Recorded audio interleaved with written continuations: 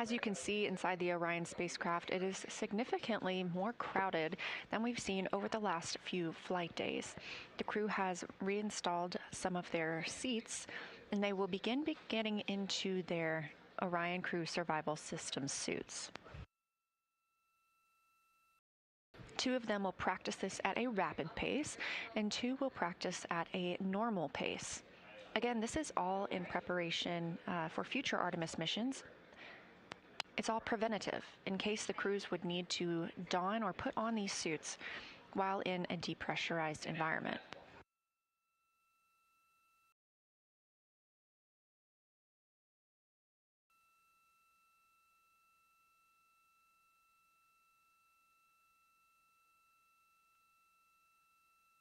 It's going to get even more crowded in this image. Once the crew puts on their suits, they will be pressurized. So they grow in volume, and the crew will need to maneuver around the cabin while still connected to umbilicals as well to get into their seats.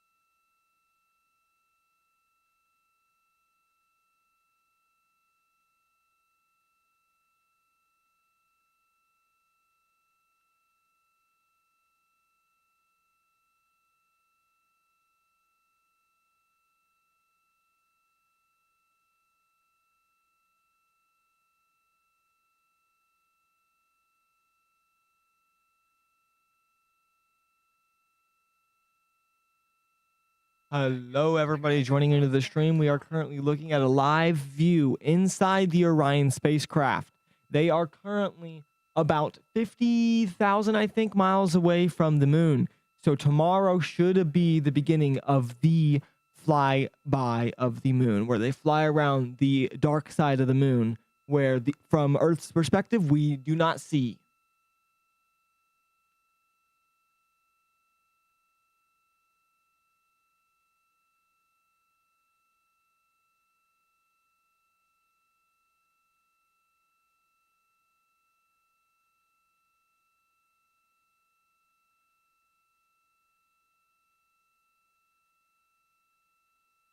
Michaela, as I know you commented before I said that statement that I just told you, but no, this is currently not the ISS. We are currently, I believe, 250,000 miles away from the Earth. So we are very far away from the ISS, actually. Very far away from any human currently on Earth or anywhere around Earth.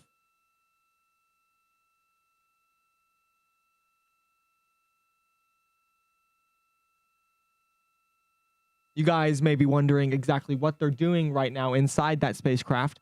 I believe they are installing the headrests and the kind of seat positions and getting suits ready as if they were about to re-enter Earth's atmosphere. Now, they are not. They are nowhere near entering Earth's atmosphere at this current moment, but it is a key part of the mission to prep for re-entry and get prepared to re-enter Earth's atmosphere, because it's a very hectic and very intensive process in returning back to Earth. So they are currently testing out suits, trying to set up suits to make sure things are working. Basically, the suits that they're going to use, I don't know the exact names, but it's basically if the cabin was to suddenly decompress, their suits would keep them alive.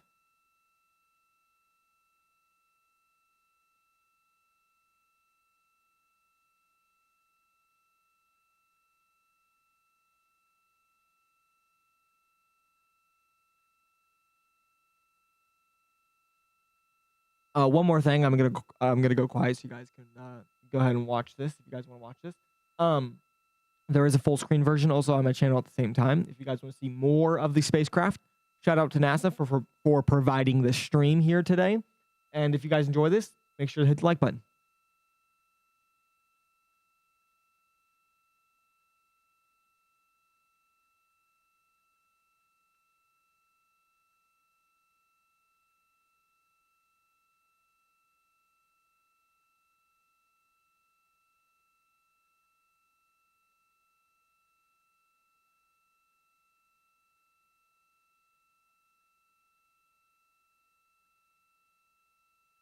If you guys have any questions, please ask. I'll be glad to answer them.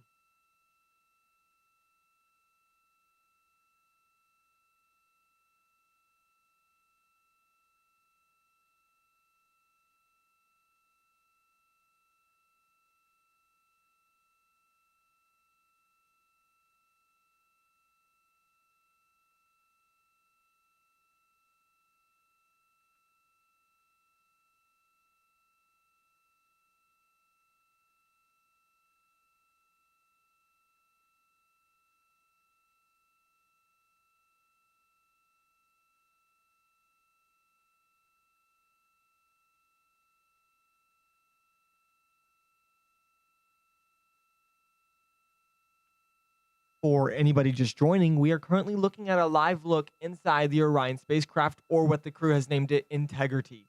They are currently 50,000 miles away from the backside of the moon, where then tomorrow they will fly around the moon on the dark side, where humans cannot look from the perspective of Earth.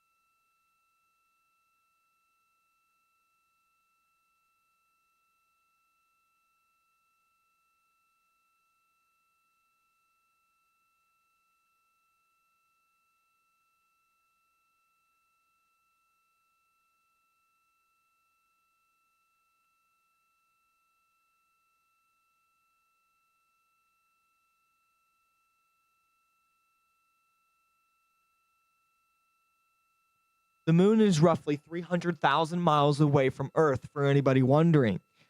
That is a round trip for light. That takes roughly 1.6 seconds for light to travel from Earth to the moon's surface, or 300,000 miles rather.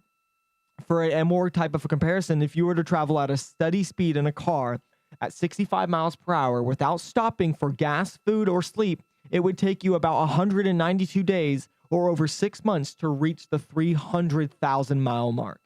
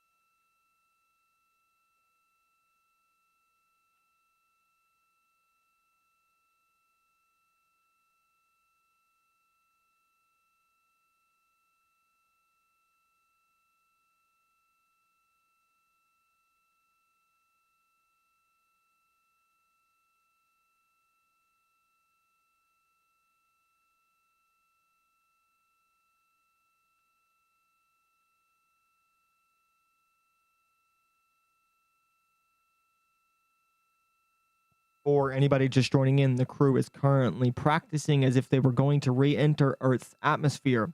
This is a huge, great step in preparation for the final moments of re-entry, because it's one of the most impactful and intense moments of the entire mission.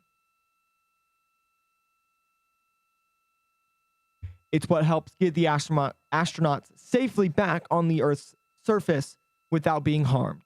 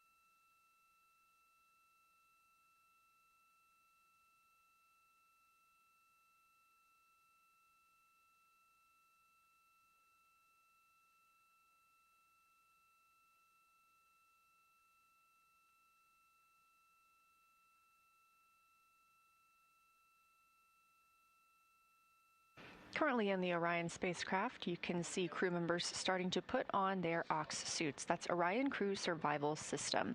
Those are the iconic international orange suits that the crew wears during launch and reentry, and they would put on in the event of a cabin depressurization. So today is a test to understand how the crew needs to put on these suits in a cabin depressurization situation.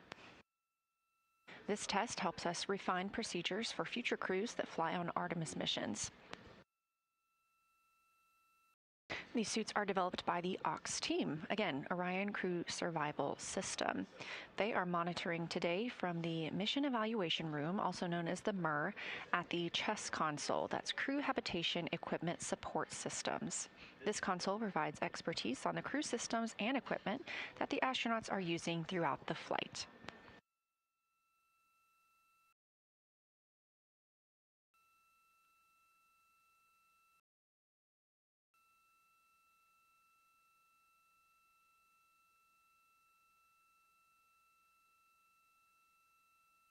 Once the crew are in their suits today, they will need to conduct suit leak checks as well as enter or ingress their seats.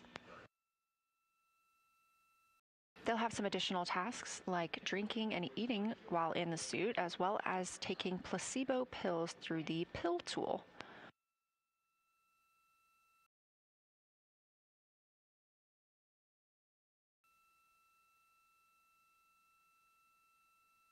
When these suits are pressurized, we do expect it to become more difficult.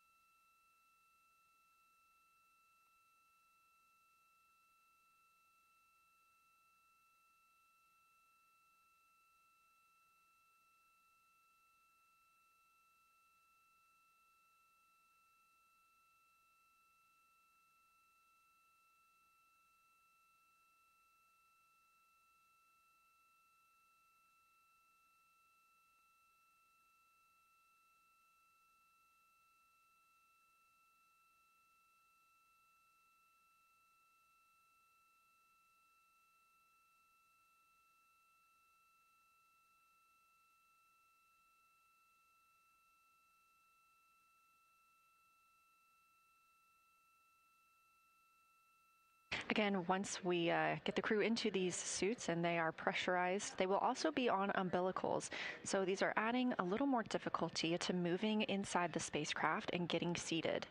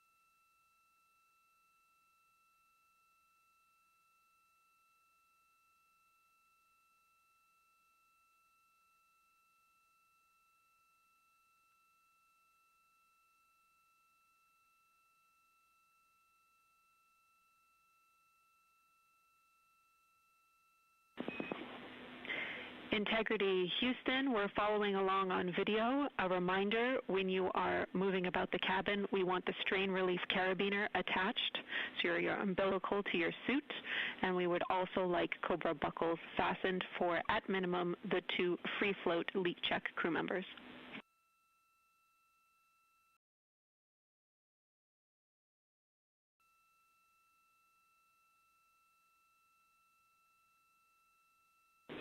Copy, thumbs up.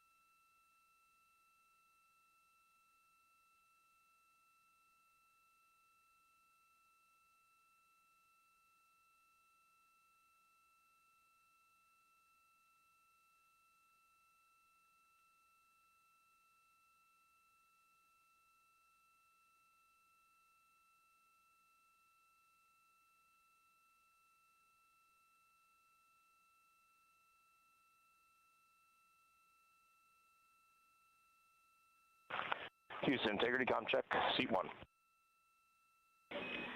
Reed, we have you loud and clear from seat 1. Help me.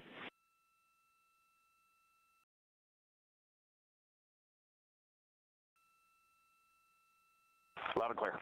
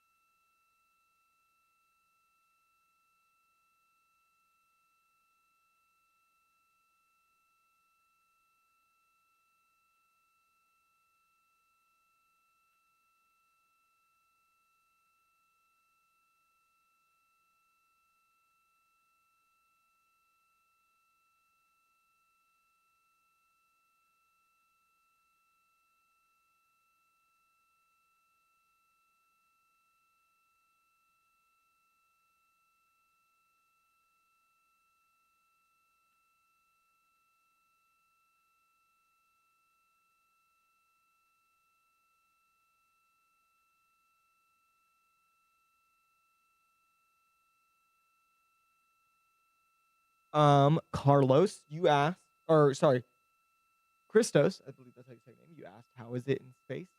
I would say it's pretty nice. The astronauts say that they always love it in space. And I would love to be in space as well. C2, we So have you loud and clear. that it is very good and well up in space. Angelo, you said hello. I'm saying hello back. Welcome to the stream. For anybody just joining in, they are currently testing suits and seats to prep and kind of practice for re-entry of Earth's atmosphere.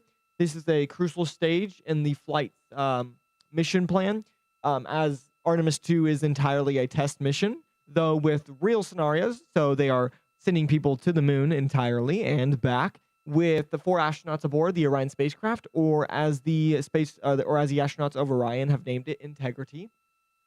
It is still an entirely test mission, so they will not be landing on the moon, though everything they do in this mission is recorded thoroughly and reviewed for extensive research and to improve the following missions, as in Artemis 3 and Artemis 4.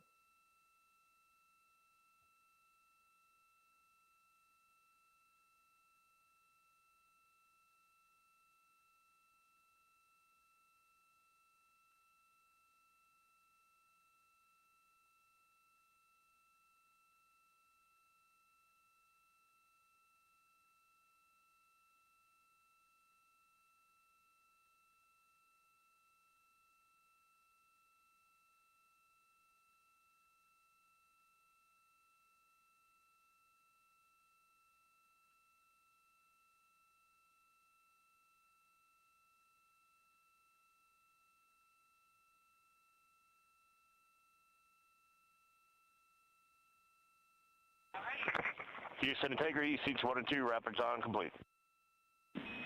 Copy, rapid dawn complete, seats 1 and 2, thank you.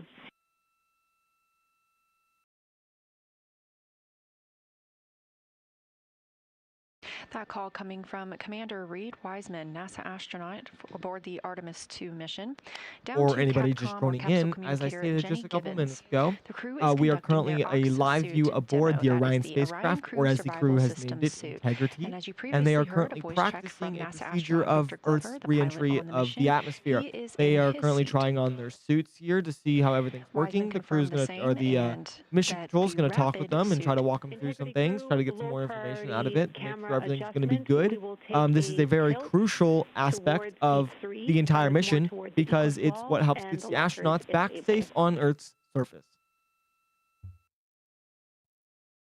They are also currently 250,000 miles away from Earth, 50,000 miles away from the moon's backside, where they will go around it, where humans don't normally see it, because from Earth's perspective, the moon is essentially tidally locked to us because of how it rotates. These are the suits the crew wears during a launch and re-entry, and they also could provide up to 6 days of a pressurized breathing environment. Anybody that's here and doesn't know what tidally locked means, tidally locked means that we see the same side of something 24 hours, 7 days a week, basically.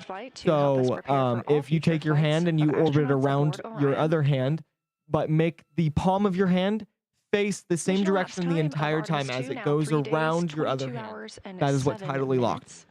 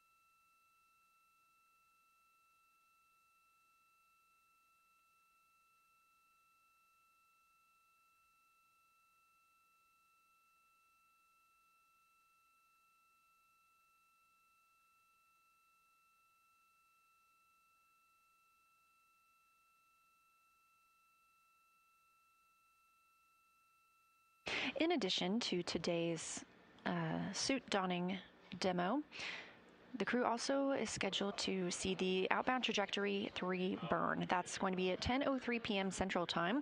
Those outbound trajectory burns are refinements of their trajectory around the moon.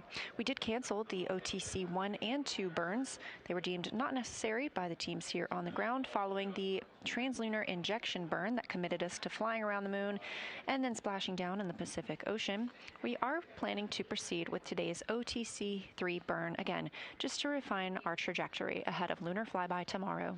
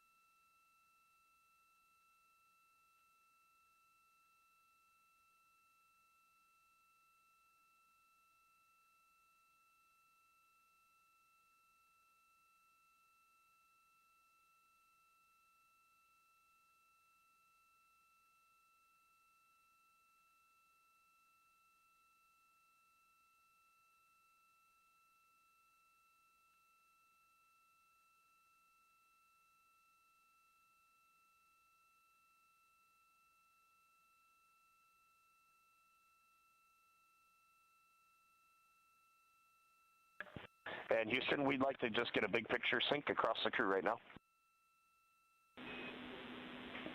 Absolutely, go ahead.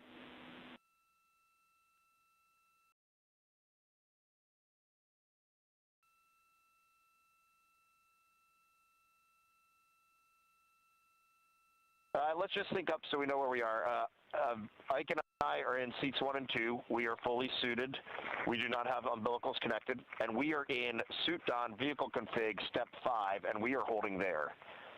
And then Christina and Jeremy are suiting up on a nominal suit up right now. We believe that's where they should be.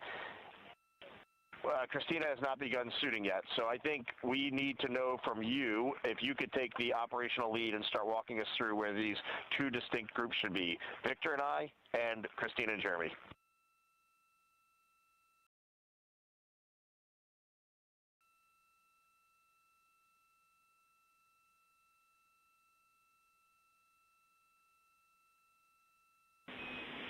Copy, Integrity crew. You are all where we expected you to be. Jeremy and Christina can continue pressing with the nominal suit on, and we will have you and Victor pick up with commanding umbilicals to perform the first leak check with 2 crew members.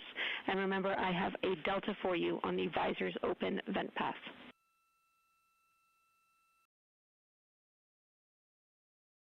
We will always vent overboard today. Stand by. Good words.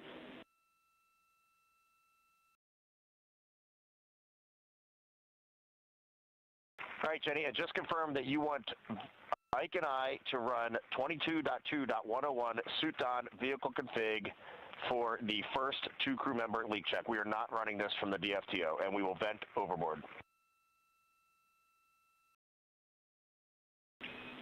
Affirm.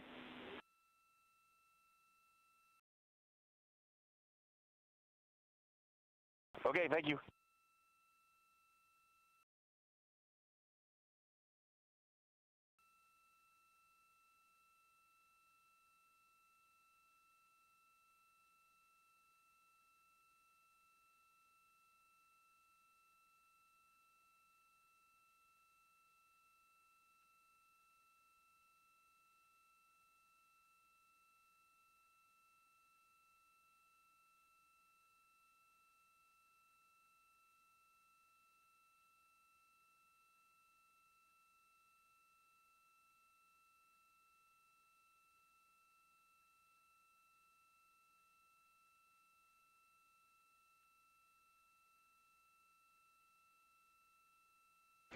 Now that Victor Glover and Reed Wiseman are suited and in their seats, they are going to step through the leak check procedures. Again, if you're just tuning in, this is a demonstration of the crew putting on their suits on the Orion spacecraft. They would need to do this on orbit if there were a depressurization of the cabin. Otherwise, they wear them during launch and entry. Everything we learned today helps us prepare for future crews to fly on Artemis. And we expect the team to be calling down questions and reports of their status as they move throughout the procedure.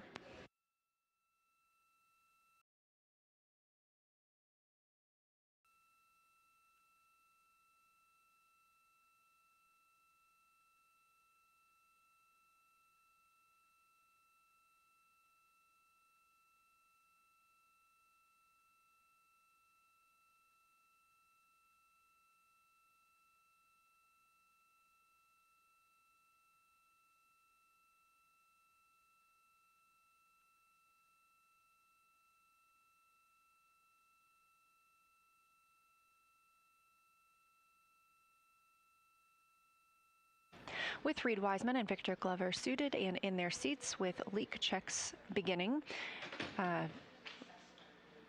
Christina Cook and Jeremy Hansen, mission specialists for the mission, are continuing to put on their suits.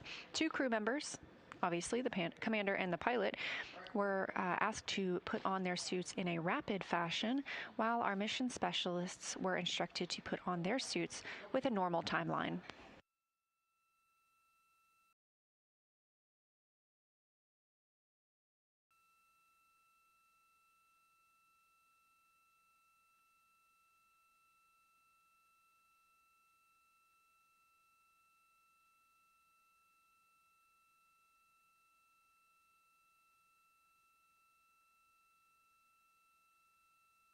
Today we are going to be pressurizing the suits to 4.3 psi, on top of the cabin being at 10.2 psi.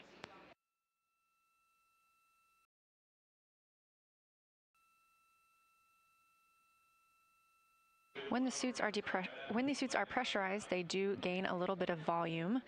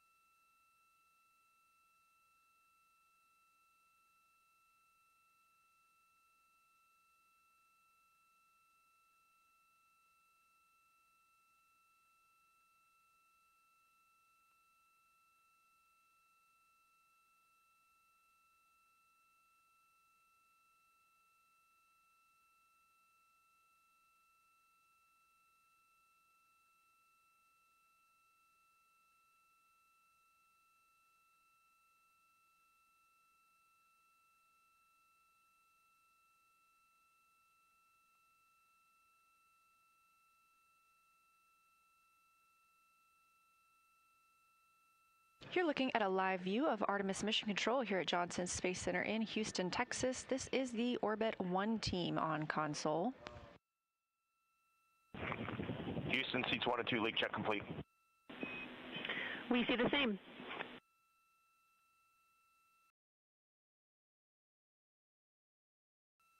That voice, our capsule communicator for today, Jenny Gibbons, Canadian Space Agency astronaut, and Artemis 2 crew backup. To her right is Tess Caswell, fellow Capcom. Houston, just confirm for me and Victor, the next step is to go back to step 5 and suit on vehicle config and hold for seats 3 and 4. Affirm Reed, once Jeremy and Christina are suited, we will have them join you for the next leak check. Your procedure path is correct.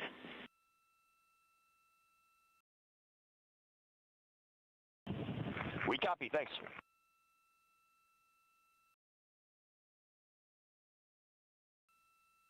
Flight Director Jeff Radigan in red on your screen, leading the Orbit 1 team. Just heard communications from Commander Reed Wiseman aboard the Orion spacecraft, calling down that suit leak checks are complete for he and NASA astronaut Victor Glover, pilot of Artemis 2. Meanwhile, aboard the Orion spacecraft, mission specialists Jeremy Hansen and Christina Cook continue to get suited ahead of getting in their seats for their own leak checks as part of this demonstration.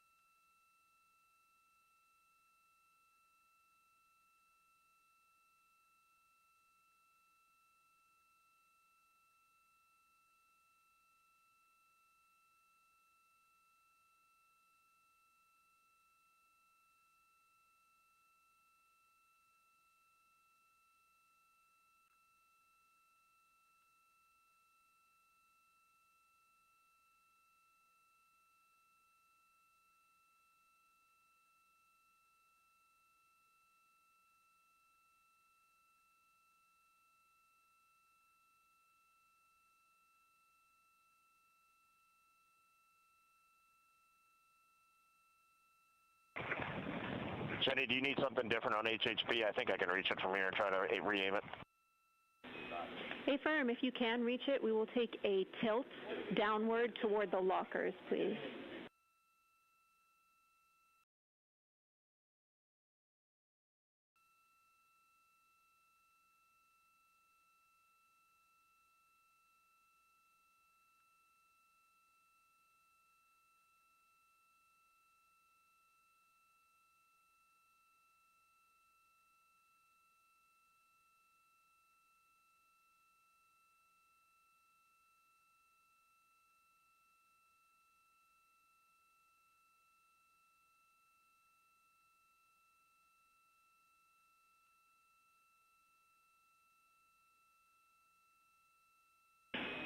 Reed, we like that view. Thank you.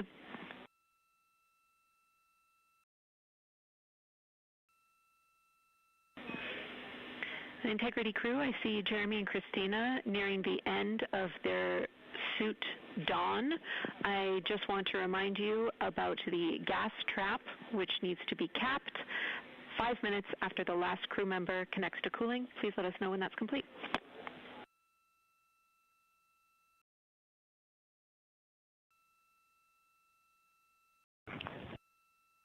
We got you covered, Jenny. Thanks for the reminder. Thank you, Reed.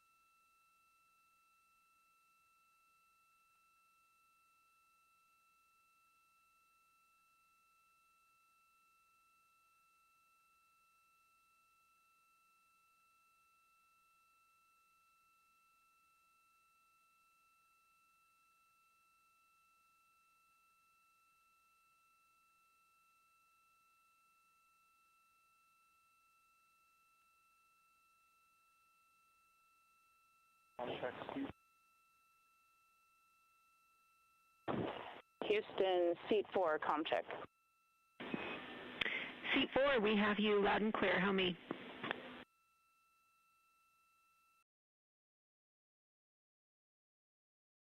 I have you the same.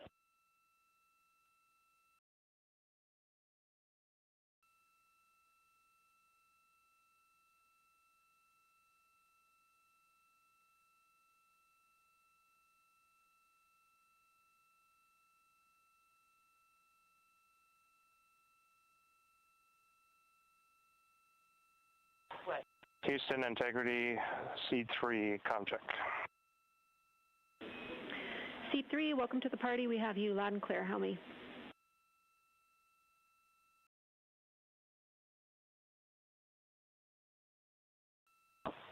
Loud and clear, Jenny.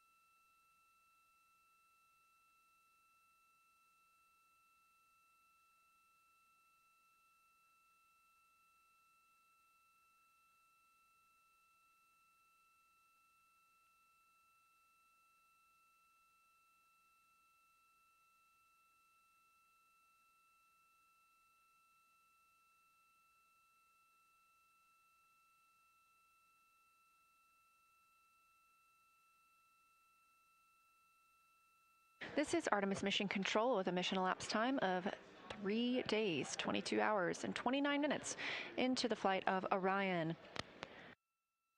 Currently, the crew members aboard the spacecraft are conducting the Ox suit demo. That's Orion Crew Survival System. As you can see, they have put on their international orange suits. These are worn during launch as well as during re-entry, and they would be worn if needed during a cabin depressurization. So this test is to help teams understand how those procedures would need to go should we ever encounter such an event on this or future missions. We've had 4 good communications checks with the crew members now in their suits. Both Reed Wiseman and Victor Glover are in their seats as well. They were part of a rapid don, or quickly putting on their spacesuits, while mission specialists Christina Cook and Jeremy Hansen were instructed to put on their suits at a normal pace.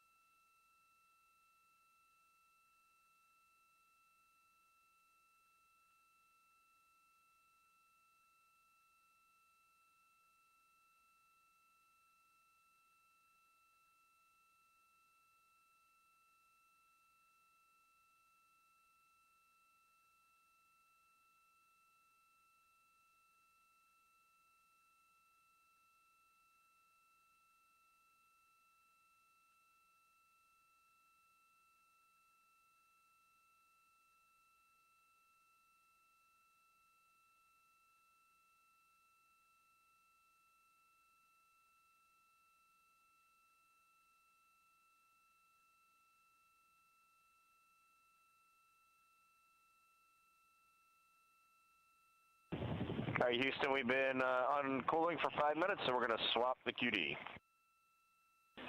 Copy, thank you.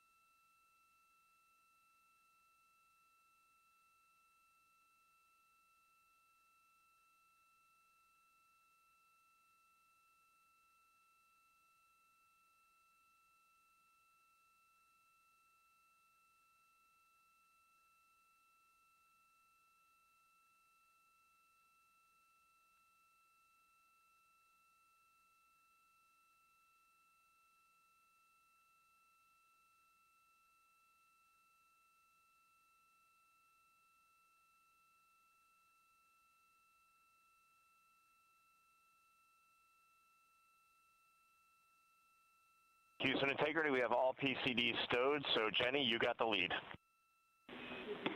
Copy, all PCDs stowed. Once Jeremy and Christina are complete, we can ensure that their Cobra fittings are connected, and then we can move on to leak checks.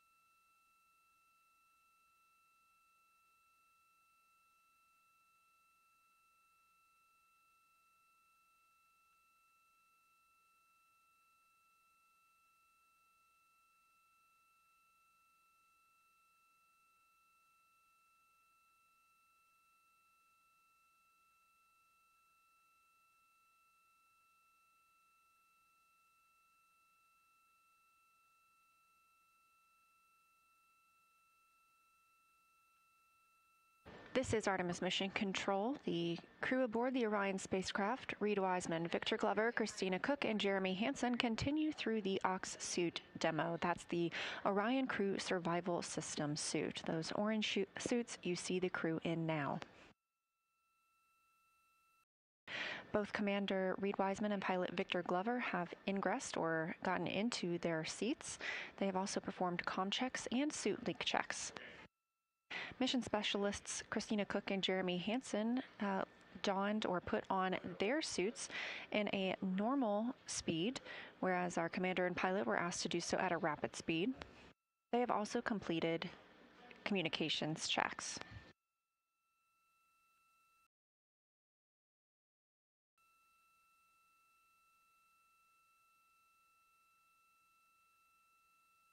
The crew wears these suits during launch and return to Earth.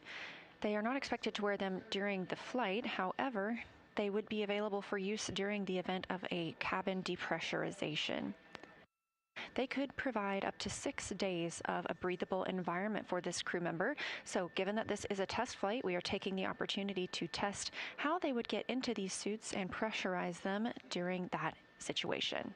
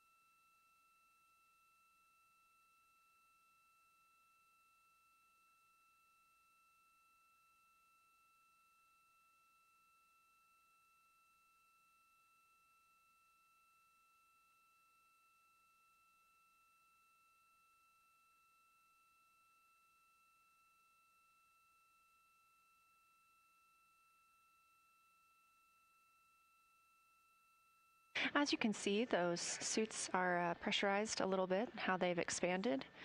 The crew is conducting leak checks aboard those suits right now.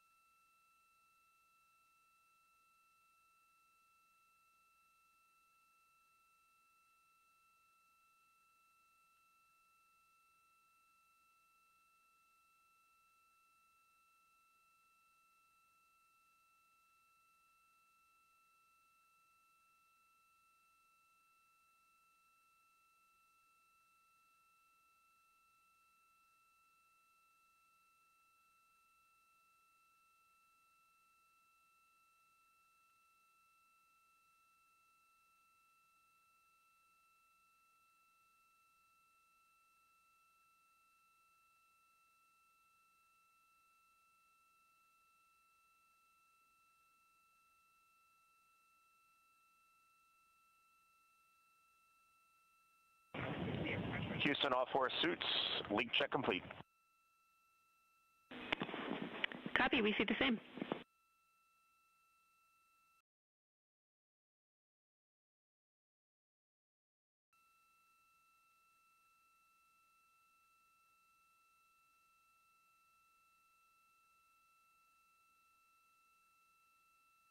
And Jenny, I think now you want us back in the DFTO procedure, correct?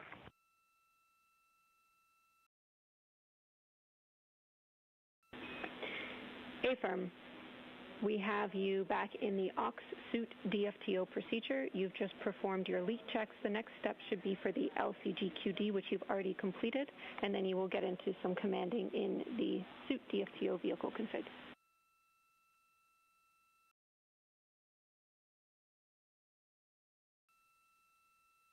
Yeah, what step in aux suit DFTO should we be in?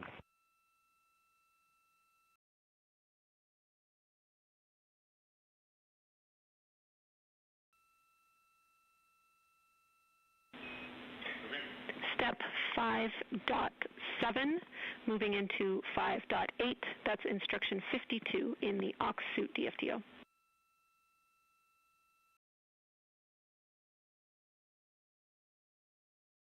Okay, we're in 5.7.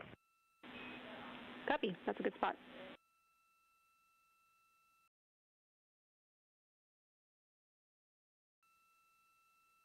That's the voice of Commander Reed Wiseman speaking from the Orion spacecraft. They are conducting the aux suit DFTO. That's Orion Crew Survival System suit. We just had confirmation all 4 suit leak checks are complete.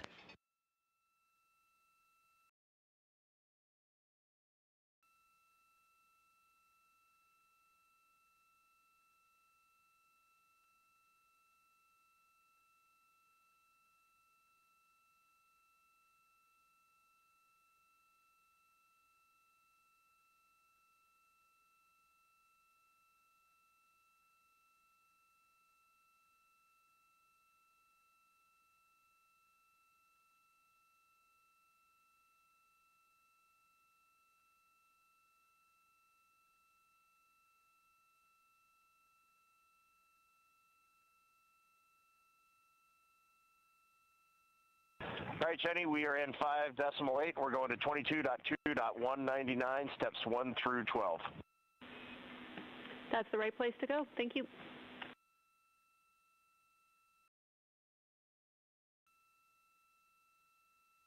All of the numbers you hear reported by the ground team and the crew are in reference to a specific set of procedures. This helps keep... Before we start pressurizing, I don't have any awareness of timeline and next steps. So before we go visors down and pressurize, why don't we get a quick crew sync? Copy. Stand by 1.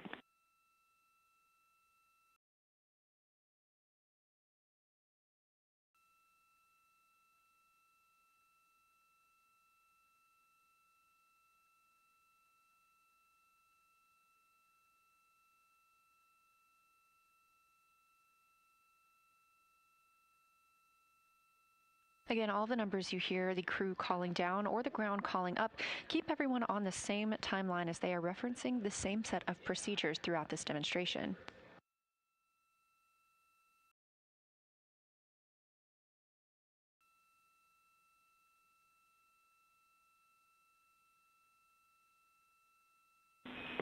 And Integrity crew, we are still talking about what objectives we are going to complete with a shortened timeline. We do want to keep the controlled depress in place because we want to get ranging data in time for OTC3. So we are talking a pared down objective timeline for you. IVA is just getting it together, so we'd like to proceed with the suit DFTO vehicle config, and I'll have words for you soon, but you can all expect a shortened timeline.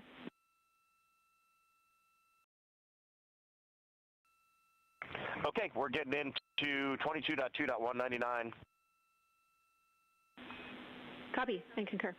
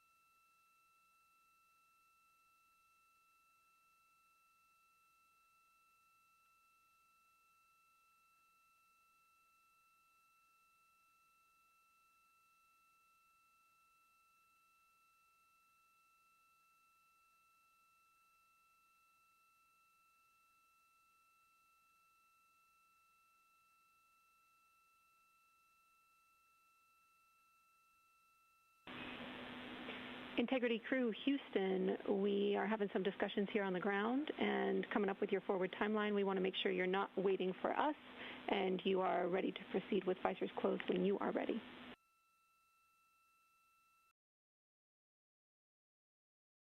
Yep, Bay Firm, we're just troubleshooting one thing and then we'll be ready. Copy. Sounds great to us. Thank you.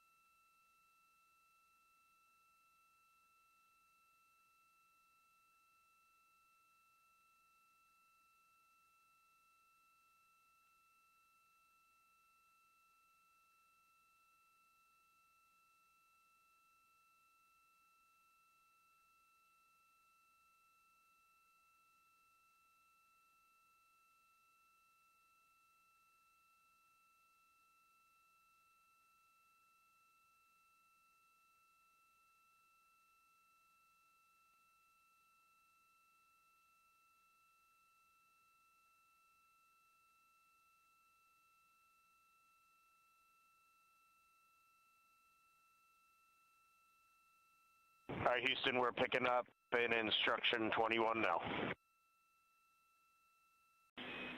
We copy.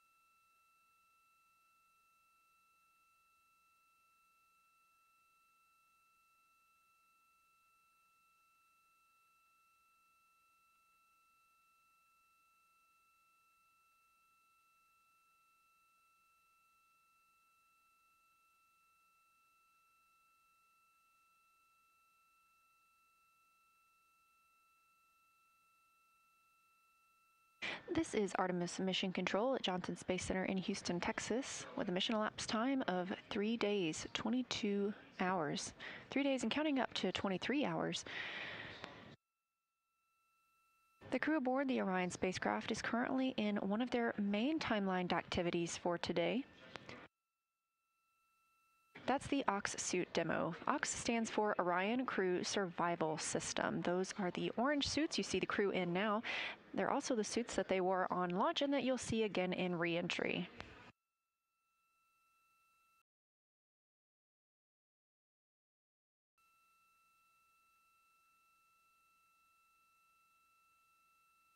All 4 crew members are now in their suits and have completed suit comm check and leak checks. Next up, we will be pressurizing the suits. We are going to pressurize those to 4.3 psi. Again, this is all in support of future missions to the moon. These suits could be worn. All right, Jenny, we're in the purge. How's everything looking on your end? It's looking great. Continue.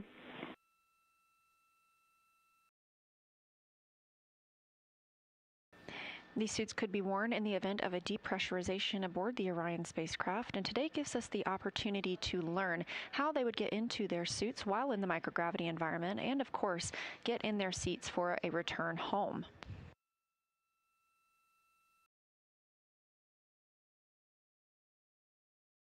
Also on the timeline for today is the OTC-3 burn. We expect that around 10:03 p.m. Central Time today.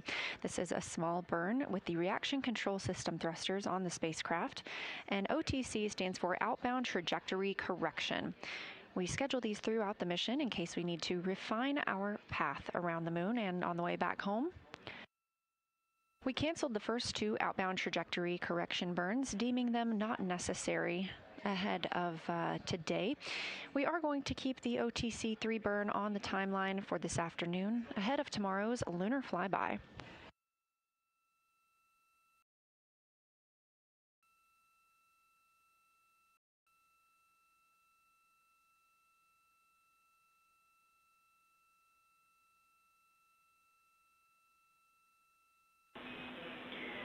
Integrity crew, everything is still looking really good down here. We're loving getting this data. I plan to reconfigure you to be Vox before increasing your suit pressure. Let me know if you want to be Vox earlier so you can stop pushing buttons.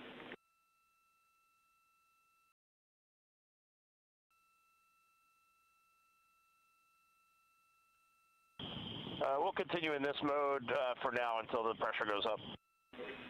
Copy. We'll let you know when that's about to happen and when we do a reconfig of your Vox.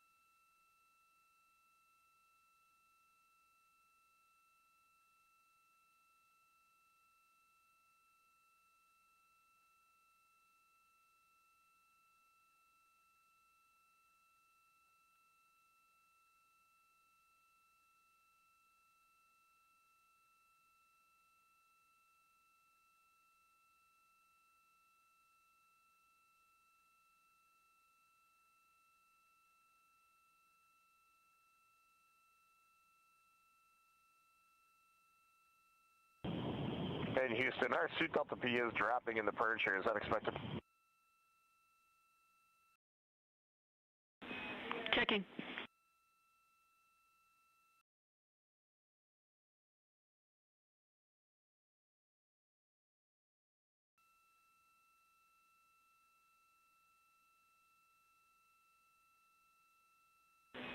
Reed, this is expected. We are in the last 45 seconds of the purge where the pressure will decrease in your suit.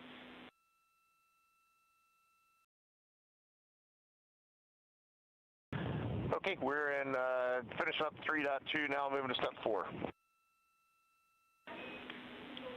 Copy. We see you there.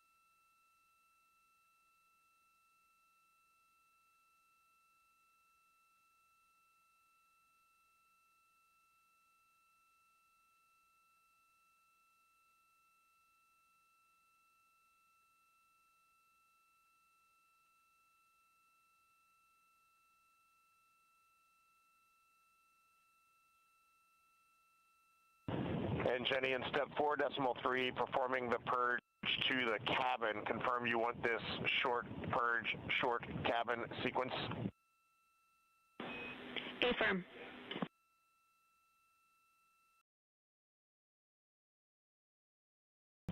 Copy that. That's going in.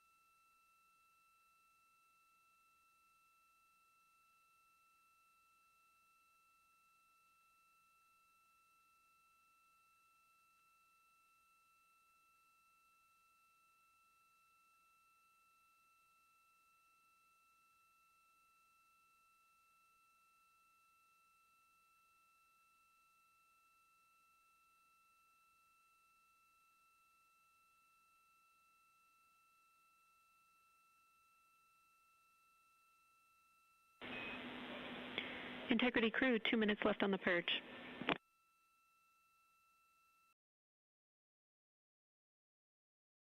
We're watching.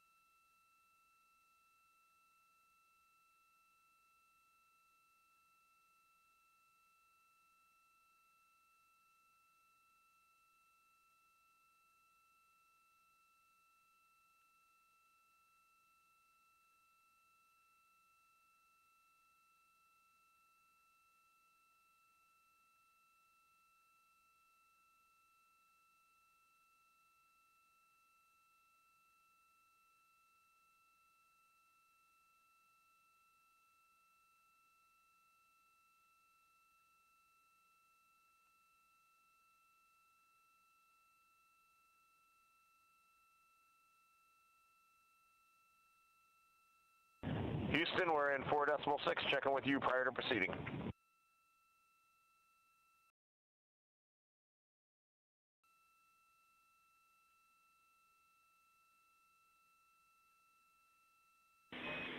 Copy, we're talking.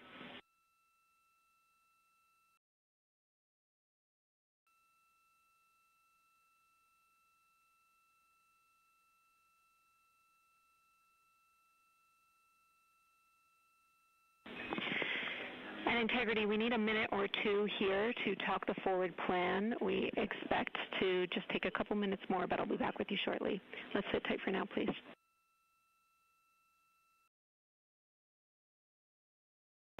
Sounds good.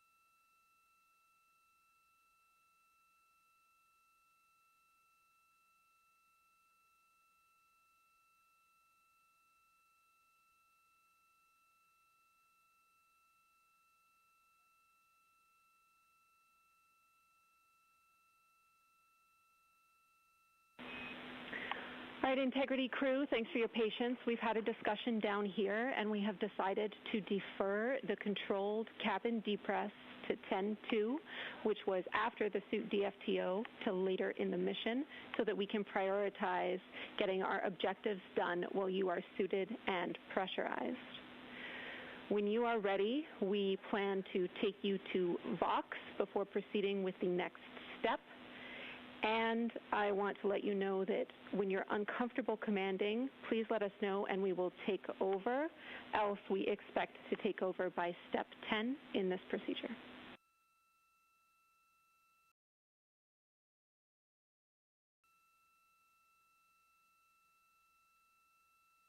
Okay, Jenny, sounds great, and we are ready for Vox. Copy. We will put Vox in work.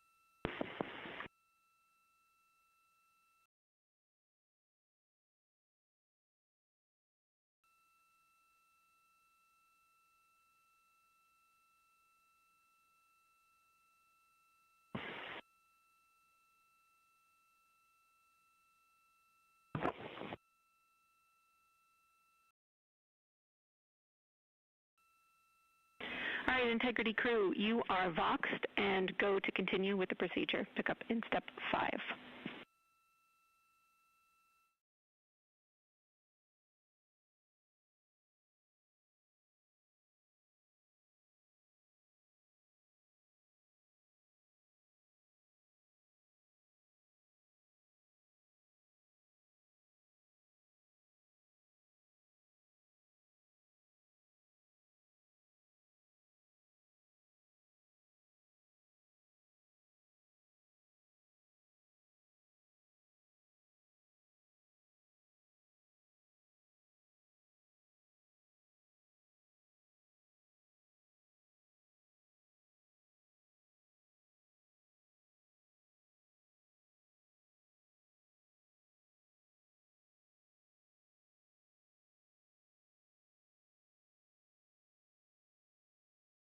This is Artemis Mission Control at Johnson Space Center in Houston, Texas. Currently, the teams on the ground are increasing pressure in the Orion crew survival system suits. Currently, their audio is only available to teams here on the ground in Mission Control. We want them to be able to transparently describe what they are experiencing as they move through their procedures.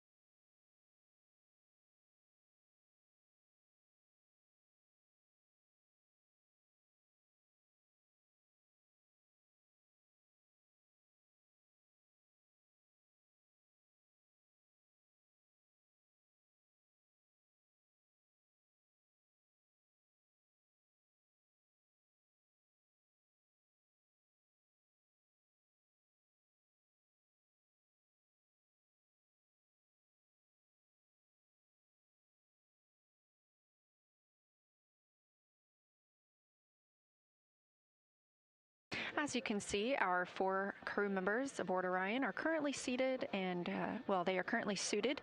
2 are in their seats. That would be Commander Reed Wiseman and pilot Jeremy Hansen. They are stepping through the procedures of the Orion Crew Survival System demo.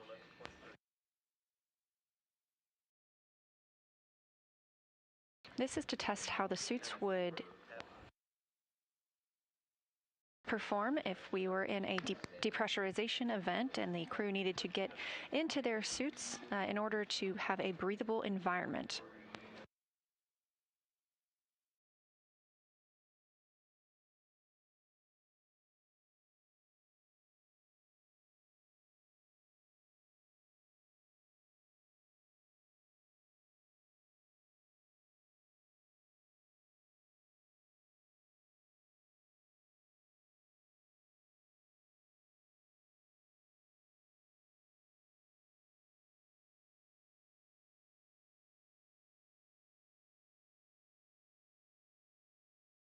We did have good suit leak checks on all 4 suits, as well as communication checks. However, communications with the crew right now is only available here in Mission Control. We want the crew to be able to speak transparently about how they are stepping through these procedures.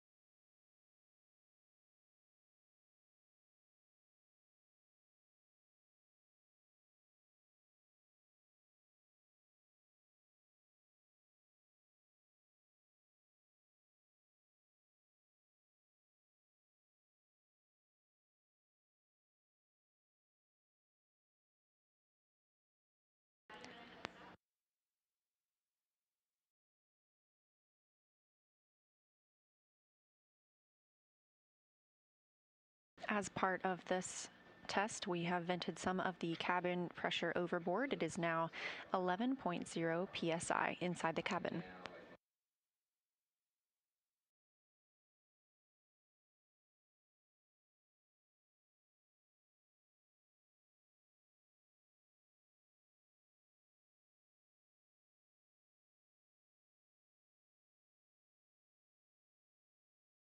Currently, the cabin is pressurized at 11.1 psi and the suits are at 3.8 psi.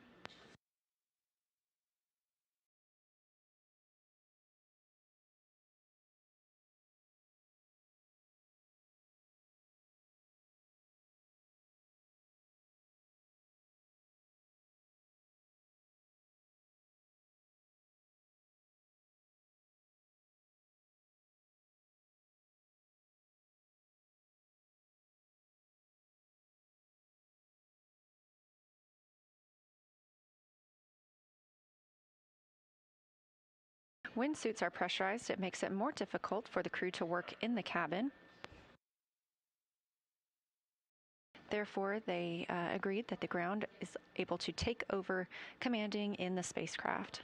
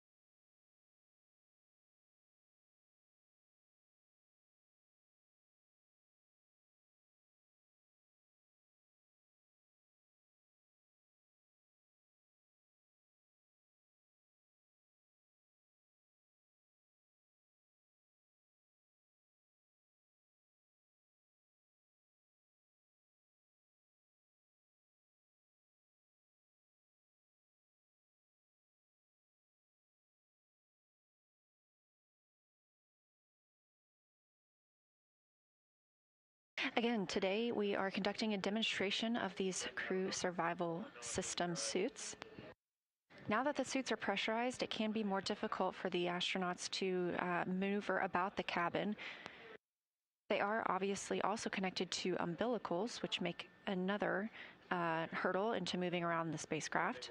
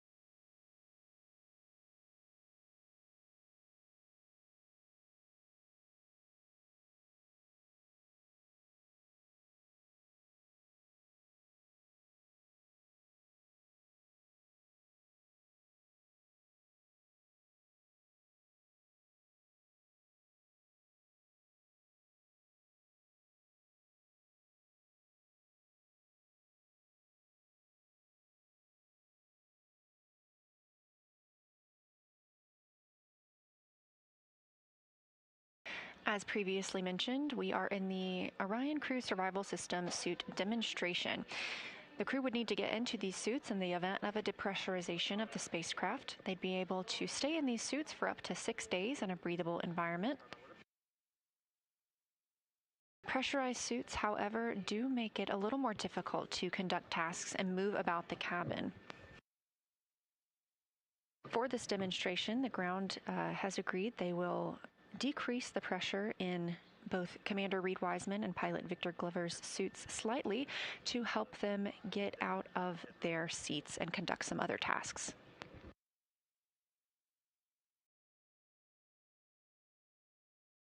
Again, you're not hearing their communications right now. That's just coming to Mission Control Houston to allow them to speak, to allow the astronauts to speak openly with the flight controllers here.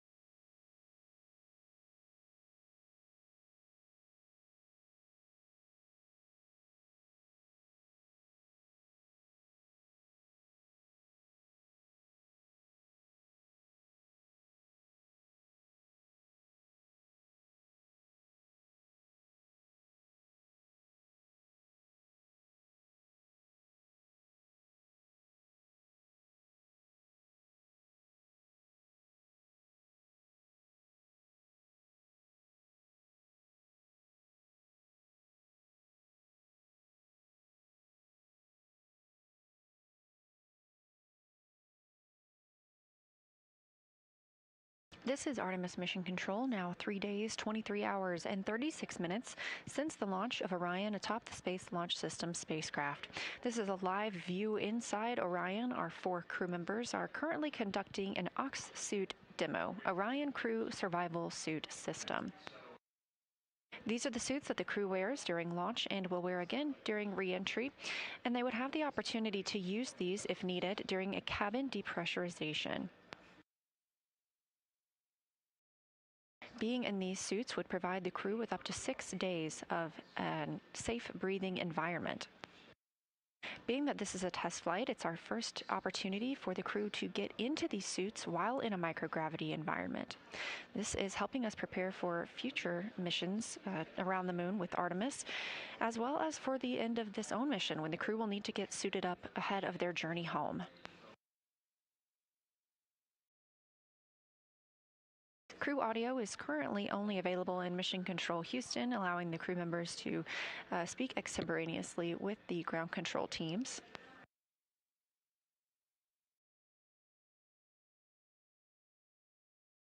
There are some plans for the crew to conduct tasks while in their suits today. Currently, the team is lowering the pressure slightly in Commander Reed Wiseman and Pilot Victor Glover's suits to allow them to more easily get out of their seats. When suits are pressurized, it does make it more difficult to move about the cabin and accomplish some of the tasks we're looking to do today.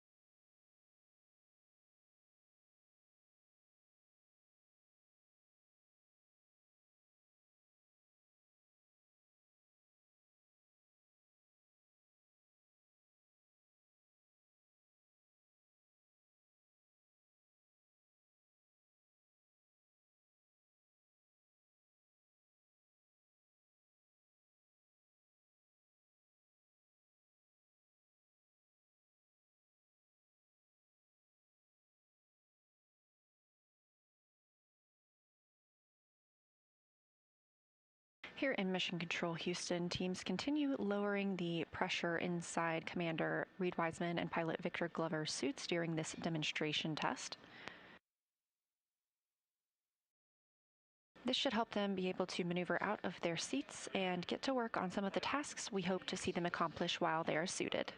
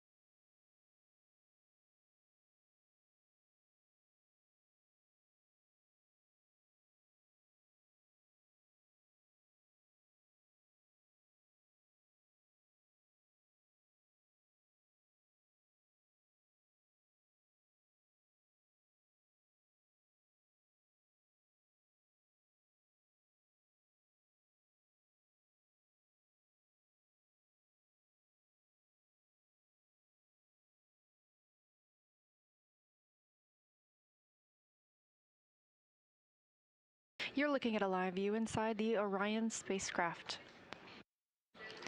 The spacecraft and crew are on flight day 5, now 52,600 miles from the moon. They are 223,909 miles away from us all on Earth.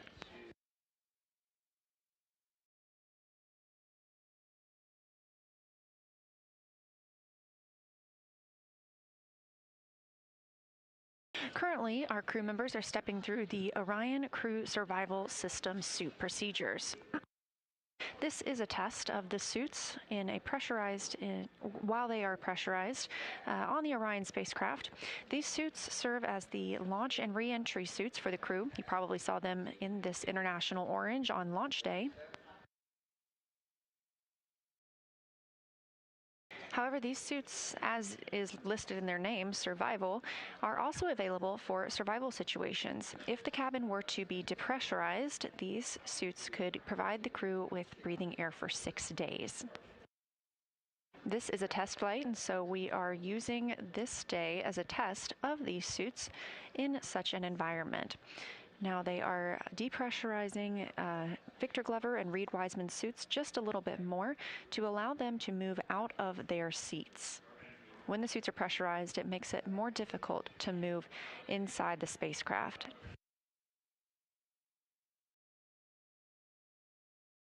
We have some other tasks we hope to see the crew complete today, including using the pill tool. There is a small port on the side of the helmet where the astronauts can insert what looks like a straw and allows them to take medicine if needed while they would be in this situation. Of course, any pill taken today is simply a placebo for the purposes of the test.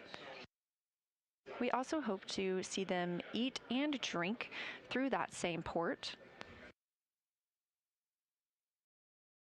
This is one of the biggest parts of their timeline today. However, we do anticipate the outbound trajectory correction burn this evening actually, at 10:03 p.m. Central Time.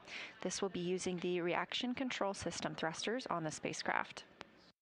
These trajectory correction burns are simply refinements of Orion's flight path. We did cancel the first 2 of those as we felt like they were not needed following the translunar injection burn, but this will help us further refine our trajectory ahead of tomorrow's lunar flyby.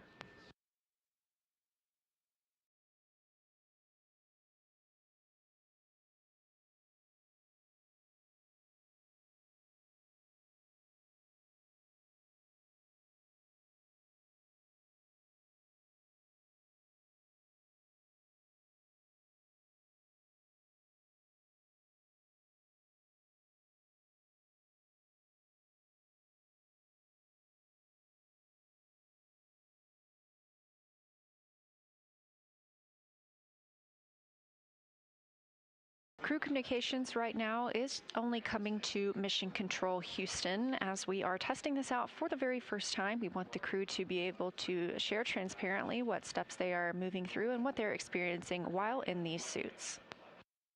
Once this demonstration is complete, we will make sure to put their audio back on the broadcast.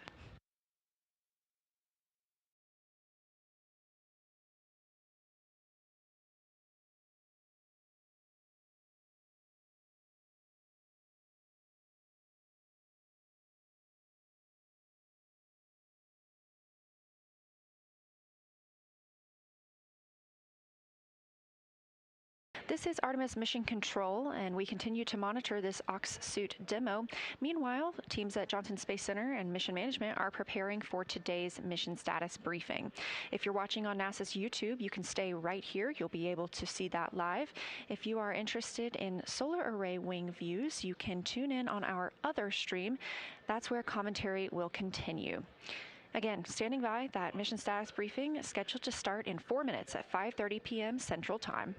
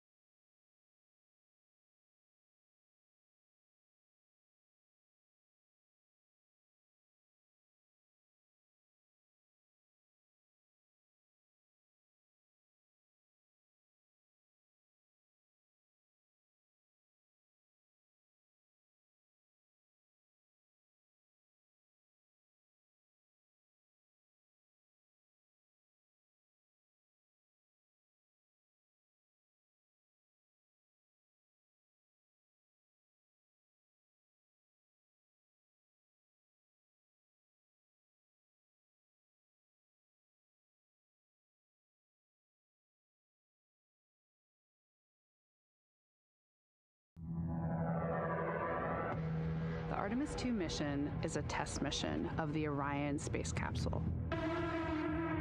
Artemis II will be the first time we put humans on this rocket. We're going back to the moon because it's the next step in our journey to Mars.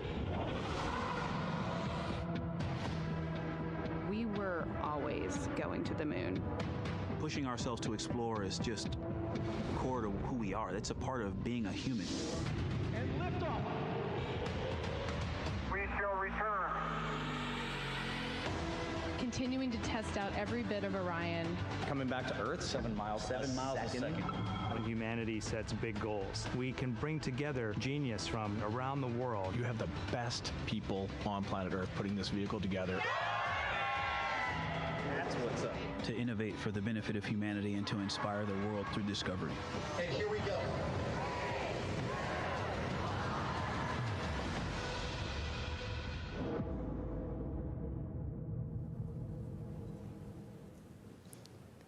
Good evening and welcome to NASA's Johnson Space Center in Houston, and welcome to our Artemis II status update.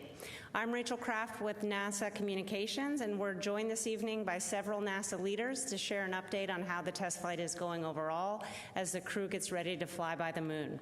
They are Dr. Lori Glaze, who leads NASA's Artemis program, Rick Henfling, Flight Director for the mission, and Kelsey Young, Artemis II Lunar Science Lead. We'll have some opening remarks from each of our participants, and then we'll go ahead and take questions both here and in the room and on the phone line. And as a reminder to those who are joining by phone, you can press *1 to enter the question queue. And with that, we'll start with Lori. Great. Thank you so much, Rachel. And thank you to everyone that's joining us today and for your continued interest in Artemis II. Our mission continues to go incredibly well. Our crew is healthy as we prepare and gear up to fly by the moon tomorrow. We're all extremely excited for tomorrow. We got a couple of great images that I want to share with you today, along with all of the great stuff that's available online. But we've got a few things I wanted to share this evening. We have a short video with some of what yesterday included. If we could pull up this video, it's got a lot of cool information in it. Can we see that? This is Artemis Mission Control. You're getting a live look inside the Orion spacecraft, named Integrity by the Artemis II crew.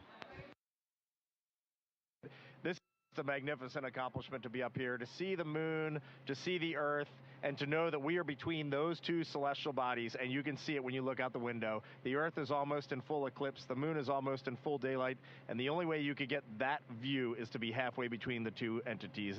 It is truly awe-inspiring up here.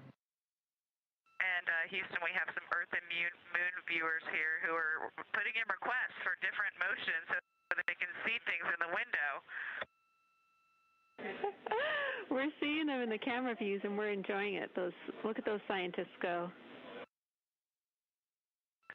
And Jackie, we got Jeremy on there just for a minute before his PAO event. He's just got to look at this. As soon as I put my hands on the 400, it's just... You know, I'm not one for hyperbole, but it's the only thing I could come up with. Just seeing Tycho, there's mountains to the north. You can see Copernicus, Rainier Gamma. It's just everything from the training, but in 3 dimension and absolutely unbelievable. This is incredible. Kathy Moonjoy. And Houston, I can tell you that Christina now has the 400 millimeter, and she also is the queen of hyperbole. It's incredible. Kathy, Christina doing her best read impression at the window. I love that. And I also really love how they talk about being able to see in 3 dimensions. Just helps remind us all that what we can do with our amazing human eyes is be able to see in stereo vision and get that depth perception. It's just wonderful to hear them talking through what their observations are. And I'm sure you'll hear from Kelsey about how well they've learned all their training, being able to tell us exactly the features they're looking at.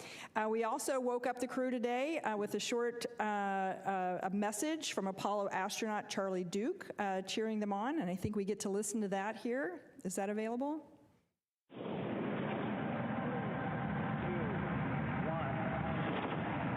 Hello, Reed. Victor, Christina, and Jeremy. This is Apollo 16 astronaut Charlie Duke. John Young and I landed on the moon in 1972 in the lunar module we named Orion. I'm glad to see a different kind of Orion helping return humans to the moon as America charts the course to the lunar surface. Below you on the moon is a photo of my family. I pray it reminds you that we in America and all of the world are cheering you on. Thanks to you and the whole team on the ground for building on our Apollo legacy with Artemis. Godspeed and safe travels home. Wonderful. And then I had one last image there I think I saw come up for just a moment. This was another picture of Earth from Orion's window, and it really gives you a sense of just how far away the crew is from Earth. This was taken earlier today by Christina. I just think it's beautiful. So we're really gearing up now for what's going to be an exciting lunar flyby tomorrow. Our flight operations team and our science team are ready for the first lunar flyby in more than 50 years. I know you guys have asked questions, and we've heard them over and over again, lots of questions about what's so special about the moon. And just wanted to say a couple words. You know, the moon and the Earth are fundamentally made of the same material. You know, in the way back, the Earth, the former proto-Earth, was hit by a Mars-sized object, a massive collision that left lots of debris out in space that then coalesced into what is now Earth and Moon. So our whole Earth-Moon system literally is made up of the same materials. And so although Earth has gone through lots of evolution with plate tectonics and weathering, you know, the Moon has been there as a witness plate to see everything that's happened over the 4.5 billion years that we've been around. So very cool. So we're really excited to fly by and get to take these observations. Particularly having humans on board really complements the robotic exploration that goes on from NASA. They're definitely not mutually exclusive. We're working together hand in hand to grow our knowledge of what we know about the Earth and Moon system. There's a lot of science on this mission, not just the observations that you hear about from Kelsey, but our human health studies, such as the Avatar experiment that's being carried on board. All of these human health experiments are informing how we can keep our crews healthy on the longer missions that are coming up in the future.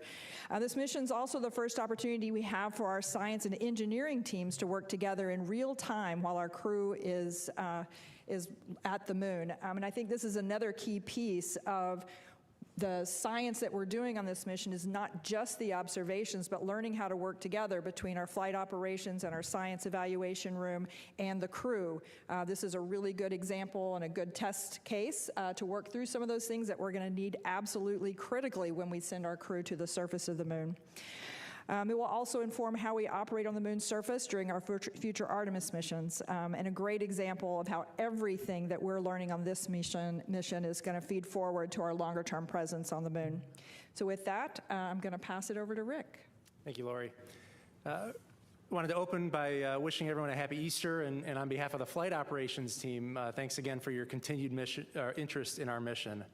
Yesterday, the flight crew finished up their day with a manual piloting activity where they took the spacecraft into 6 degrees of freedom, 3 degrees of freedom, and then we purposely deselected a few thrusters to characterize the performance of the spacecraft with some thrusters disabled. We also performed a public affairs event with the Canadian Space Agency. We had a couple of routine medical conferences. The flight crew reviewed the science plan that our science team has put together for them. And then we also performed a few activities to help characterize the carbon dioxide removal capability of Orion. When we did a few back-to-back exercise sessions, we wanted to understand just how capable the CO2 removal system was, and the results have been very favorable to date. Today, the astronauts started their day with an opportunity to put their orange launch and entry suits back on. You can imagine that when you put your orange launch and entry suit on in 1G back in Florida, it's a lot different when you try to put it on in zero gravity. And so we gave the crew a chance to practice that before they have to do it on entry day.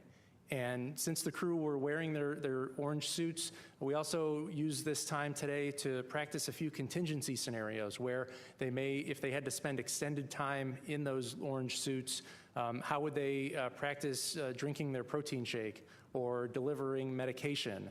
And how would you set up the seats in Orion while you're wearing the bulky suits? These are things that they would need to do in a contingency, and we wanted to be able to practice these before if we found ourselves in a scenario where we would need to do them.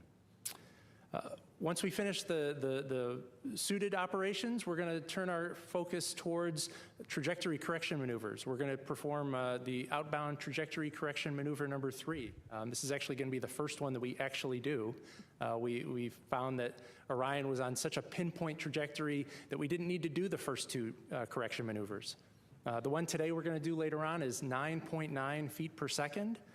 It'll take about 14 seconds, and it's going to use the auxiliary thrusters on the Orion service module. We have a few other medical conferences later today. We're going to do a demonstration of in-flight maintenance where we remove one of the panels of Orion to demonstrate that you know, if we needed to get back behind one of the Orion spacecraft panels, we could do so and maybe perform a maintenance activity if we needed to. And then while the crew's asleep, we're going to perform a demonstration on the ground using our optical comm system. We're going to increase the bandwidth to 100 megabits per second using our optical comm system and our ground station in White Sands, New Mexico. The most exciting portion of the overnight hours here on Earth is going to be when Orion enters the lunar sphere of influence at 12:40 a.m. Eastern Time. That is significant because that's when the moon's gravity has a stronger pull over the Orion spacecraft than Earth's gravity. And so that's a significant milestone on our mission.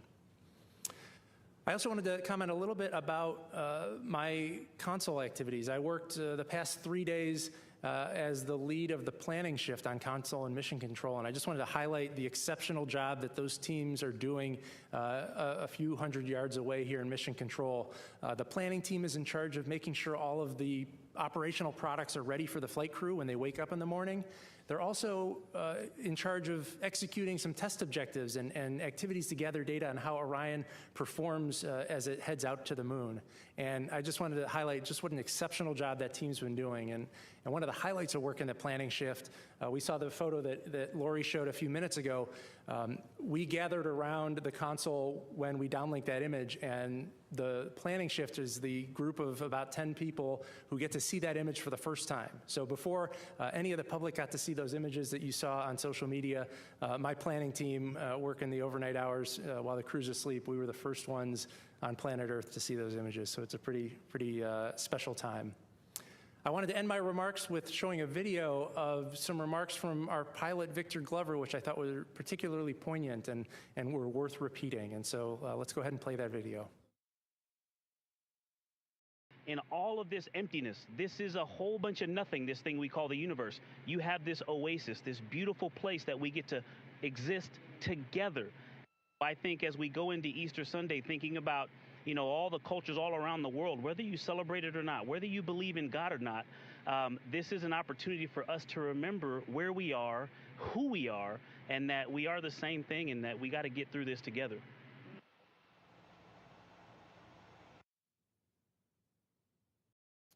All right, and that is the conclusion of my remarks. I'll hand over to our lead science officer, Kelsey Young. Hard act to follow, both Rick and Victor. I will say, you know, I think the copy Moonjoy is going to be like my new motto, copy Moonjoy. Speaking of which, we are coming up on the flyby tomorrow. We're getting really, really excited to hear the crew observations. We've heard some observations, Lori highlighted them, from when the moon was much smaller out the window than it's going to be tomorrow. And even those observations had a lot of science value that's already got our lunar science team churning in the background. So really excited for several straight hours of those tomorrow, and I'll talk today about what that's going to look like.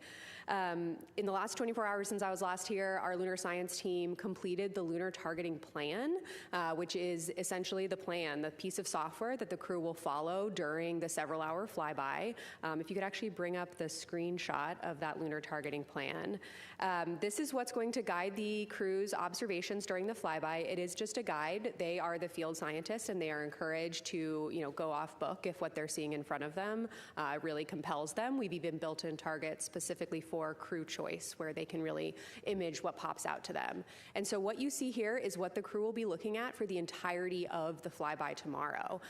You see on the left side a list of sort of targets that listed vertically in the top left of the screen. Those are the targets in the timelined order we're asking them to image them in. And they're in a specific order because ultimately these targets trace back to our lunar science objectives. We have 10 lunar science objectives for this mission. All of them are covered in the targets in tomorrow's targeting plan, and they're in that order down the left side that you can see. The bottom left has the words that explain the significance of the target, as well as the prompts of what we're asking the crew to image and describe.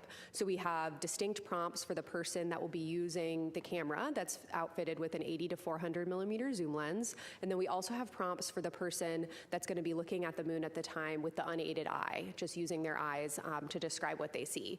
Along the bottom is a cue card as a reminder of what should go into their science descriptions. I would expect they're not going to need to reference the cue card that much because they've had many, many months to practice giving good descriptions.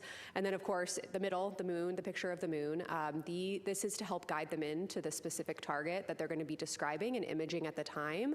You see specific labels called out to help them, provide geographic references for their descriptions. And you also see the previous target and the next target highlighted in different colors. So this is the piece of software that the crew will be looking at. And if you go to the next picture, Rick referenced yesterday that one of the activities that the crew did yesterday was to review that plan. And we just totally oohed and awed in the science evaluation room when we saw them studying in Orion. So there is Victor Glover studying the lunar targeting plan on his tablet, his crew tablet. All 4 crew had time to study that yesterday, and they'll also have a little bit of time to review it tomorrow morning. Got some questions yesterday on how the crew trained, so I just wanted to show a couple images to highlight that. So the first image is actually when they got the flight-like hardware, the 2 Nikon cameras that will form the basis of the bulk of their flyby tomorrow. And we actually put visualizations of the moon at the right distance away from them in a facility over in Building 36 here at the Johnson Space Center, and actually had them practice giving descriptions and taking pictures. We actually did that several times with them. And if you go to the next chart, we also put them in and near the Orion mock-up, the medium fidelity mock-up we have here at the Space Vehicle mock-up facility here at the Johnson Space Center, and actually had them get inside of Orion and actually look out the window at a giant inflatable moon globe we hung from the ceiling, so they could practice that physical choreography they needed to inside of Orion before their flyby. And so the last thing that I'll end with is actually showing a video that I showed yesterday. So if you could play that. This is tomorrow's flyby in 60 seconds. So what tomorrow will look like is a roughly 5-hour period where the crew will be observing the illuminated surface of the moon. In response to the question I got yesterday, the 2 Apollo sites they'll be able to see here at the beginning are the Apollo 12 and 14 landing sites. As they progress through the several-hour period where the moon is illuminated, they'll continue to work through that targeting plan. Again, each target is based on our lunar science objectives, and they'll be able to see how the moon is changing throughout their time observing it.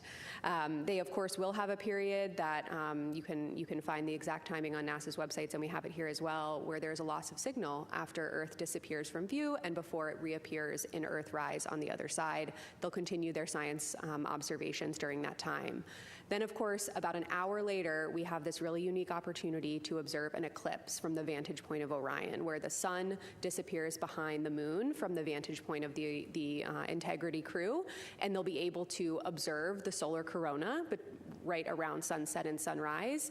They'll also be able to take pictures of several planets that will be visible in view. That includes Earth, of course, Mercury, Venus, Mars, and Saturn. They'll also be able to look for potential Earth shine effects, which is literally the illuminated Earth shedding glow onto the near side of the moon. We've got a jam-packed plan for them tomorrow, and it ultimately all traces to our science objectives. Thanks. All right, we'll now take questions. We'll begin here in the room. We'll also take some from the phone. A reminder, you can press *1 to get into the question queue. Please limit your question to one at a time, and let's wait for the mic to come around. We can start here with Jackie. Hi, Jackie Waddles, CNN. Question for Kelsey. I understand during the flyby they're going to be focused on that Oriental Basin, but we've also heard about the importance of these precursor missions to a landing, about scouting possible landing locations. And I know that, the overarching premise here is to establish a base on the South Pole. Can you talk a little bit about what the crew will be looking for in terms of gathering data for those long-term goals? Absolutely. So that is one of our science objectives, actually, is past and future landing sites. And so, like I said, they'll be able to see, in terms of past landing sites, Apollo 12 and 14. They'll also be able to, kind of on their transit from near side to far side, be able to see Reiner Gamma. That's a target in their lunar targeting plan. That's a really exciting sort of lunar science unknown, a big question that's actually driving Eclipse landed mission there, where we'll actually land scientific instruments on the surface to evaluate this really unique feature. And then moving to the far side, of course, we are going to have eyes on the South Polar region. Because of the illumination that they'll experience tomorrow, they'll only be able to see kind of the edge of the South Polar region in the South Pole Aitken Basin, but it will be a target for them to observe what they can see along the Terminator. Okay, Tarek, go ahead. Thank you. Tarek Malik with Space.com, also for Dr. Young. 7 hours for a flyby seems like a long time, and a lot of training has gone into this, and I'm curious what the pace is going to be like, both for the crew on the way in and for your team in the operations room, and how you make sure that everyone is staying focused and yet kind of in it for the duration for, I guess, all of the different phases of the flyby? Yeah, what a wonderful question. Thank you. So we actually did work on that kind of choreography and mental loading with the crew. And so we initially, months ago, started with targets at a cadence of only 5 or 6 minutes. That was pretty fast. And it didn't really allow them time to kind of like settle into the observation. What we've already seen from their observations so far in flight is that the longer they look at the moon, the more their eyes adjust and the more they're able to discern. So we wanted to allow time per target for them to settle into that observation, because ultimately that's going to deliver the most science. So the quickest time per target tomorrow will be roughly 8 minutes, and some of the targets, which are kind of crew discussion focused, are longer, on the order of 20 minutes. They also, how the sort of flyby choreography will work is, for that first 5-hour period, they will work in pairs. So Reed and Jeremy will observe first, while Victor and Christina are doing other tasks and also helping the pair at the forward windows. And then just over an hour later, they'll swap. And so in that way, they kind of can keep fresh with what they're doing. In the middle of each block, so when Reed and Jeremy are at windows 2 and 3 observing the moon, they'll actually swap who is doing the imaging and who is doing the unaided eye descriptions. So they're really able in this first big 5-hour chunk to really mix it up and work through the targets kind of one by one. I will say, our science officer team did practice it as well for that number of hours, with the representative target length. So we really got a sense for kind of what they're going to be experiencing. And then they do have kind of an hour break in the middle where the vehicle actually points back to its bias tail to sun attitude before pivoting back for the eclipse. So it's kind of like a little lunar science mental break. I also want to highlight something Lori said earlier, which is that we have lunar science objectives we want to tackle with this mission, but this is the first mission, right? And we really want to learn about the choreography of all of this, between the ground team supporting all the way up to the crew. And when we think about surface missions with EVAs, with science objectives, we really do need to get used to this sort of mental loading and how we're able to support the crew and not, overburden them while still maximizing science. So I'm really excited about kind of this length of time that is relevant for hopeful future exploration and what we're able to learn there. And then the last part of your question about the science team, thanks for asking. The lunar science team will be in the science evaluation room. I know that the live broadcast tomorrow will flash to them occasionally throughout the broadcast. You're going to see some very excited scientists. They're going to be absolutely buzzing up there. And what they're going to be doing is monitoring the crew, of course. The crew will be giving several descriptions an hour, roughly 3 to 4 4 lunar descriptions an hour, and the science team will get to work right away, kind of synthesizing those, and then we'll actually downlink the rest of the descriptions overnight in advance of a crew conference we'll have the following morning to, again, continue the science discussion. And so the lunar science team is going to be both really excited and then also trying to keep track of the science through those, what we call science sit reps. Okay, Gina. Gina Sinceri, CBS News. We know the crew is shooting a film camera. When that film comes back, where is it processed, and how will you be able to turn those images around? The crew operated cameras. There'll be actually 3 of them for tomorrow's flyby, 2 Nikon D5s and 1 Nikon Z9. The 2 Nikon D5s will have the 80 to 400 millimeter zoom lens. That's going to be the prime imaging lens for the bulk of the flyby. There's also a 14 to 24 millimeter lens that we're going to be using during the eclipse timeframe. And then the Z9 camera will be especially used around the time of sunset and sunrise for the corona. And actually what we will do is downlink as many images as possible overnight and throughout the rest of the mission, of course, as bandwidth and downlink potential allows. And of course, we'll be getting some out to the public as soon as we possibly can. But the rest that we don't downlink in flight, we'll get once they splash down, and we'll have a team that brings the cameras and the flash cards back to Houston pretty quickly and gets them in the pipeline to release all of them out to the public. Go ahead. Thank you for your time today. Ed Lavandero with CNN. 2 questions. Watching the crew today get into the spacesuits and reconfigure the seats, it seemed very difficult, or it takes a long time. Is there ever a situation where is the speed at which they did that today pretty good? Is it something that needs to be done faster in the future? And then the second question is, when the crew in the capsule is going around the moon, and at least to someone like me sees it, it's almost like they're hooking back quickly. Are they going to feel like they're turning back? Is that a sensation that they're going to have when they're inside the capsule? I'll take the first one, and maybe Kelsey could take the second one. In terms of the suit donning that we did today, the speed is not particularly something we are concerned about, because the Orion spacecraft has the capability to feed a cabin leak, to buy the crew the time to put the suits on. It's not something where if we had a strike that punctured a hole in the cabin, that the crew wouldn't have time to put the suits on. We have oxygen loaded on the spacecraft, and that oxygen will be continually providing cabin pressure, maintaining 8 psi in the cabin to allow the crew that opportunity to get their suits on safely. And I think we'll have to ask the crew tomorrow what they can and cannot feel, but I can tell you what they're going to see. And we had, a lot of conversations when we started scoping the flyby about how fast are they going to be moving? Are they going to have time to see some of these smaller scale features during the flyby?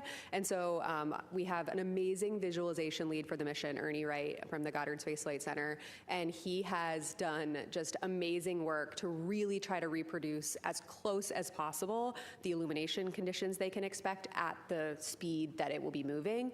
And it actually, from the perspective of the spacecraft, they will be moving slow enough to really be able to make robust observations. So it was quite a relief to our team and definitely to the crew when we started playing these visualizations. I don't know what they're going to feel, but I know what they're going to see, and they're going to have time to make observations.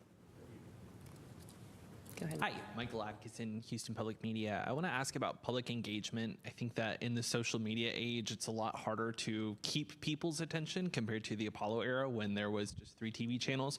I'm curious what you guys have made of public engagement thus far and what a successful day tomorrow looks like. I understand it's going to be streaming on a lot of different outlets. What would a successful lunar flyby from the public engagement perspective look like? That's a really great question. I can assure you that we are tracking the metrics very closely every day, absolutely, and the public engagement has been spectacular.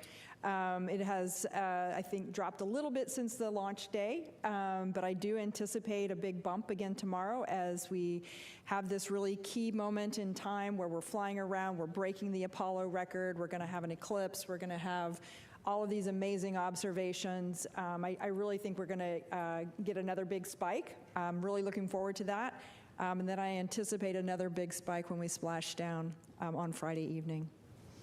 Yeah, I might add to that too that, first of all, I might turn the question back around on all of you and say that, our public engagement team has done such an amazing job to package messaging about this mission, and specifically the lunar science engagement team has been working for months and months and months to make sure that the public has access to the information about the moon.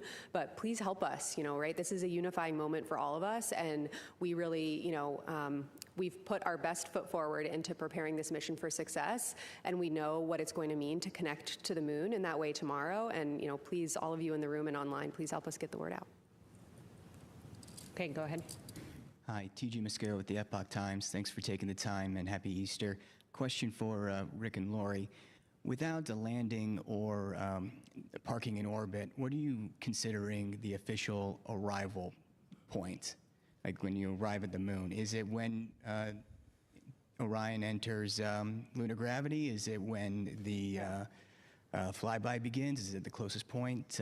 Well, I'm looking at Rick here, but from my perspective, as Rick said earlier, when we enter that point where we cross over from being driven by Earth's gravity to being pulled by the moon more strongly than Earth, to me, that's where we'd start. But I think I was going to give the same answer, so I agree. I'll give the lunar science example, which is closest approach. Everybody's point of view. Okay, go ahead. Hi, Alejandro Turnbull for Space Scout. Question for Kelsey. Looking forward to future Artemis missions, how are you expecting the science plans to change from what we're going to see tomorrow? What opportunities are going to be afforded to you by having crew both on the surface and in orbit? Oh my gosh, great question. We're learning a lot about the flyby and orbital observations piece of Artemis missions from Artemis 2, and we're looking forward to learning more with Artemis 3, right? But looking to the future, when we do have crew on the surface and crew in orbit, of course, those sort of concurrent observations hold a lot of value. Different vantage points tell you something different scientifically, and having that sort of orbital view from Orion, from an orbiting spacecraft, around the time when the crew is on the surface does enable these really important contextual observations, especially that orbiting crew that's going to be farther away is really going to be able to say, these geologic processes influence the landing area, and that's going to help us tell the story of the science of the mission, and ultimately could impact what type of samples we're asking future crews to collect. And for the payloads that we deploy on the surface, let's provide that landing site contextually in where they landed on the moon. A lot of science value to be gained both from surface science and from concurrent observations. Okay, let's take one from Ken, and then we'll go to the phone for a few. Hi, Ken Chang from New York Times. A couple questions for Kelsey following up. So you said they're going very quickly over the far side. Do you know what the maximum speed is relative to the surface?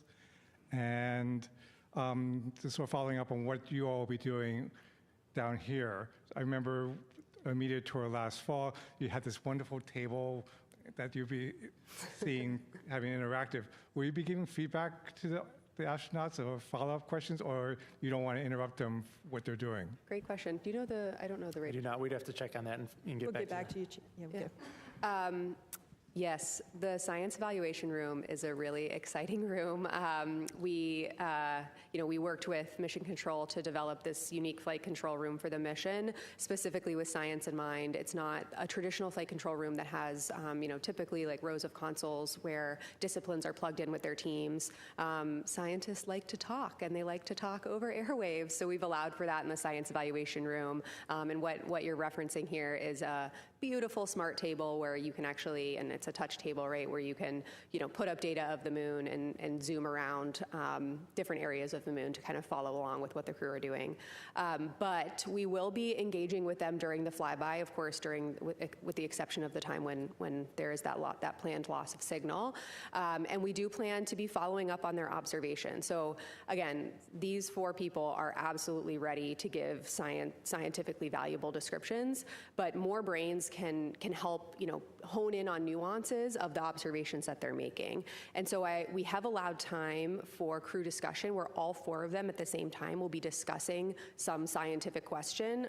For example, I believe the first one tomorrow is the near side, far side transition and looking at color and albedo across that transition. They'll be discussing with each other, and I've heard them in simulations, one crew member will say something and the next crew member will say, oh, actually, I saw it this way, and they're actually able to really have elevated science discussions.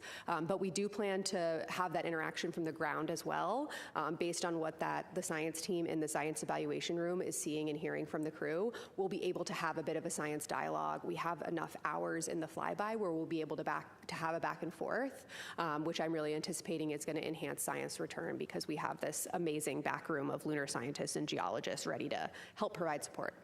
And it's super high tech. I can back her up. I've been in there. It's so cool. You'll get to see it, I think, during the feed tomorrow. Okay, we'll take several from the phone now, and we'll start with Jeff Faust with Space News. Good afternoon.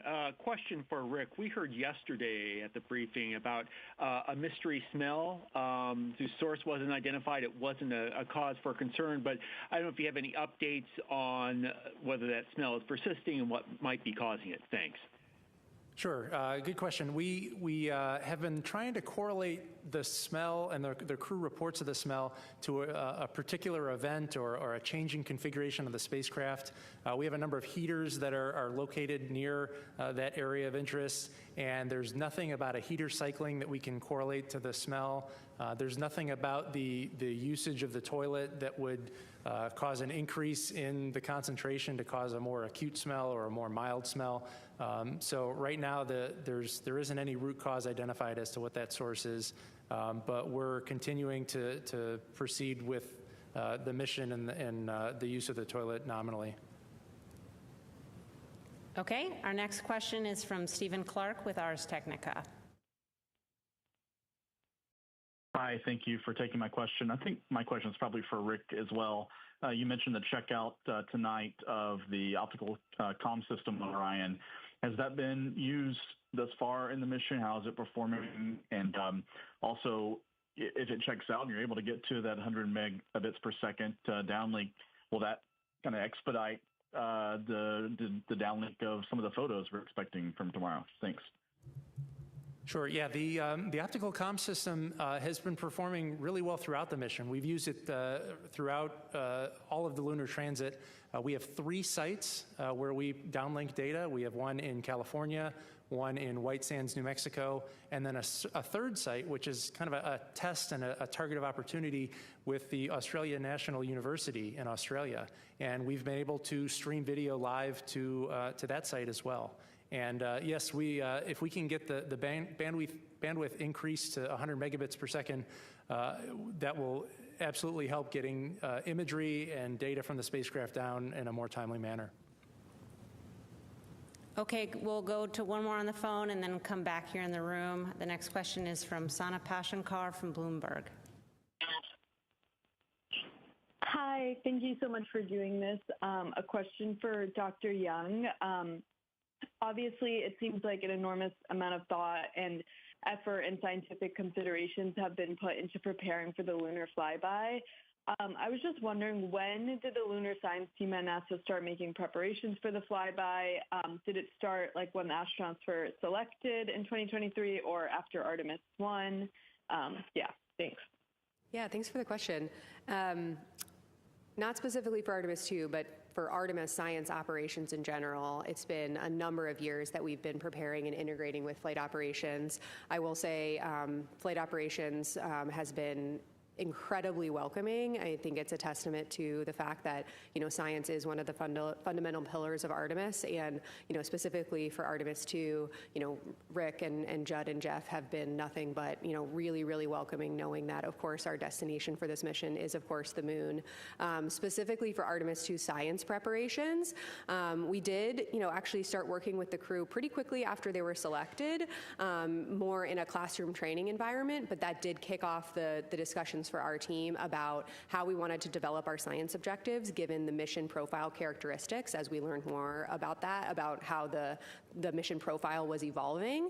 And so that enabled us to really jump off on establishing our science objectives and, with me being selected as the lead for the lunar science for this mission, I was really able to build out our amazing team pulled from several different NASA centers, experts in lunar science, geology, visualization, geographic information systems, teams here at the Johnson Space Center who supported Earth observations from the International Space Station that are actually responsible for developing that gorgeous lunar targeting plan. And so the plans for the flyby profile as we're going to execute it tomorrow probably really ramped up in earnest just over a year ago. But prior to that, there was a lot of work going in with the flight operations team for integrating our new science officer console into mission control, as well as building out the science evaluation room. Okay, we'll come back into the phone, or pardon me, to the room. Irene, and then we'll go to Tom. Thanks. Irene Klautz with Aviation Week. For Rick, a couple of flight operations questions. First is, which two astronauts attempted to don the suits quickly, and how much faster did that happen compared to the nominal donning? And on the manual flight demonstration, did the exercise today complete all the, or maybe last night, sorry, I've lost track of days. Did that complete all of the manual operations that you're expecting, and what have you learned so far about the nuances of Orion's handling that you want to kind of continue more studies on post-flight? Thanks. Of course, thanks for the question there. As far as who donned the suit rapidly, that was Reed and Victor, and then Christina and Jeremy donned it in the quote-unquote nominal time frame. The rapid donning was attempted to be done in about 15 minutes, which is pretty swift. And again, that corresponds with the time that Orion has to feed the leak and maintain cabin pressure before we can get the crew safely in a pressurized environment. As far as the manual piloting that we have left, we have another test on Wednesday that will be in the crew's afternoon after they build the radiation shelter. And then finally, with respect to the handling qualities, I sat in the back of Mission Control during the proximity operations demo. I had just worked the ascent shift, but I couldn't stay away, and I had to watch. And it was pretty spectacular to watch Orion pretty much stop on a dime. You know, Victor would deflect the hand controller, release it, and you saw the ICP, the video of the interim cryogenic propulsion stage. You'd see it move and then just stop right on a dime. And so I would say we've got some pretty well-engineered control laws on Orion. Tom. Hi, guys. Tom Costello with NBC News. Thanks for so many great news conferences. I have just a basic question with, I don't have a PhD in rocket science. Can you explain for the audience how it is that when it goes into the moon's gravitational pull, and then when you come around the other side, the Earth's gravitational pull can take over or becomes stronger? You help me understand that, and that would be great. And then second of all, can I just confirm with you the photographic number of targets you have, and how many photos you expect to take? Sorry if I missed that. All right, I'll take a swing at the orbital mechanics here. So the translunar injection burn essentially raised our apogee, the height of our orbit above Earth, to a point where we target it such that the moon will, as it orbits Earth, we kind of intercept the moon and we allow the moon's gravity to take over. And then because we're not entering into lunar orbit, we coast past apogee relative to Earth, and we start falling back to Earth. And eventually, the Earth's gravity is going to take over and bring the spacecraft back into the atmosphere. As for targets, I was just going to add one more thing to that, is that as you enter, as we talked about, the stronger influence of the moon's gravity, we're out at some distance, and so when it starts to pull on us, we go into a circular kind of an arc around the moon, and that kind of slingshots us. You can imagine a slingshot around, but then that kind of starts to overshoot and come back, and then by the time you might go somewhere else, we're now pulled into Earth's gravity again, right? So it starts to pull us back. So it's the interplay of those two gravity fields that really drive this beautiful dance of the spacecraft. The number of targets, I'll have to get the exact number, but it's in the range of 35 targets. We actually do plan to put out the list of targets hopefully tomorrow morning so that the public can follow along. I will caveat that with that's a plan, right? And they're going to flexibly execute that plan based on what they see. But we will put out kind of the list that they have been studying too.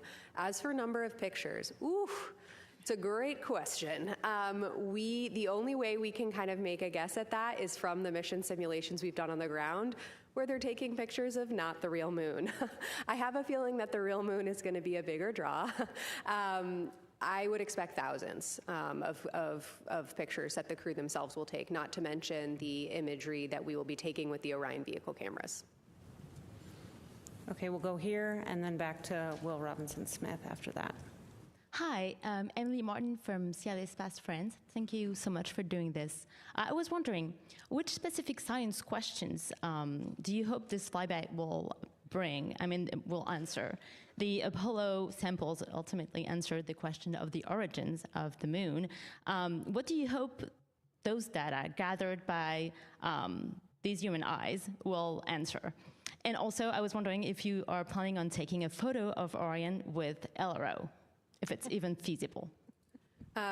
So on the science objective question, we do have 10 science objectives, all of which we feel are accomplishable, tackleable by the crew with the Lunar Targeting Plan as written. The Lunar Targeting Plan does actually address all 10 of our objectives. But as for the ones that I'm most excited about, I am really excited for, our number one priority objective is, color provinces and albedo, right? This is something that human eyes are just incredibly good at teasing out nuances about.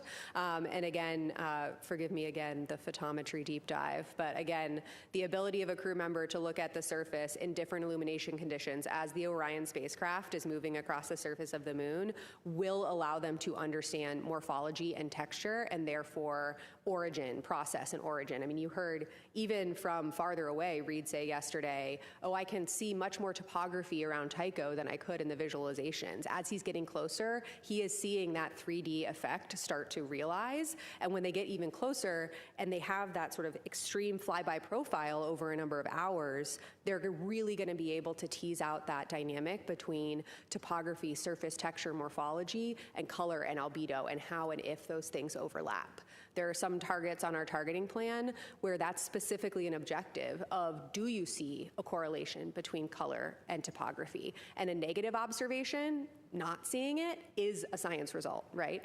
And so we do really focus on this unique profile that this mission has. I think we've gotten the question, well, you're so far away, what can you even do? That's actually an asset for our science objectives. They're gonna have this whole disk view, and the rate at which they're moving and the illumination changes that they'll experience in several hours enable our science. They don't detract from it. As for complementary observations, yes, we do plan to have complementary observations with the Lunar Reconnaissance Orbiter. We also have other complementary science investigations, including citizen science here from scientists on Earth who are going to be looking for impact flashes or new craters that are forming on the surface of the moon, just like the Artemis 2 astronauts will be looking for. So lots of chances for coordinated observations, and you can bet we'll be putting out information about that, especially the Lunar Reconnaissance Orbiter TIES post-mission. Okay, Will, and then we'll go back to the phones for a couple of additional questions. Thank you, Rachel. Will Robinson-Smith with Spaceflight Now. Thank you all for taking the time today. Couple to Rick, if I may, about the OX demonstration. Please correct me if I'm wrong, but it sounded like at one point there was a plan to lower the cabin pressure in Orion. Can you talk about when and why that changed? And then the life limit for the astronauts in the suits we've heard is 6 days. Can you go into some detail about what the life limiter is for that? I mean, obviously the crew is now within 6 days nominally of returning to Earth, so if they needed them, they've got that latitude. But can you just go into some explanation about why the 6 days, what creates that bracket? Thank you. Sure. You're correct that we are planning on decreasing the cabin pressure in Orion. That was always part of the plan. As we look forward to future Artemis missions, we expect lower cabin pressures when we perform dockings to other spacecraft. And we want to be able to evaluate Orion here on Artemis 2 to understand how it performs at 10.2 pounds per square inch atmosphere, so that when it docks to another spacecraft, we quickly equalize pressure. As far as the 144-hour constraint, that is tied to the oxygen and the ability to supply oxygen to the crew. Those tanks are only so big, and they were sized for that contingency. Okay, we'll take several questions from the phone. Next up is Jackie Mogensen from Scientific American. Hi, thanks for this. I was wondering, on the lunar flyby, I understand that there are a number of things that the astronauts have been training to see, but I was curious what you would say are kind of the wish list items of what would be really cool to see but are not a guarantee. Thank you. Ooh, you know, I would think, honestly, a big one is just the amount of color they're going to be able to see and where and when they see it. Again, you know, negative observations, not seeing something is science. That is something we are learning. So I think we have a lot of questions about where and how subtle color hues will pop out to the crew. You know, we have guesses, of course. We have educated guesses based on what we know about the lunar surface, especially the far side, which haven't had, you know, human eyes on it before. But we don't know what to expect. We've provided guidance to them on where we think the best places are to, you know, make those observations, but this is exploration, right? And while we have imagery, amazing data from orbiting spacecraft, it's these nuanced observations that we're lacking. And so, you know, this is discovery, right? And we're asking questions that we don't always know the answer to, and that's, you know, some of the value of what these Artemis missions bring. Next up is Marcia Smith with Space Policy Online. Thanks so much for taking my questions. One question I think is to Rick, and could you just clarify about the toilet situation? Have you permanently fixed that, or is it that every certain number of days or something you're going to have to turn the spacecraft towards the sun in order to make sure that that vent doesn't freeze? And this is a permanent solution for this mission or for all the future Orion missions? Could you just clarify the situation on that? And on a completely different front, I'm just curious to Kelsey and to Lori, maybe wearing your planetary science hat. So when you have the astronauts looking at the far side of the moon and seeing them with their eyes, which LRO can't do, is there any chance you're going to spot something there that is so fascinating that it's going to change maybe plans for Eclipse missions or something, to send Eclipse missions there to investigate? What do you think the odds are that you'll see something that you really didn't expect? All right, well, as for the first part of your questions, there are no liens against use of the toilet. The crew members are able to use the toilet, but we are still trying to figure out the wastewater vent line problem. It's kind of a complex engineering issue when you expose a liquid to vacuum. It's a pretty chaotic environment, and there's a lot of theory and textbook work done when you assume it's pure water being exposed to a vacuum. But when you introduce the variable of it being wastewater, there's other complex phenomena that we don't quite yet understand that are factoring into that vent line. And so we're still working through that. This is a good opportunity to learn now on a shorter mission. And you know, if changes are needed to be made to the spacecraft, you know, we have opportunities before Artemis 3 to make those changes. Let Kelsey answer the question about if you think we might see something surprising. Rick, do you want to take it? No. You know, I think, you know, of course, we don't know what we don't know. And there's a reason, you know, I think your question kind of hits at the heart of why we explore, right? I mean, we can send reconnaissance missions to the bottoms of the ocean and to the poles and to Mars and to the outer solar system. And, you know, I like to think that planetary scientists, you know, are pretty good at their jobs and pretty good at outlining plans of what they think we will expect to see. But we, in the science community, like to talk about multiple working hypotheses, right? You know, we take all available data and we form these different hypotheses, and we make a plan to go address and buy down those hypotheses. And so, do we have guesses about what they're going to see on the far side? Yes. Do I have solid confidence in exactly what they're going to see? Absolutely not. That is why we, you know, why we send people out into the cosmos to explore in the first place. And so, you know, I think it's important to remember that, you know, what the crew are going to do tomorrow is the first step in this exploration. And I think it's important to remember that, you know, we don't always know exactly what they're going to see. We have lunar reconnaissance orbiting spacecraft data of the surface. We understand, you know, what it's made out of. We understand the topography, but we don't know what the crew are going to see in these specific illumination conditions from a scientific perspective, and that's exciting. It's part of the exploration mission. It's one of the main charges of the Spaceflight Agency. Okay, we'll go there. Thank you, Rod Pyle at Astor Magazine. This is drilling in a bit, so I apologize if I'm peeling the onion too much. This is for Kelsey. You know, during Apollo, if you look at interviews with some of the geology backroom guys, they were operating almost entirely from audio, and the video was really of low quality. So now that you've got this spectacular video imagery coming back, do you think you'll have a real-time feedback loop of evolving science targets while they're doing the pass behind the moon? Thank you. My goodness, what a good question. This is going to allow me to nestle into my happy place of science and operations.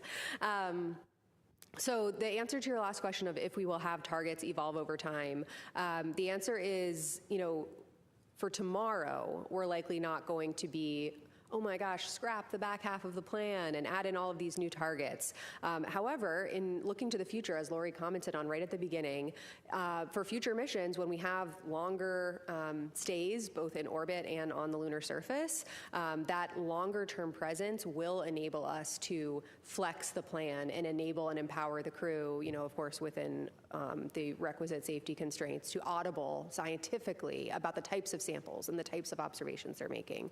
And so tomorrow, the science evaluation room is going to have that future in mind, right? They're going to be listening to what the crew has to say, and they're going to be passing up follow-up questions. And, oh my gosh, we heard you notice Grimaldi. That was not one of your targets, but what you just said was amazing.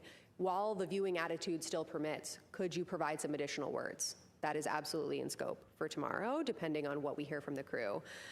Your question also gives me a good opportunity to share with you all what tomorrow is going to look like for those of us watching here on Earth. We will see video streamed from the Orion vehicle cameras. So we will kind of see the moon at the distance that, of course, the crew can see it at. We will also, at times during the flyby, go kind of on board with them the way that we have been experiencing the last few days with that interior camera. Although, I think I mentioned this yesterday, it's going to be very dark in there. So it will not look as crisp and beautifully lit as a lot of the footage that actually Lori and Rick showed earlier today. But it will give you a sense of being on board with them. And then you are not going to hear them all the time during the flyby. You will hear several times an hour a status of how they're moving through the lunar targeting plan and giving some descriptions. Those science sit reps, as we're calling them, will not come from the prime crew that are at the windows at the time. It will come from one of the two crew members who are not, you know, plugged into their crew tablets and really down and in on the observations. It will be a third person coming to an additional window to make those descriptions. So you'll see the streamed video, you'll hear from them several times an hour, and then as soon as we can after the flyby ends, our team will be working as a part of the flight control team to get those downlink requests in quickly so we can get all the audio down and get as many images as we can overnight and then throughout the rest of the mission. Okay. Hi, Lisa Grossman from Science News. I have two questions for Kelsey. One is, I'm glad to hear that the target list is going to be made public tomorrow. Is that cool user interface thing that you shared an image of earlier going to be made public at any point? We're working on how to archive that for the public after the mission. We're not going to be able to do it within the mission, but it is such a big part of lunar science in this mission. And, you know, for those familiar with the Science Mission Directorate, you'll know that, you know, we take very seriously the charter to make every every data set relevant to lunar science accessible to the public. And we have a charter to do that for this mission within 6 months post-mission. And so we will be working hard to identify how we can get this tool out to the public, given its criticality for lunar science. Thank you. And then what phase will the Earth be in during Earthrise? So what they will see on the Earth is Asia, Africa, and Oceania. And so for anybody listening here who is in Asia, Africa, or Oceania, you can go out and look at the near side of the moon at the exact same time that the crew will be looking at the Earth. For those of us not in those places, we can go out later and still see the same views, but for those in Asia, Africa, and Oceania, know that the crew will be smiling down on you around Earthrise and Earthset. Okay, and we'll take one final question and then go ahead and conclude. Marcia. Hi, Marcia Dunn, Associated Press. I'm looking for some numbers, please. What's the latest numbers on the maximum distance that Orion will be from Earth? What's the closest distance to the moon? I think I've heard 4,000 miles. And the total, the illumination for the far side, is it about 20% tomorrow? I forget the numbers. And it also, Dr. Young, take off your science hat for a moment and wax poetic about the fact that tomorrow astronauts are going to be flying around the moon for the first time in so long. So I'll take some of your first ones here, Marcia, and make sure I get them all, so let me know if I miss some. So a little before 2 p.m. Eastern tomorrow, we're going to pass the Apollo 13 distance record by humans, and that record is 248,655 statute miles. That's when we break the record. And then tomorrow evening, around 7:07 p.m. Eastern, we will reach the farthest distance from Earth at a distance of 252,760 miles. That's 4,105 miles farther than Apollo 13. You asked about the percent of illumination. My recollection is close to like 21%. Yeah, the right, caveat there, though, is that is the percent of the far side that is illuminated at closest approach. So when they are closest to the moon, they will see 21% of the far side. On their approach, as you saw in that visual, they will see the full disk. It will include a big section of the near side as well as that section of the far side. Essentially, half of the moon is always illuminated.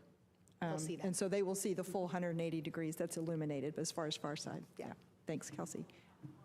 Yeah, I think it's at closest approach, it's 4,070 statute miles. Mm-hmm. Yep. And then do you want to wax poetic? Oh my gosh, of course, always.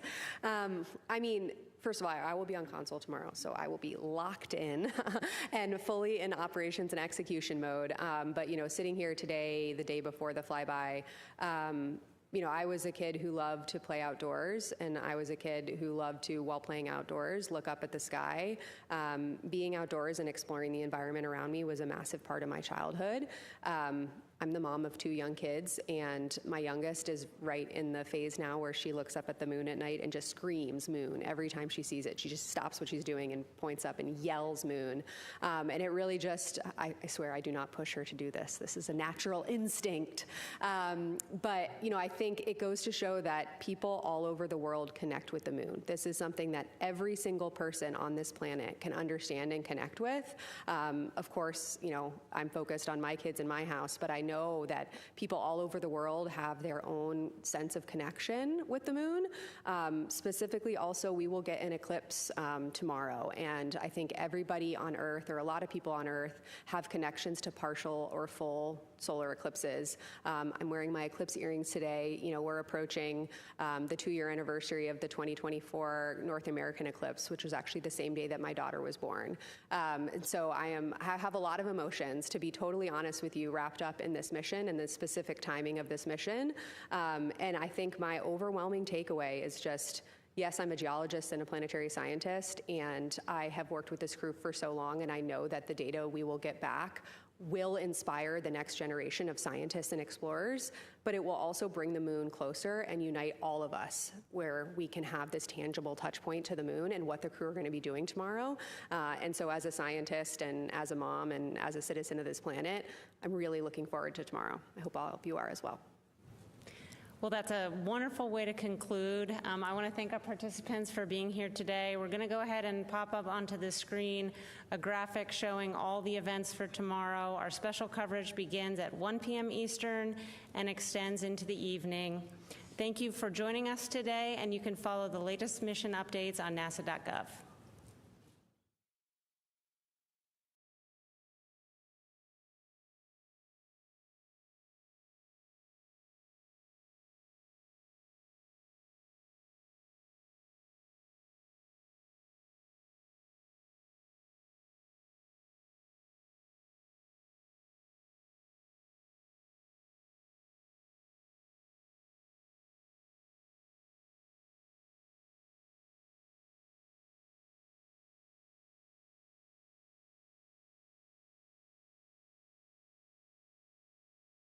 This is Artemis Mission Control at Johnson Space Center in Houston, Texas. Mission elapsed time for the Artemis 2 flight is 4 days and 58 minutes.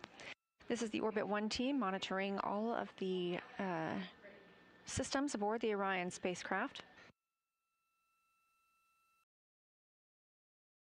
The crew aboard the spacecraft is wrapping up the Ox Suit DFTO, the Orion Crew Survival System Suit Demonstration Test. During this test, the crew got into their suits, and 2 of them got into their seats. This is the first time the crew has gotten suited while in microgravity, and we also pressurized their suits. Integrity Houston, we do have big picture words to pass for you, and we see ourselves coming up on a longer LOS here. So please give us a call when it's good to pass those words on to you.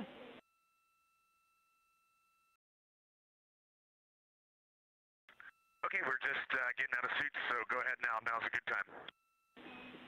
Okay, I'm going to roll through this list with you. We have turned off the CamCab 3 because we suspected that you were suit doffing. We also don't have the HHP camera. We wanted to let you know that at our last check, it was still connected to the encoder, but it looked like it had been bumped. So we don't have that picture. We want you to check it when you are ready, aka done with your doff. Automatic cabin leak detection is enabled again. And on your timeline, we have canceled your burn conference and taken care of preliminary targeting for OTC-3 burn ops from the ground. We want you to continue your suit doff and your closeout of this procedure and look after yourselves, especially around midday meal. We also want you to know that there will be a data transfer activity for Reed in the afternoon. It's called Flywheel Excel Data Transfer. That is deferred for today.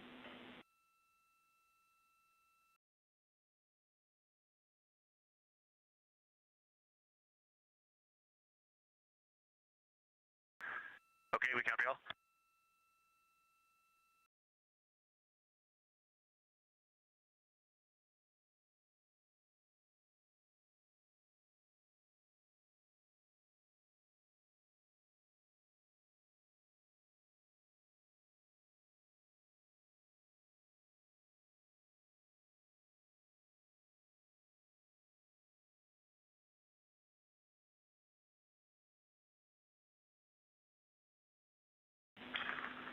Jenny, we have one question on Jeremy's seat config. Can you give us the foot pan length extension for entry?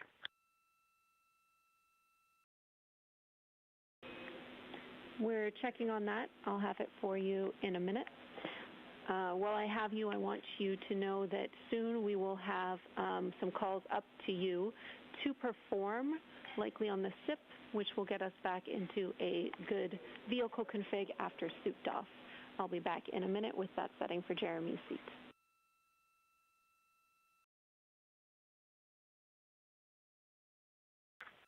Okay, we'll wait on your call for the SIP switches.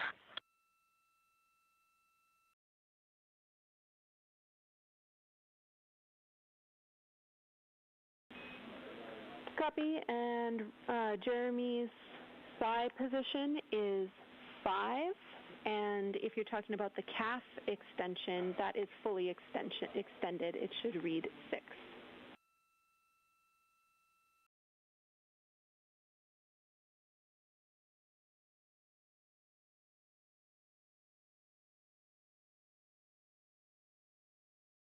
All right, Jenny, he's got that seat configured. Thank you.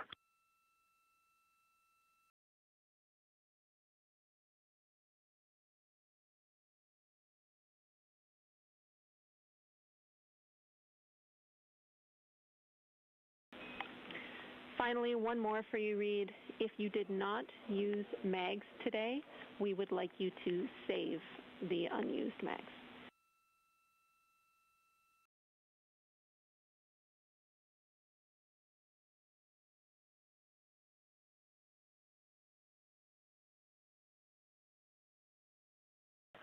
Okay, 3 out of 4 will be saved. Thank you.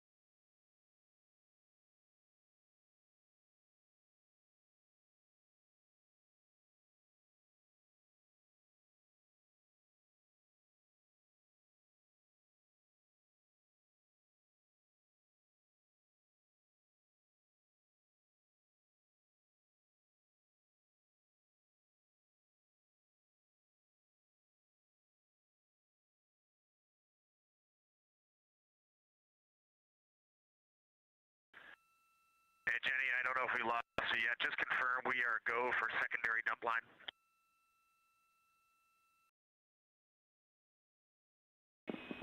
Secondary. We're still with you, Reed, and we're checking.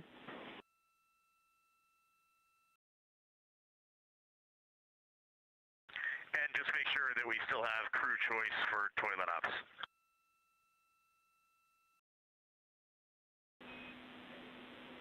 Affirm, the crew plan is still go for toilet, and we're checking on the secondary line.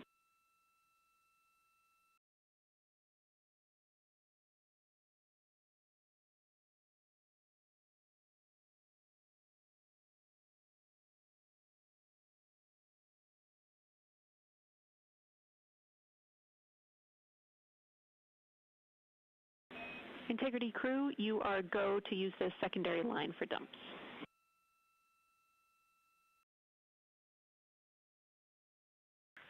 Okay, sounds good, and we'll reconfigure the cut before we do that. Thanks.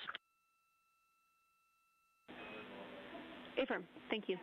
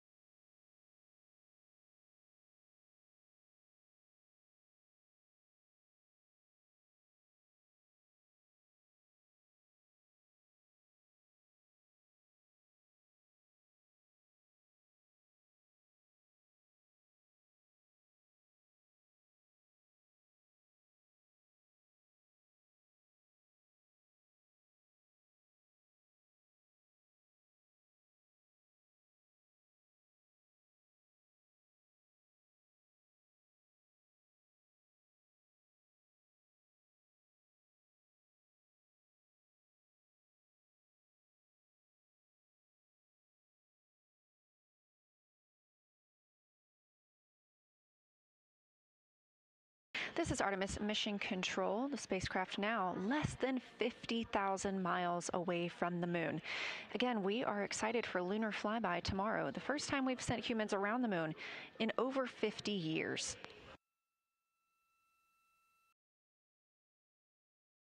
So far today, the crew has completed their Ox suit demo. That's the Orion Crew Survival System suit demonstration. The Ox suits are what the crew wears during launch and re-entry for the spacecraft. However, they also have the opportunity to put these on in the event the spacecraft were to be depressurized. Of course, that's not what happened today. This was a test of these suits ahead of future missions. Everything conducted today helps us prepare for future Artemis missions to the moon. The crew is currently inside the cabin getting out of those suits, and so we are not showing those cameras at this time to allow them some privacy. But they are reconfiguring the cabin following that test.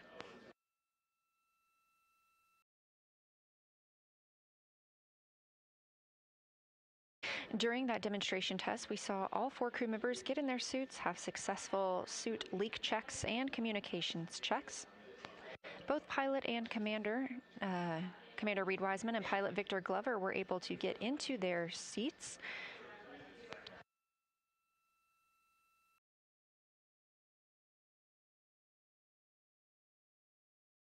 And again, they are now reconfiguring the cabin and taking down the portions of the seats that they had added to help with this task. The crew will soon be moving into their midday meal period. And then later this afternoon, having the OTC 3 burn, that's Outbound Trajectory Correction 3. We did cancel OTCs 1 and 2. These small outbound trajectory correction burns help keep us on the proper trajectory for our lunar flyby and our return to Earth. The team does intend to execute today's flyby or outbound trajectory correction 3 burn. These are small burns using the reaction control system thrusters on Orion.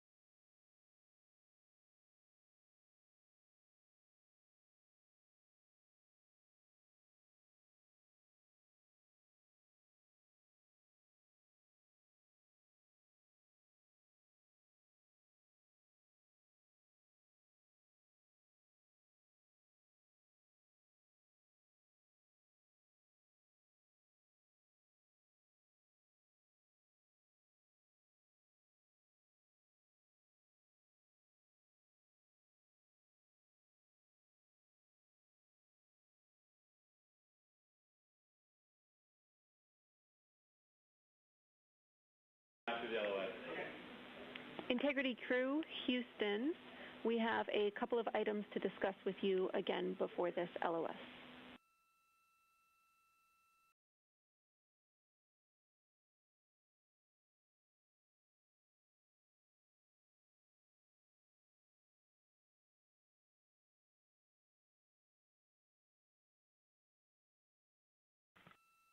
Go ahead.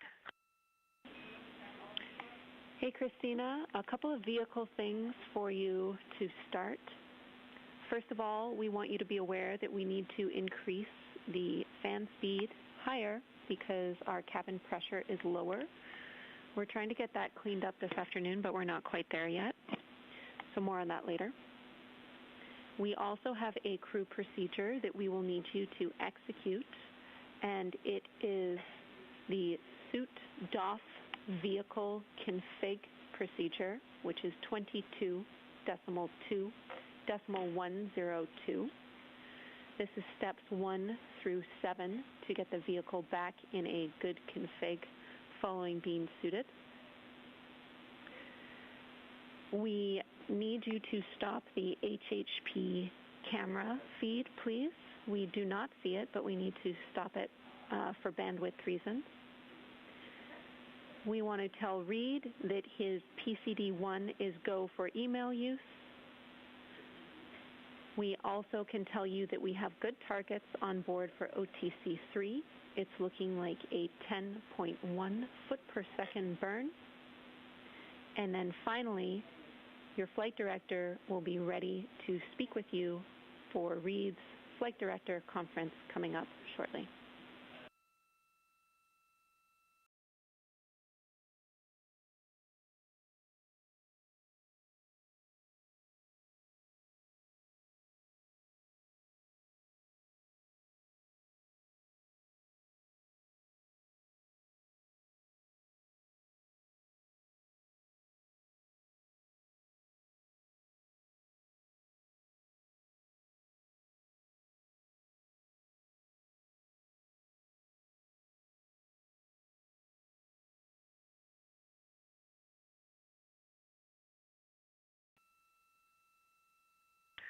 Okay, Jenny, copy the fan speed thing, but no action for us on that. Suit DOF vehicle config, steps 1 through 7. We will stop the HHP camera stream. Reed is go for, actually that's complete. Reed is go for email on his PCD1, and we'll be ready to talk to Jeff. We understand we will be suit drying per the suit DOF procedure as well. Please confirm. Affirm, that is a good readback on all, and we agree on the suit procedure. Thank you, Christina.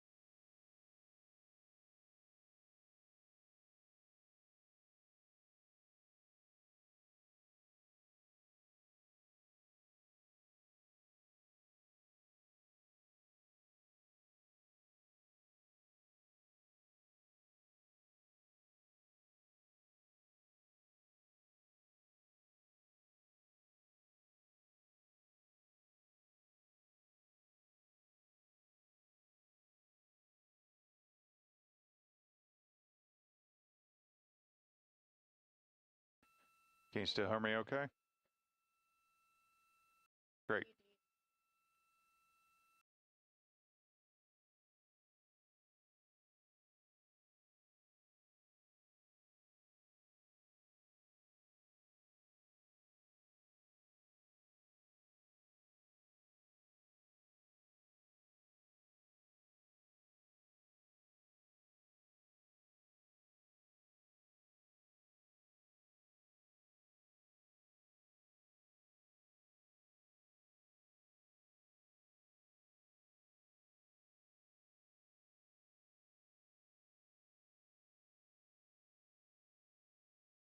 This is Artemis Mission Control here with an MET 4 days, 1 hour and 24 minutes into the Artemis 2 flight. The crew has wrapped up their Ox suit demo, that was the Orion Crew Survival System suit demonstration, and are moving into their midday meal time frame. Later today, we'll have the OTC 3 burn, that's the Outbound Trajectory Correction 3 burn. This is scheduled for 10:03 p.m. Central Time, and we are now expecting this to be a 10.1 foot per second burn. I'm joined today by Ox Project Lead, Dustin Gomert. Dustin, thanks for joining me. Oh, thank you for having me. So this is, tell me about your role. Well, I'm the Ox Project Manager, System Manager, whatever role you need me to be, but I kind of have them all. And so our team is in charge of the Ox, the Orion Crew Survival System suits that are on Artemis 2 right now. And we saw a test of those today. So can you tell me about those Orion Crew Survival System suits, Ox suits? We have called them both things all day long. Can you tell me about those and what makes them unique? Well, the thing that makes them different than anything we've done before is their long duration survival capability. And so these suits were very specifically designed such that if something were to happen to the crew en route to the moon or while in lunar orbit, they could survive in them for up to 6 days. And so it's a pretty unique capability to have that where your environment, your home, your personal atmosphere is just bigger than your body, and they still provide the functions for you to keep being human and doing all the things you need as a human while in this environment. And today was not the first time that this crew has suited up. Obviously, they wore these on launch day, but what other kind of tests were run here on the ground in these suits, either with or without the crew? Quite a few. So we spent a good I would say almost 2 years doing certification testing of this, and the better part of a decade in design and tweaks of them to get to the point we are today. And the crew, have spent almost 2 years training in the suits. They get custom fit for each one. Every person is measured, every joint of their body down to even individual finger segments almost are measured for the crew. And so we have them very finely tuned and finely trained for activities that they would do in these suits. The thing we can't do in these suits on the ground is truly understand how they behave in microgravity. And that was one of the things we were after here today. Yeah, what about microgravity makes it easier or more difficult in some ways to test these suits, or even just being in the Orion capsule? Oh, 1 minute as we're hearing some comms from the crew. From around an hour-long forward LOS. No response required.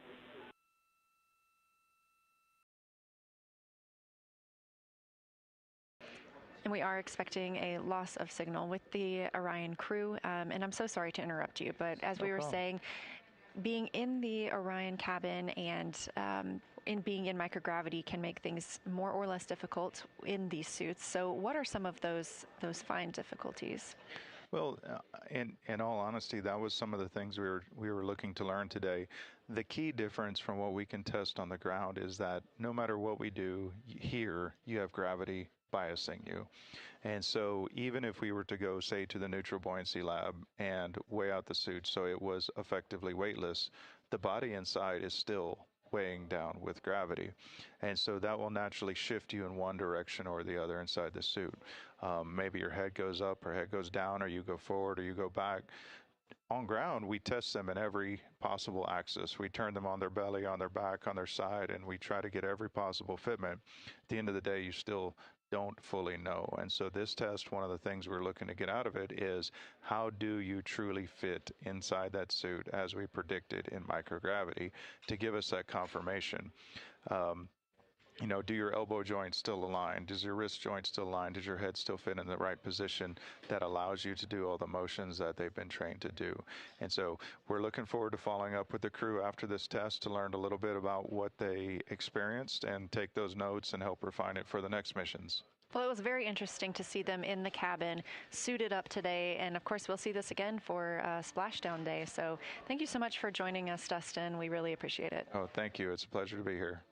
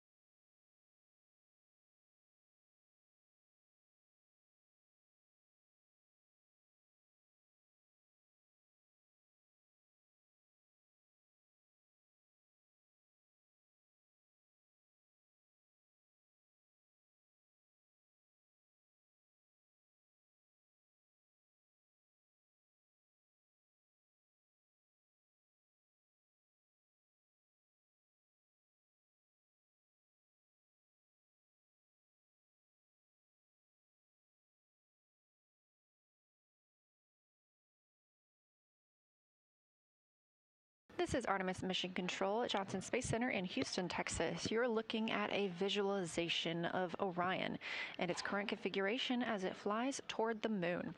We are now just 48,722 miles away from the moon and 226,700 miles away from Earth.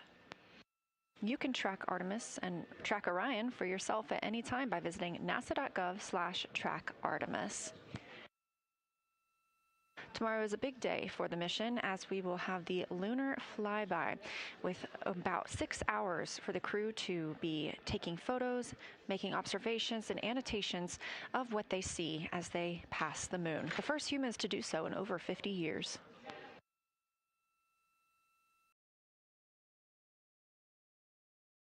Of course, we'll be live for it all, so we look forward to you joining us.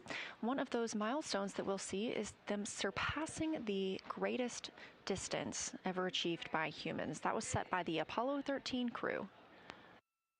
We expect that to occur in 17 hours and 38 minutes, so don't miss it.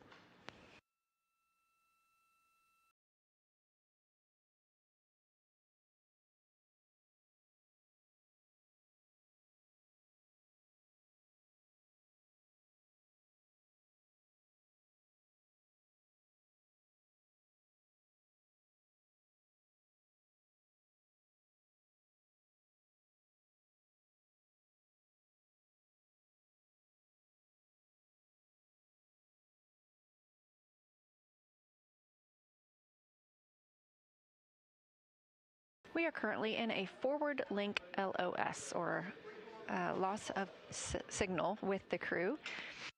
These are tracked as we fly this mission. We are using the Deep Space Network at this time. They are far enough away from the Earth that we need to rely on this network rather than our usual tracking data relay satellite systems that you see us use with the International Space Station. But we are aware and track all of these moments when we are loss of signal with the crew. However, we still have data from them. So if they need to, they could call down to us here in Mission Control.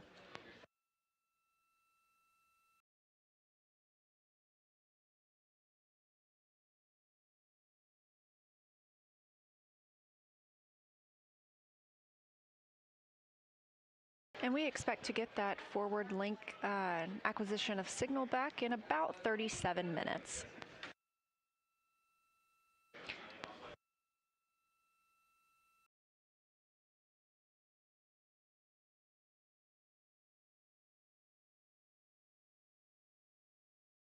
The crew is currently in their midday meal. They previously executed the Orion Crew Survival System demonstration.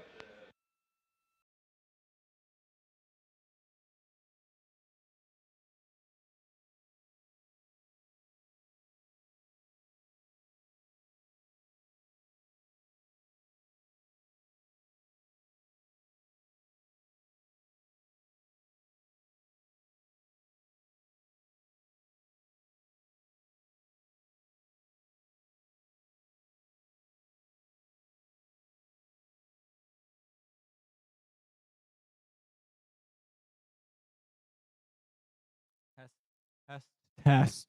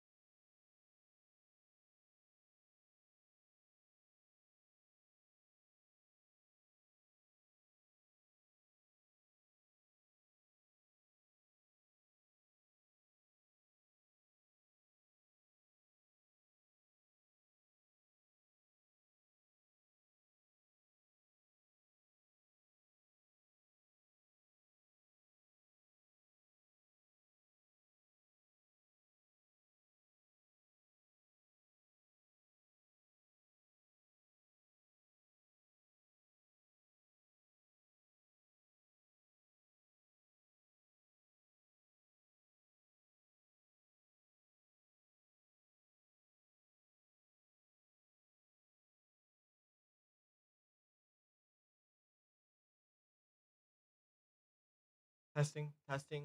1, 2, 3.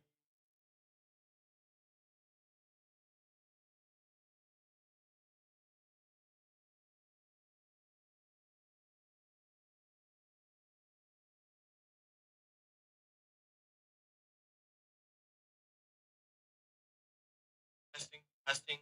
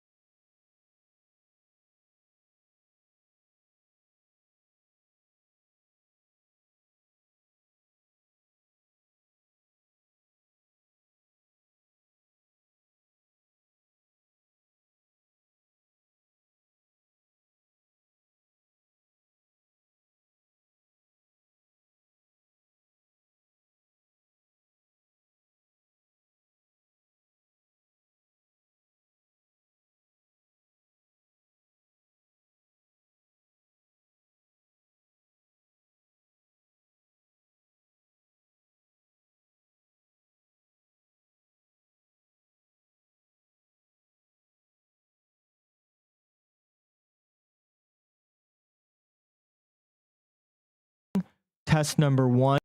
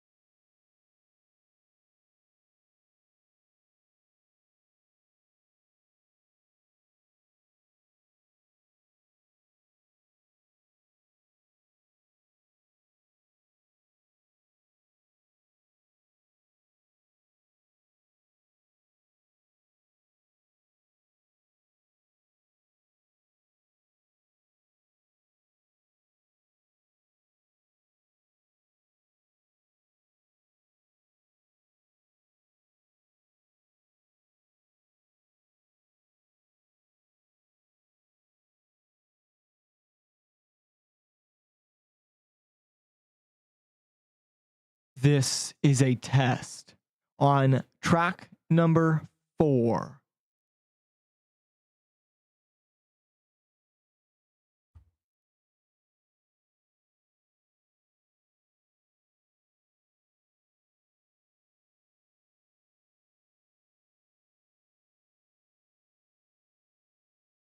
This will now be a test that I stop track number 4 halfway through, which is now.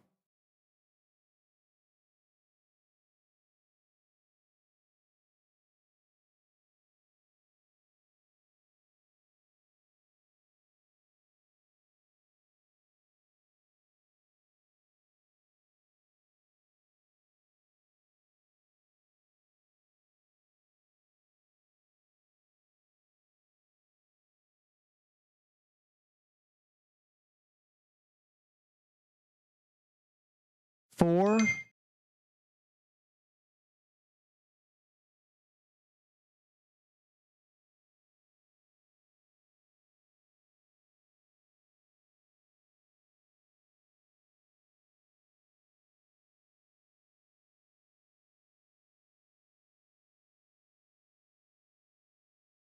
test has been completed successfully.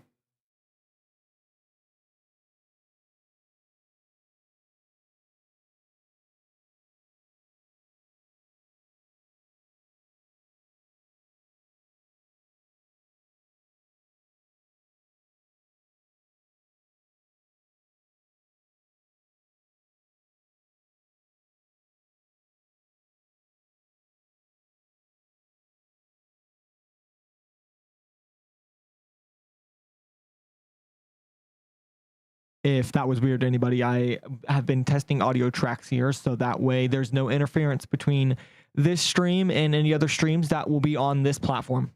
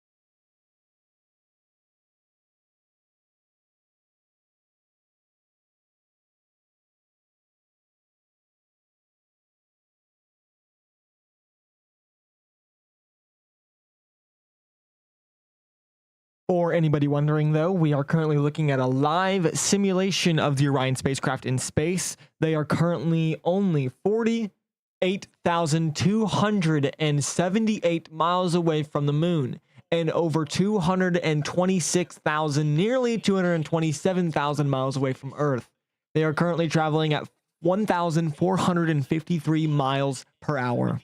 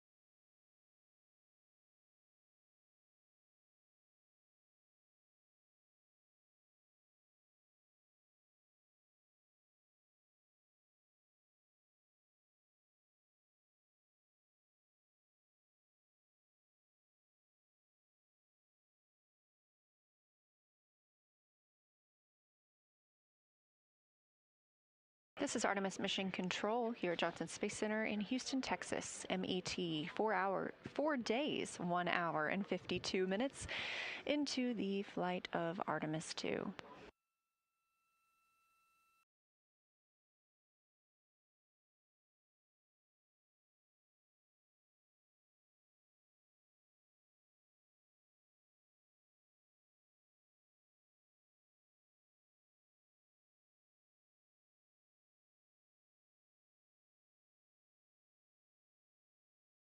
Correction, we are 4 days, 2 hours, and 14 minutes into the flight of Artemis 2. We are in a forward link LOS, meaning we are out of communication with the crew from the ground side.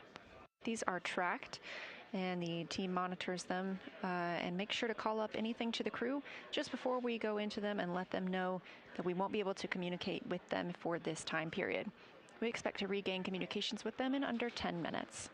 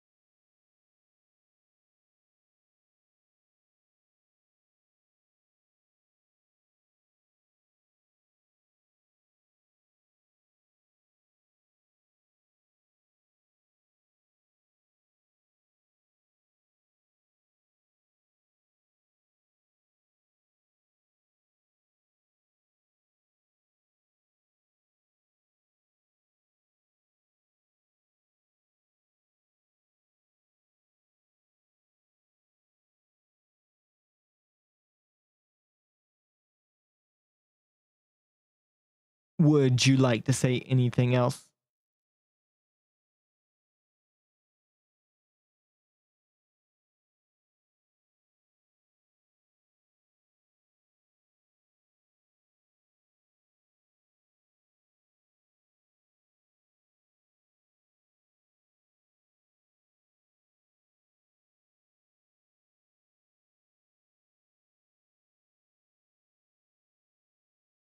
I didn't think so. See, here's the thing. A lot of haters of the space program can't actually come up with ideas of why it's fake. Now, that's not true. All of them can come up with valid reasons. I would say most of them can come up with valid reasons, but also a lot of them are just saying it to be different. So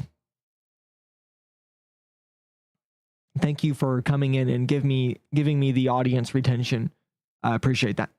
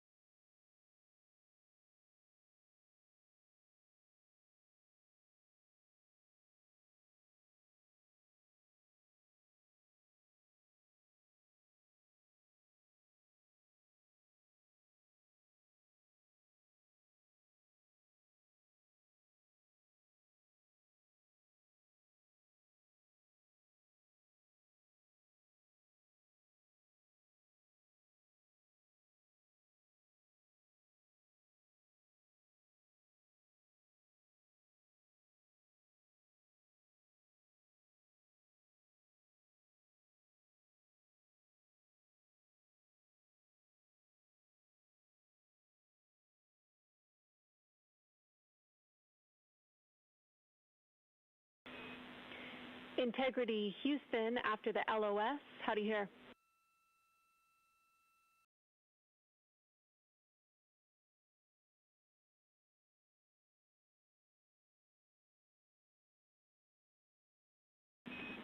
Integrity, we have you the same. Please execute procedure 2.1.0, cabin leak suspected. We need to get the cabin pressure control to maintenance. This will perform a cabin O2 introduction.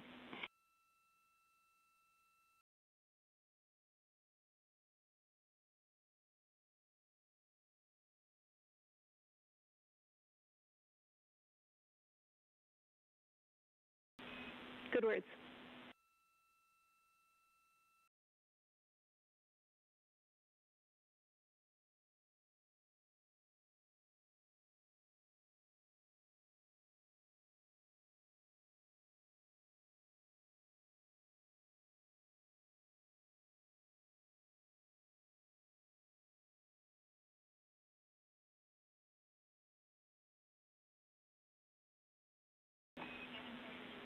No, it does not. Cabin pressure is stable, but we need you to perform this procedure to get cabin pressure control to maintenance.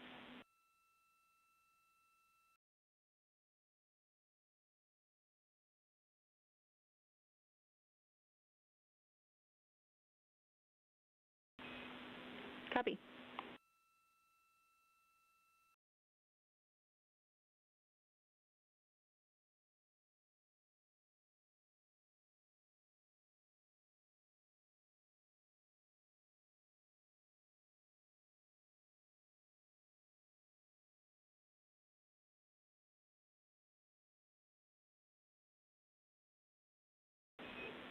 We're here for whatever you need.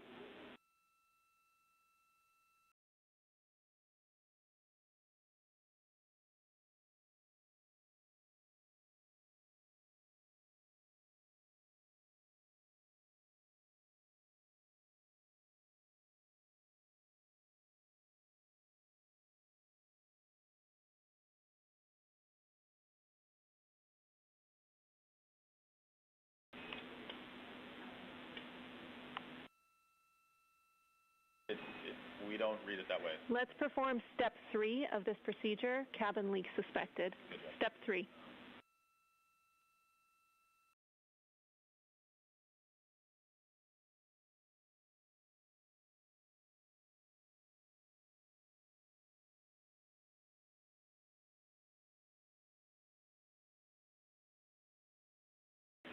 Good words.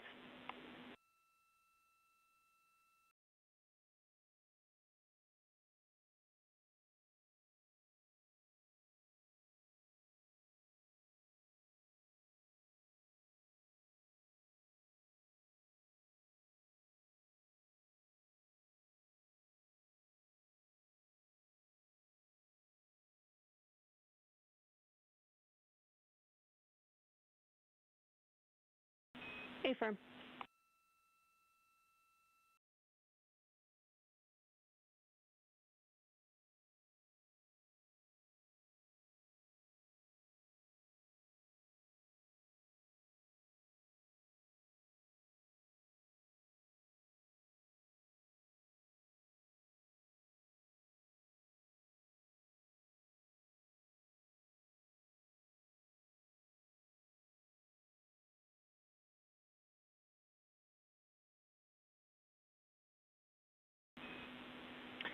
Copy. That's a good config. Thank you, Reed.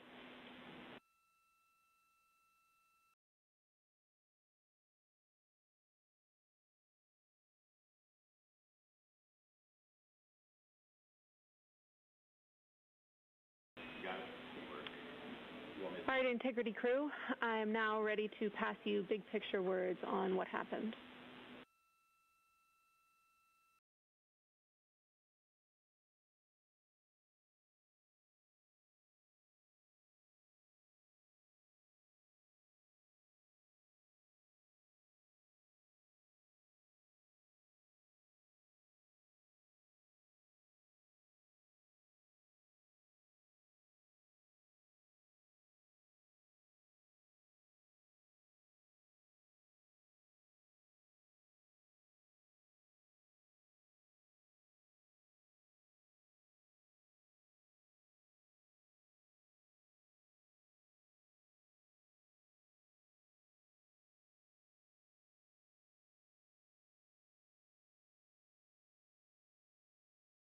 This is Artemis Mission Control at Johnson Space Center in Houston, Texas. We have reestablished communications with the crew. We did go into an LOS on our forward link.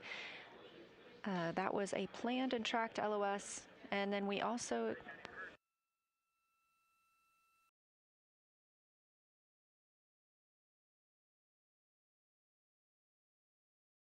experienced an LOS on the return link, the link where the crew is able to communicate with us. We have since done a string swap, sent that up, and we have communication with the crew that we're working to get back into the broadcast.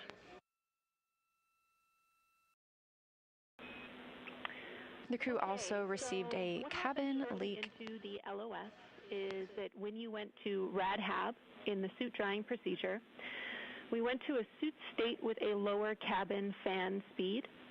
This caused a little shift in the outlet pressure of the cabin fan where that pressure sensor is, and it registered a pressure change. So we got that warning, cabin leak suspected, in alarm. This moded the cabin pressure mode to idle, which meant that we stopped O2 introduction into the cabin. We needed to mode back to maintenance to regain O2 introduction back into the cabin.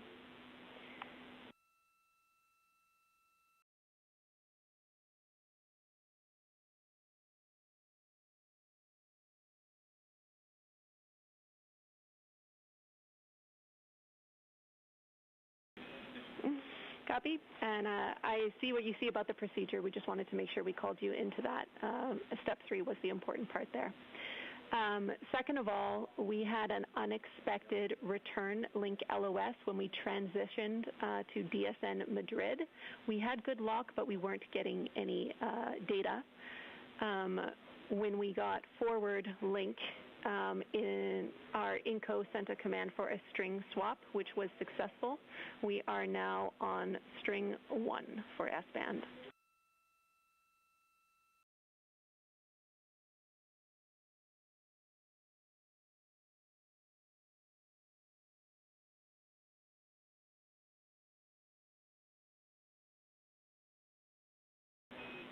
Okay, and we are still looking at what happened with S-band string 2. We don't know yet, and that's all I have for you. Thanks, guys.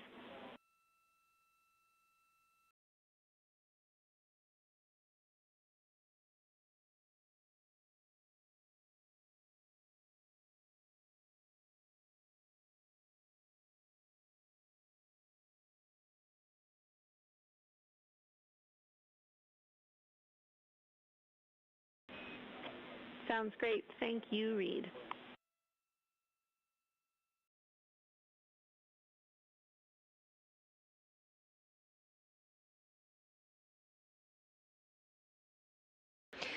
Again, we are working on getting the crew audio back into the broadcast, but you heard Capcom Jenny Gibbons, CSA astronaut and Artemis 2 backup, communicating with the crew some of our recent changes on the spacecraft.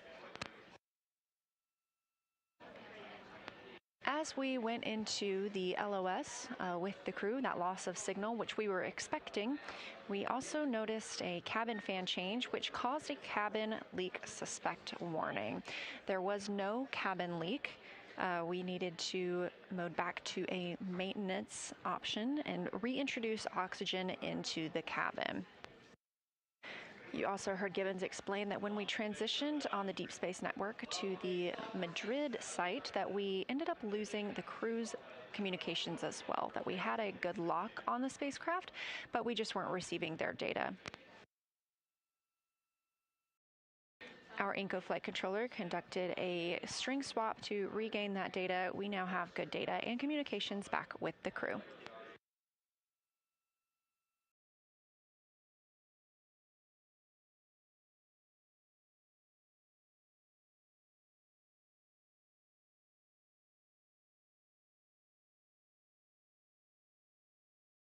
You'll also be noticing more people filtering into the flight control room.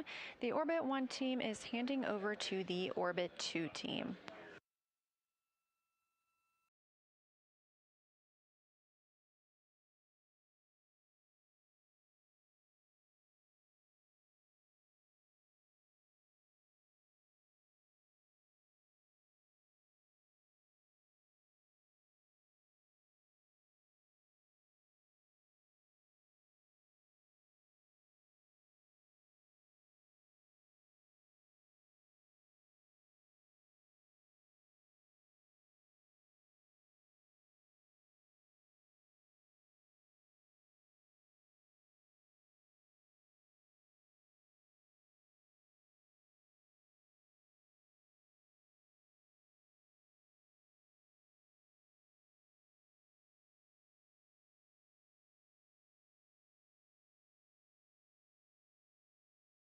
On your screen, you can see Capcom Jenny Gibbons handing over the console to Mark Reagan. That's the voice you'll hear throughout the Orbit 2 shift with the crew. One of the major milestones coming up for tonight will be the OTC-3 burn. That's Outbound Trajectory Correction 3. We execute these small burns using the reaction control system thrusters on the spacecraft to help us refine our trajectory as we begin to fly around the moon tomorrow and come home. A splashdown in the Pacific on flight day 10.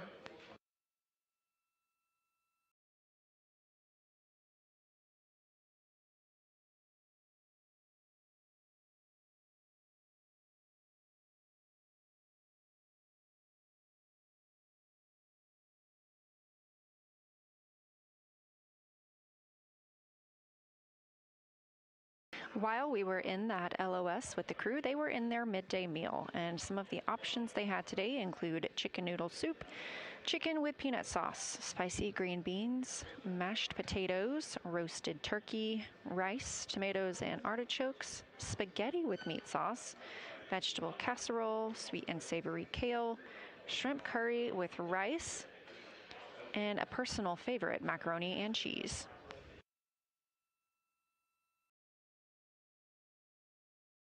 I cannot omit that there was also a cosmic brownie as a dessert option.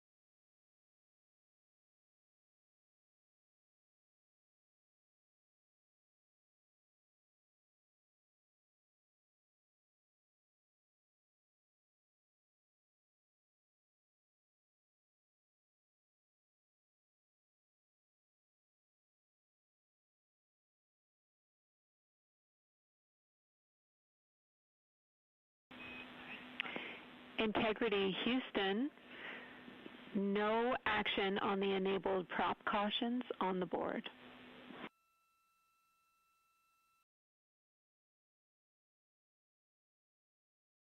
Integrity copies. Thanks.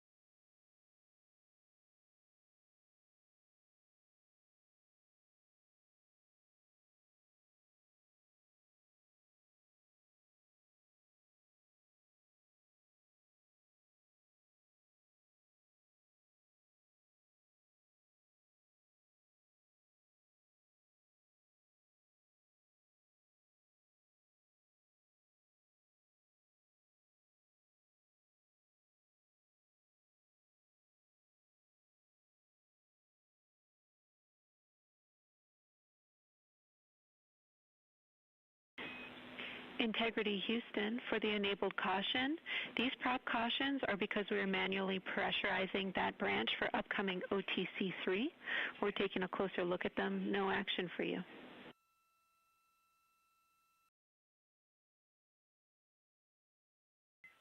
Integrity copies. Thanks.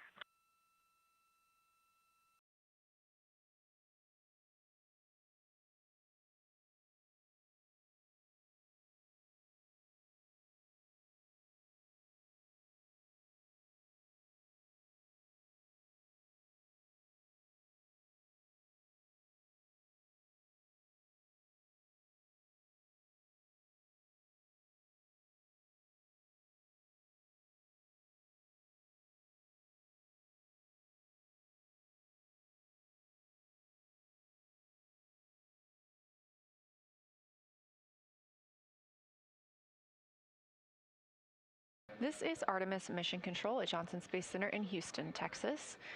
We are now 4 days, 2 hours, and 51 minutes into the flight of Artemis 2. Our crew today woke up at 11:05 a.m. Central Time. They stepped into their post-sleep period, and notably, Canadian Space Agency astronaut Jeremy Hansen received his gold astronaut pin, meaning he is now a flown astronaut.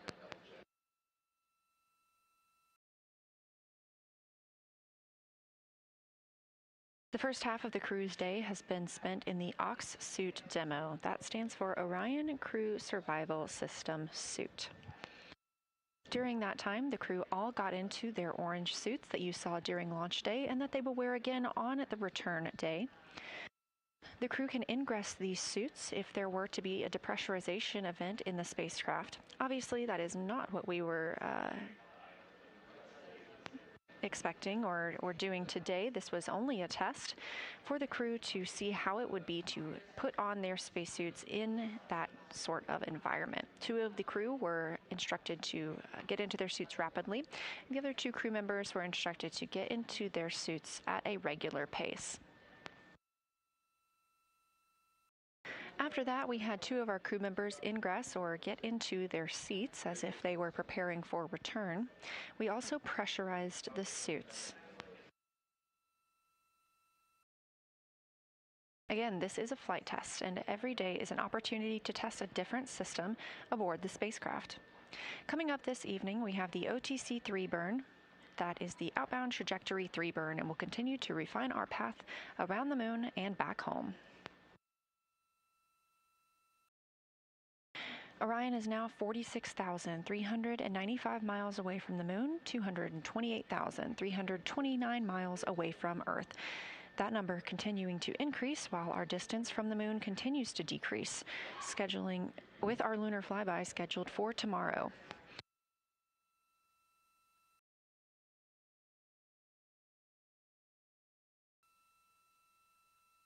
With Orbit 1 handover here in Mission Control, being handed over to the Orbit 2 team, that'll also do it for us, or for me, here in Mission Control Houston. I will be handing over the Public Affairs Console to my friend and colleague Anna Schneider. We will continue our 24/7 coverage on NASA's YouTube all the way until the crew is splashed down and safely recovered. So don't go anywhere. Anna will be joining you shortly.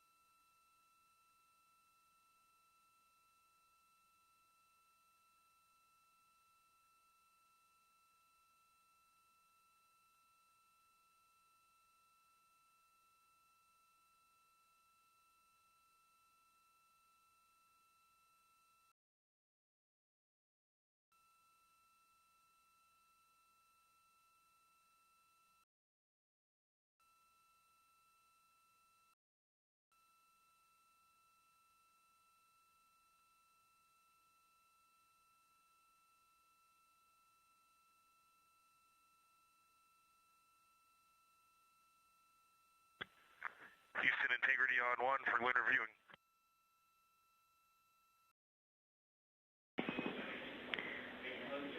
Go ahead, Reed, for lunar view. And for your info, you came down on 2.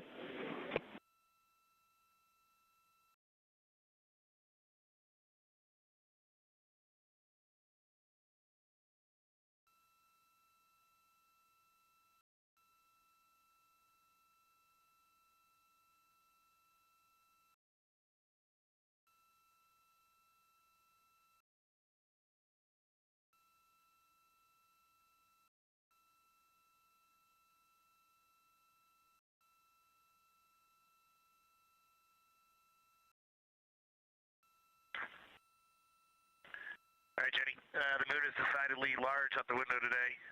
We can see all of Apollo, all of Oriental, annular ring. We can see, I'm 99% sure, Ohm, see Pirazo very easily, and just getting over. Can't quite pick up Vavilov yet, but that far side that is right on the limb is extremely mountainous. Try to get some pictures, but it's a high grazing angle. But it's pretty awesome to just look out and see all of these sites, and it's bright, but very visible with the naked eye. Still primarily seeing whites, grays. Maybe I can convince myself on the far side there's some just hues of brown, very light, very, very faint. But it's a great view. It's beautiful. And on the near side, Aristarchus is by far the most prominent feature. It is really just glowing bright right now.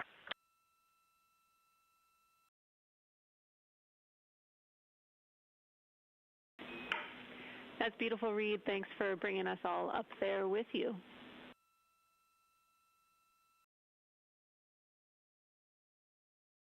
And for the science team, Pirazo and Aristarchus have the same albedo level right now. They're the same level of brightness. And then looking down, Copernicus is just a little bit dimmer, but it's close.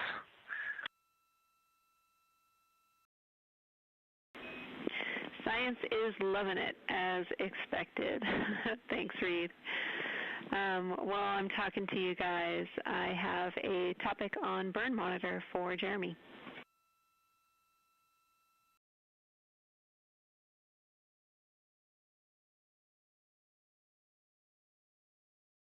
He'll call you back in about 5 minutes. Sounds good, no rush.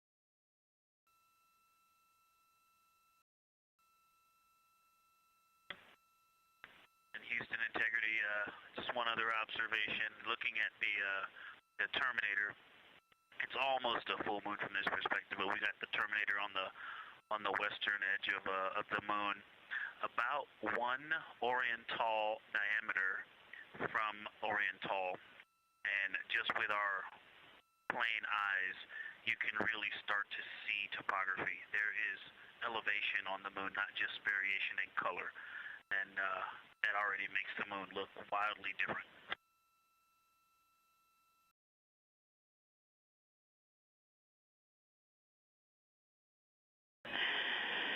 You have a lot of people looking forward to tomorrow. Thank you so much.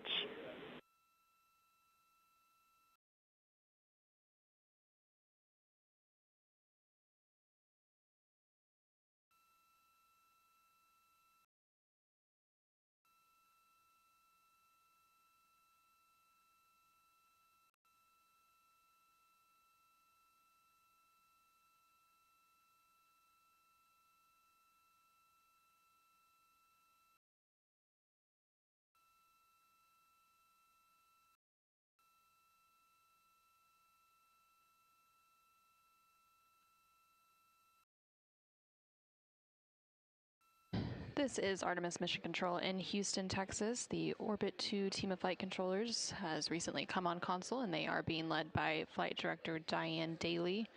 And they have handed over from the Orbit 1 team of flight controllers, and we just heard some communication down from the crew, specifically NASA astronaut Reed Wiseman and Victor Glover, as they were making some observations of the moon as they continued to close in on their distance between the Orion spacecraft and the moon. Currently, they are about 45,000 miles from the moon, again, making some observations about the basins and craters that they are seeing as they continue to close that distance, with, of course, the lunar flyby and closest approach planned for flight day 6, which will be tomorrow, Monday, April 6th. Coming up here in about integrity for photo TV.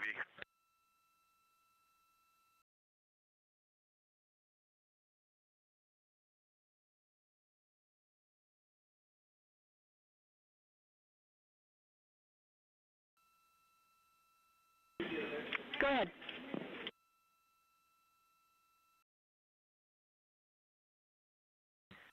Just an observation with the D5 through the optical viewfinder at 400 mils, the moon is crisp, absolutely clear, even with a high grazing angle through the windows.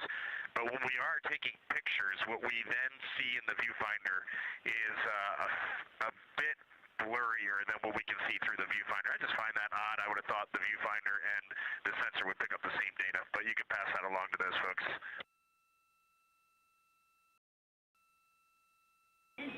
All right, we got it. Thanks for the call down.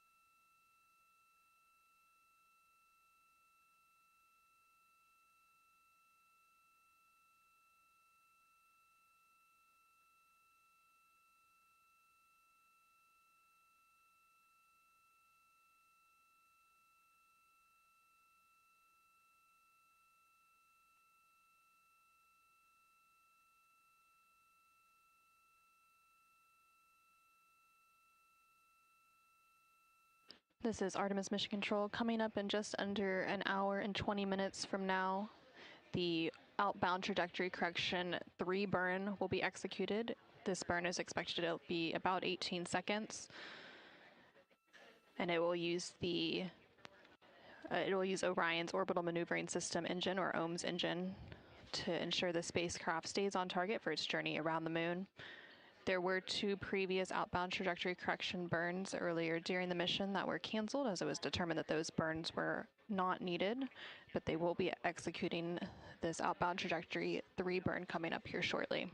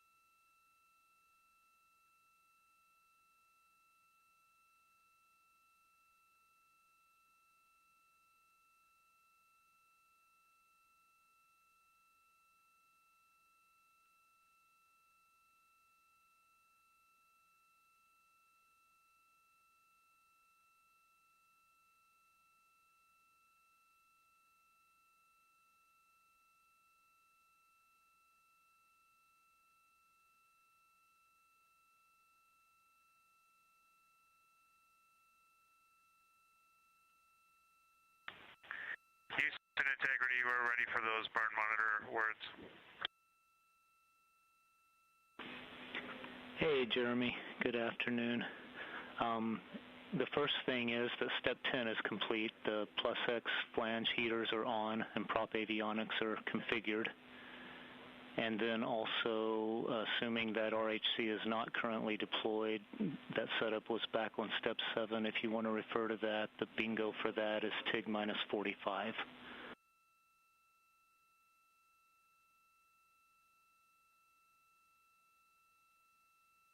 Okay, RHC is deployed, and we copy the prop step is complete. Appreciate it. You are welcome. And just a couple of other general awareness things. We are working on updates for the day, and we will be getting that up to you shortly. We also have the lunar targeting package verification steps in message 3.05.05. That should take about 5 minutes to run on each of the PCDs, but we do need to wedge that in somewhere today so that if it doesn't work, we have a little bit of time to troubleshoot before tomorrow.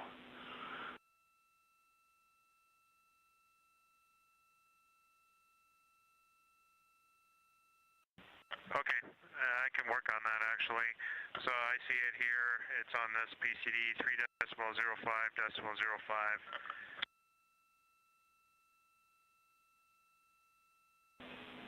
Yeah, that's great, Jeremy. And we'd like to get confirmation that run through that procedure and get confirmation that all of the remaining working PCDs are functioning with this.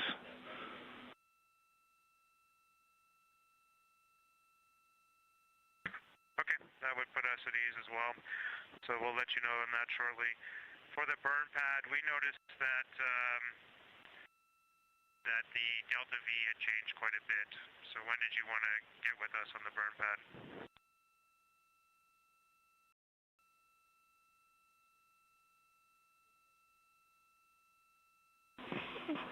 We're just planning to do that at the final burn conference, Jeremy.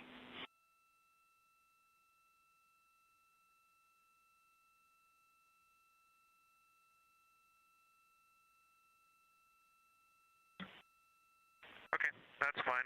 Just confirm the latest version that we're going to be referencing in that burn conference is UTC of ground generation 95/1400 hours.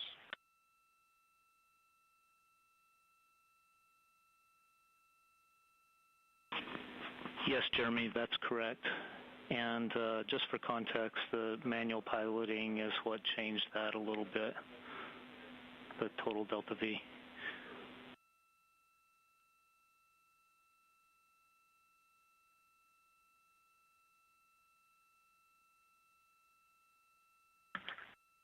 Well, we'll take that as a compliment. I wouldn't have meant it any other way.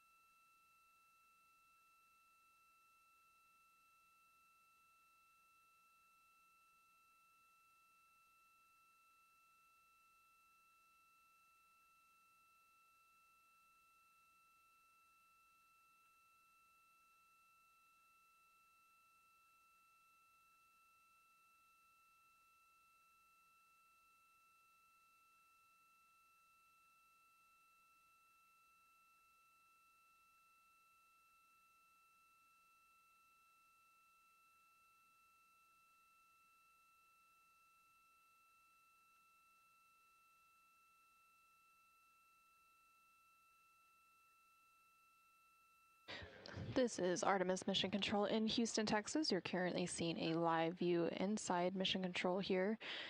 We were hearing some communication up to the crew, and the individual responsible for communicating directly with the crew is the Capcom or capsule communicator, who is on the left-hand side of your screen. We're setting up some charging for tomorrow. The alternate PCD charging cable, do you guys have the bandwidth to look that location up for us? We do. Stand by. Looking for it now.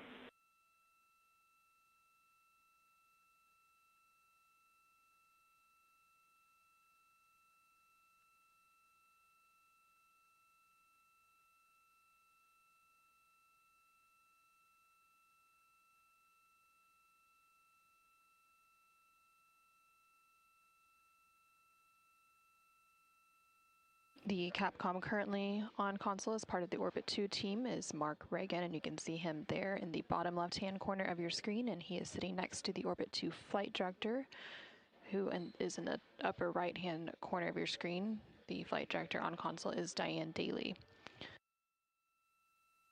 The crew has been discussing a few different activities that they're working through. One of those is verifying that they have the final lunar targeting package available on their PCDs, or portable computing devices, which are basically tablets, that they're able to reference the various procedures and timelines that they're following throughout their mission. They were also discussing an upcoming burn conference, so they will have a conference directly with the flight director and the flight control team here in Mission Control Houston ahead of that outbound trajectory correction burn. That final burn conference is scheduled to take place in about 20 minutes from now.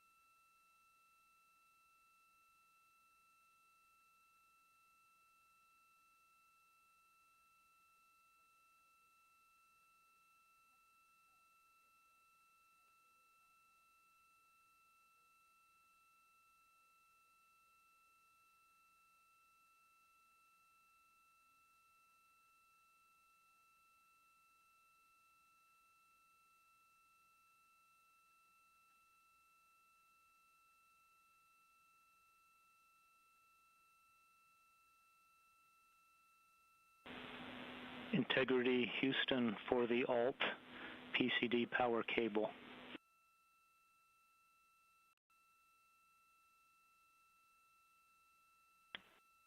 Go ahead, Mark. Yeah, Jeremy, you can find that in E-Locker, bag number 10 with a brown label. And the Ziploc bag is called 15-volt PCD power cable.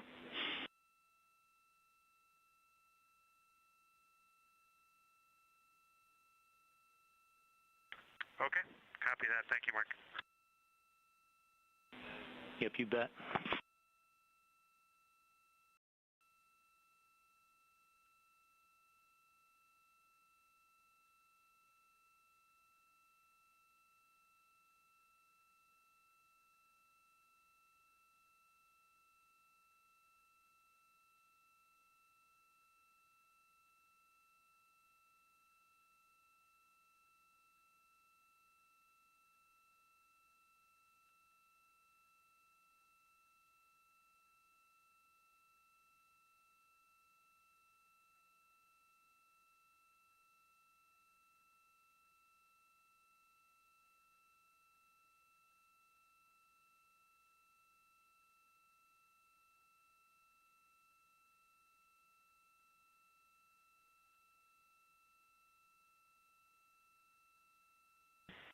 Houston, integrity for timeline. Go ahead.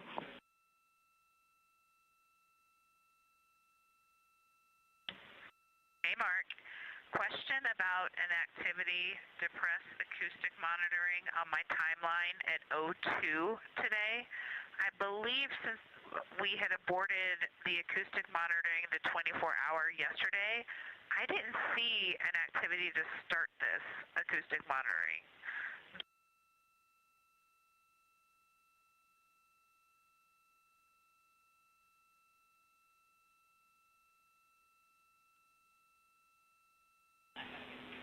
Hey, Christina. That's going to be a no perform today. And I am on the verge of giving you some other timeline deltas here.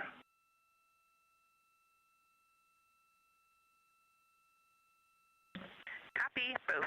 Thank you.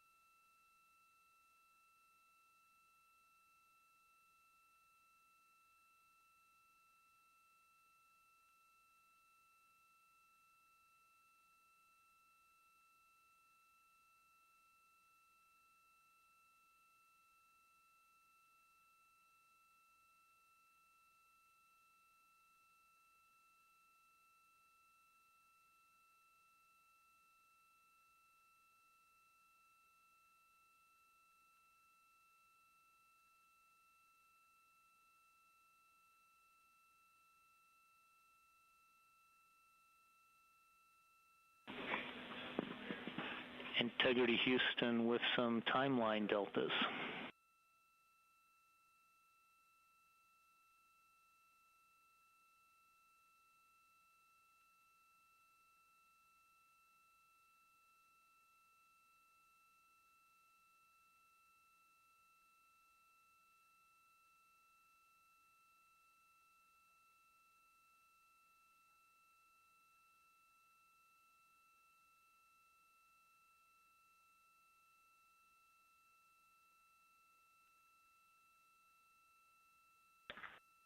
Okay, go ahead. Your timeline deltas, Mark. Okay, well, first of all, this just in, the SM prop helium ISO valves are configured, which is in step 12.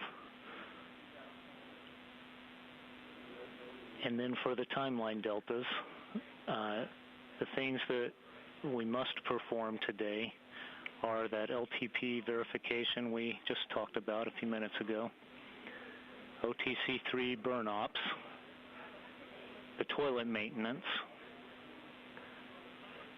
the post-aux suit DFTO cabin inspect, AGA readings, and the PMC. How copy on that?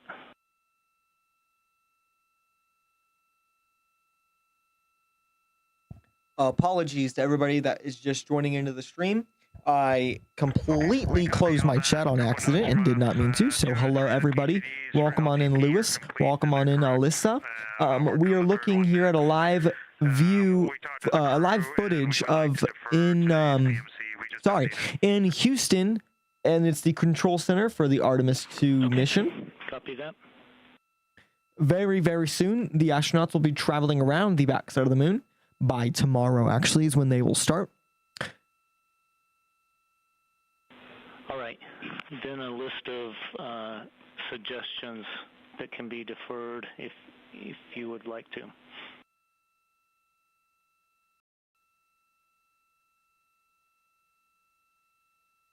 I believe YouTube is having some issues right now, so if it's a little laggy, I believe it's on YouTube's end and not ours. Yeah, let me say it more eloquently than I was about to. Everything else can be deferred as you guys desire.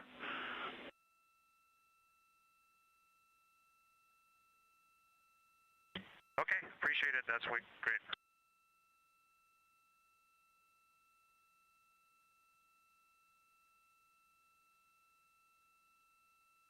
But as I just said, welcome on in, everybody, to the stream. I actually, for some reason, did not connect the fact that I had just uploaded a video and that people would probably be coming from that. So welcome on in, everybody. This is just basically a 24-hour-ish type of live stream of the NASA Artemis 2 program. I know it's not exactly matched with what my channel is normally, but I do really love space. And Jeremy, So I would like to stream it for everybody. We also need to repower that docking cam today. And then, as bandwidth permits, we would love. Understood. That makes sense. All right. Cool. As bandwidth permits, we would also like to understand your cabin config too, but as bandwidth permits.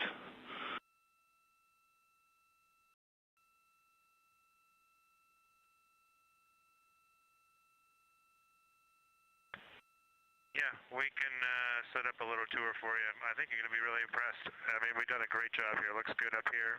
It is better than before. Awesome. And I did just confirm that it is YouTube's issue. It should be good now. It really shouldn't be lagging unless YouTube's data is like freaking being weird right now.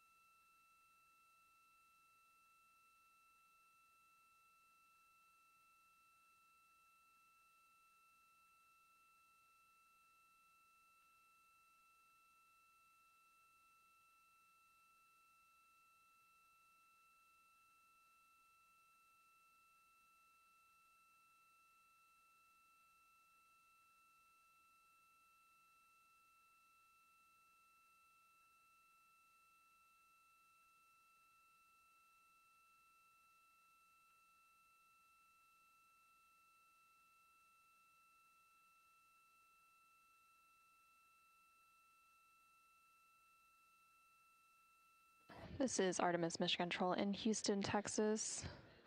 Again, we were hearing some communication between the crew on board the Orion spacecraft, which is named Integrity, and the team here at Mission Control. They were discussing some of the upcoming activities on the timeline for the remainder of the crew's day. Earlier today, following crew wake up, the crew jumped into a AUX suit, Developmental Flight Test Objective. AUX is the Orion Crew Survival System suit, that orange suit you see them wear for dynamic activities, including launch. They donned their suits or put them on and performed several different activities wearing those suits, but they were running behind on the timeline a little bit, so they are working to free up some of the remaining activities and defer activities that aren't critical to take place today. So that is what a majority of that conversation was about. So following the outbound trajectory correction burn, which is scheduled to take place in about 51 minutes from now. Again, it's a very small correction to fine-tune the trajectory of the Orion spacecraft as it makes its final approach and goes around the moon and returns back to Earth. Again, that lunar flyby planned for flight day 6 on Monday, April 6th, and that splashdown will be on Friday, April 10th. Following that burn, they will just have a few remaining activities to be completed for the day, including some standard anomaly gas or AGA readings that they take to measure the gases such as carbon dioxide in the crew cabin. They also have some toilet maintenance activities that they complete every day, and then they will have a post-AUX suit developmental flight test objective cabin inspection that they will complete before they head into their pre-sleep period to wrap up flight day 5.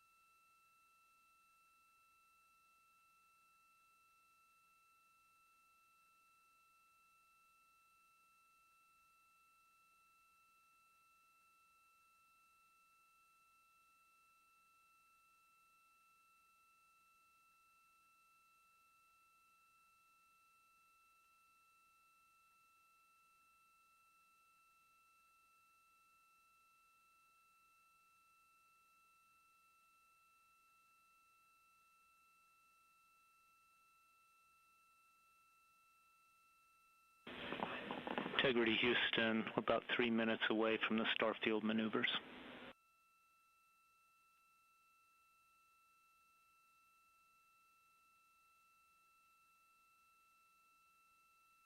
Okay, we copy that, Mark, and I've got something for you on lunar targeting package when you're ready.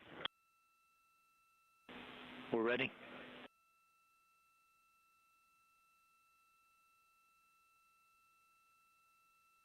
So PCDs 1 and 2, everything worked perfectly. PCD 3, the lunar targeting package, when I double click on it, it tries to open, goes to the web page, and then the little in process circle just keeps going and going. I waited quite a while and it never opened. So then I started the troubleshooting where I created the shortcut and renamed it on the desktop, but I get the same signature when I try to open it, and it's just chewing away with a little satellite going around the moon.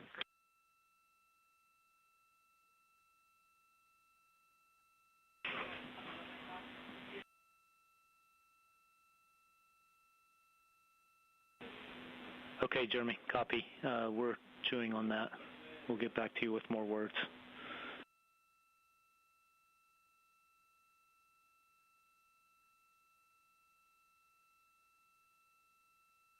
Okay, thanks.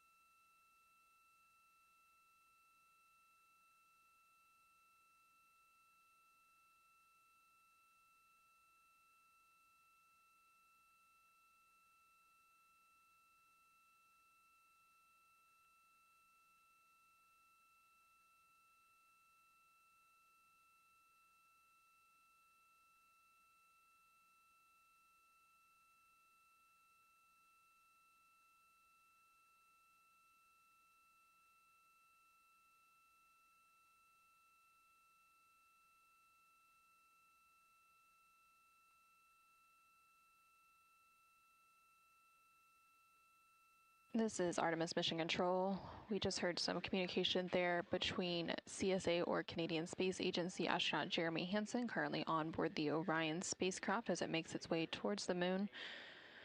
He is working to verify that the final lunar targeting package, which they are referring to as the LTP, is available and uploaded to each of the crew's PCDs, or portable computing devices, basically a tablet that the crew is able to use and reference various procedures during their mission. That lunar targeting package will be the primary tool guiding crew observations during the lunar flyby on flight day 6, which will take place tomorrow on Monday, April 6th. It consists of 2 key components, the lunar geography review and the lunar targeting plan. The lunar geography review helps astronauts study major lunar features in advance of the flyby and learn how to orient themselves during the flyby, while the lunar targeting plan provides a detailed timeline of observation targets, background science context, and specific instructions for imaging and making verbal descriptions.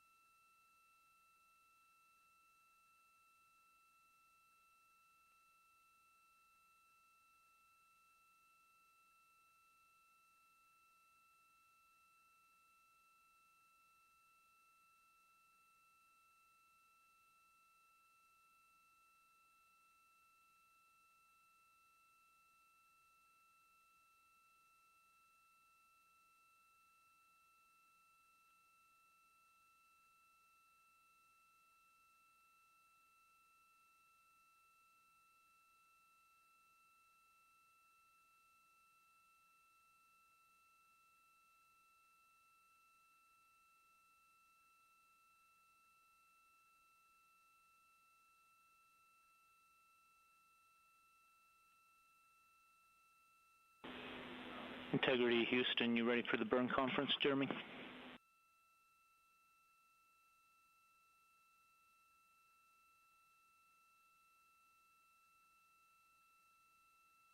One minute, please. Raj.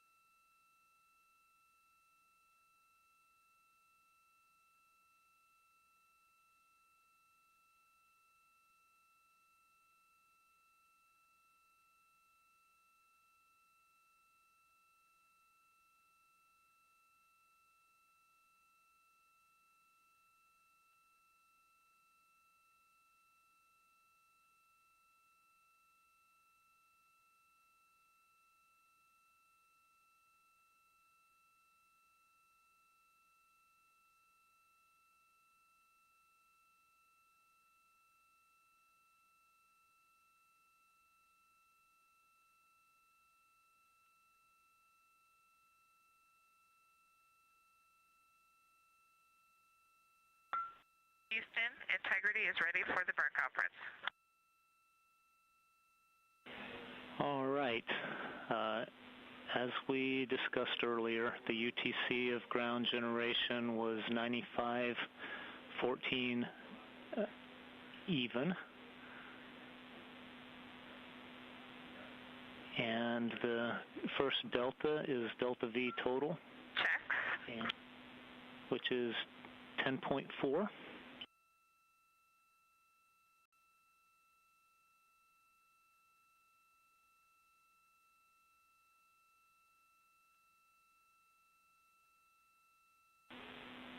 TGO is 19 seconds.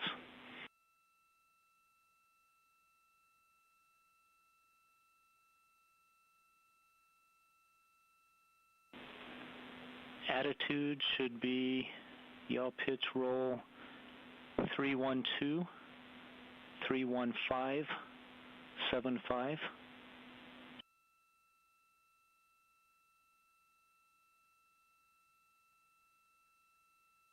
And delta V XYZ should be 4.7, minus 5.3, 7.6. How copy so far?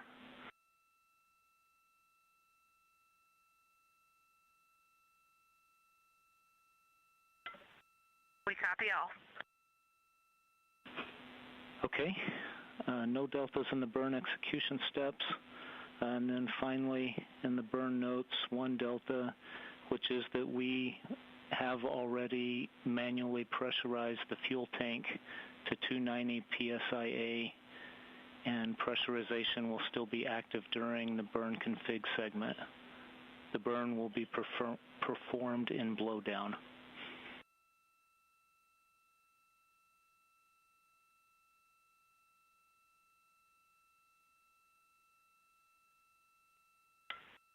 Copy.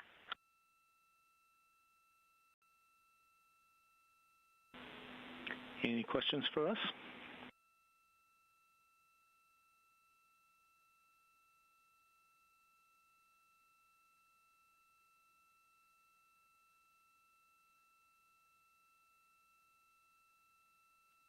Mark, to be sure we understand your last, we understand you said it is pressurized now and that we will be in blowdown. Is that a good read? Yes, that's a good read back.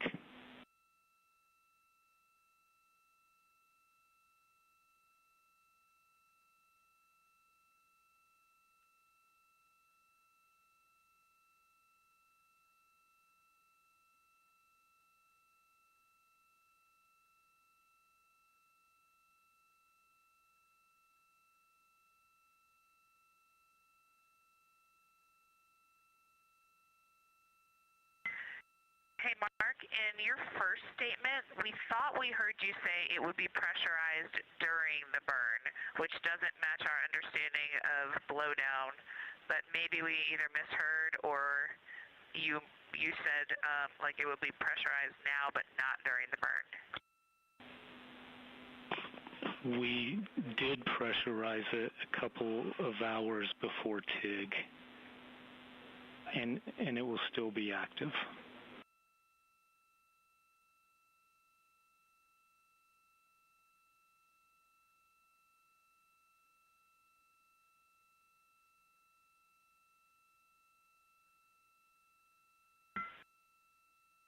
Mark, we're scratching our heads a little bit on what you mean about it will still be active and marrying that up with being in blowdown. Our understanding of blowdown is that we would not have active pressurization, but we would use the existing pressurization. Okay, sorry, yeah, I've made it more confusing than it had to be. That's a good understanding.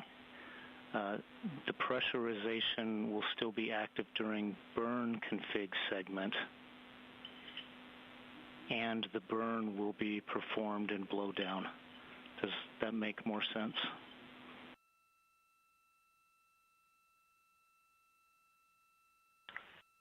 Thanks, Mark. That makes a lot more sense. So at some point during burn config segment through the start of the burn, the active pressurization will be turned off.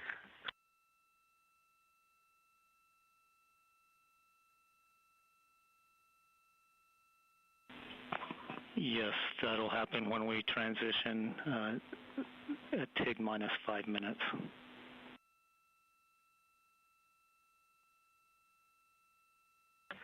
Perfect. All understood on board. Thanks for going through that with us. Of course.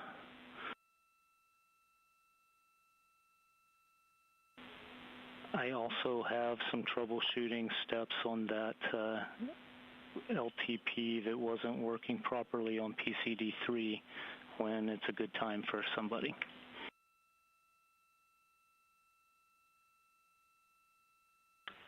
Yeah, you can go ahead and send that now, Mark. Okay. You can pull up procedure 36.1.3, which is Lunar Targeting Package User Guide. And you can execute step 6.1.2, which clears the cache, and then go back and try that message 3.05.05 again.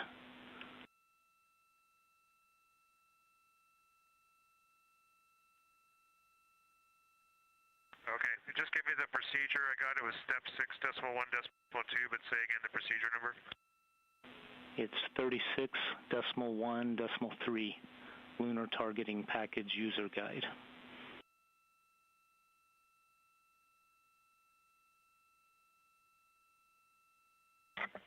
Okay, I'll put that in work. All right, thank you.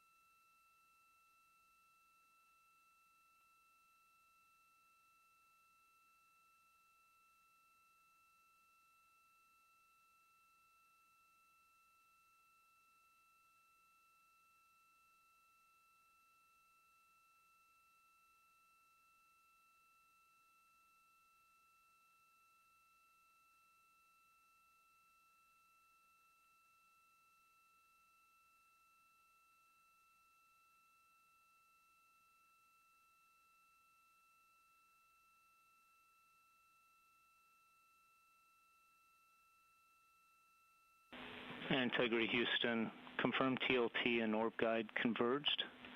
We're assessing the onboard solution.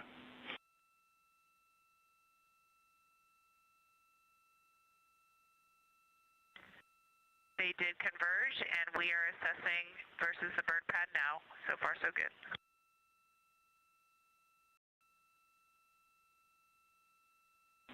Copy.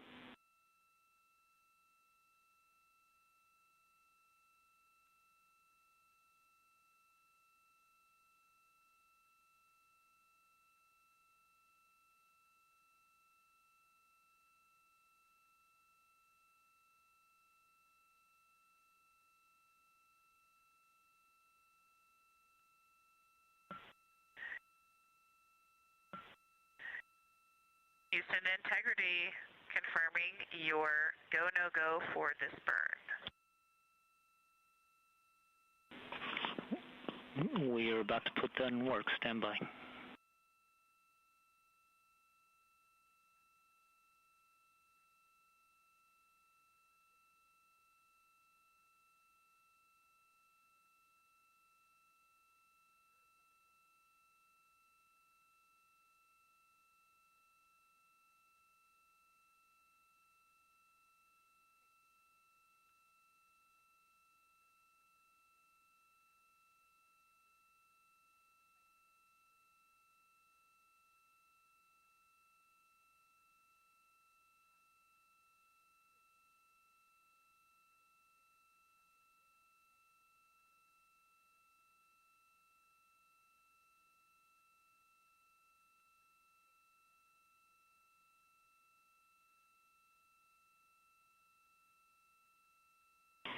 Integrity Houston, MCC has pulled go for the burn.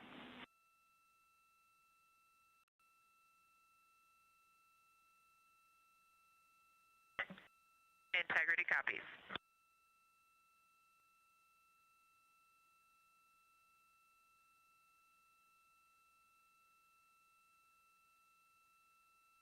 This is Artemis Mission Control in Houston, Texas. We just heard confirmation there that the team here in Mission Control has pulled go for the upcoming outbound trajectory correction burn 3. This burn expected to take place in about 26 minutes from now, and it will be an approximately 19-second burn using the auxiliary engines on the Orion spacecraft. There were previously 2 other outbound trajectory correction burns on flight days 3 and 4 that ended up being canceled as it was determined they were no longer needed due to the accuracy of the translunar injection burn on flight day 2. However, the team decided to go ahead and execute this outbound trajectory correction burn 3 today on flight day 5 to ensure an accurate trajectory as the spacecraft begins to make its way around the moon and back to Earth to minimize further larger trajectory corrections that may be needed on the return journey.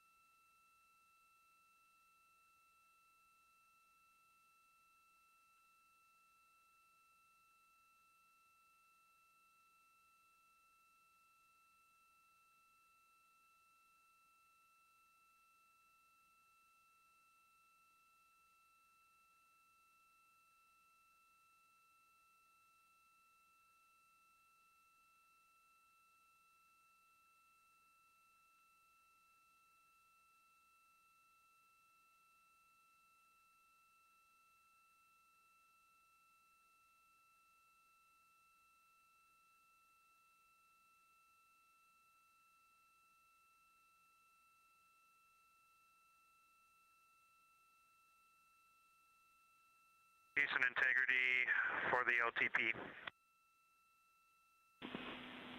Go ahead, Jeremy.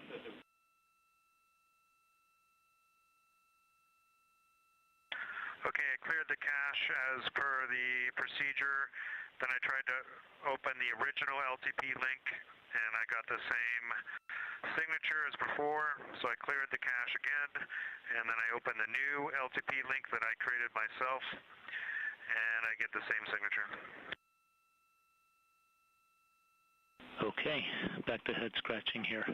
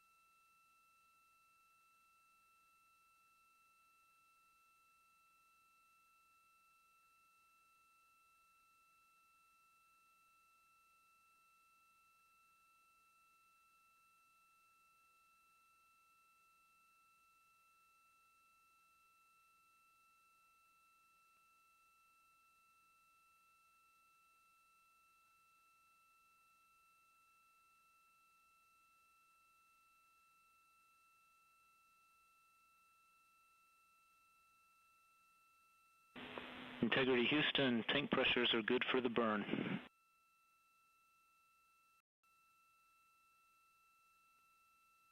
Integrity.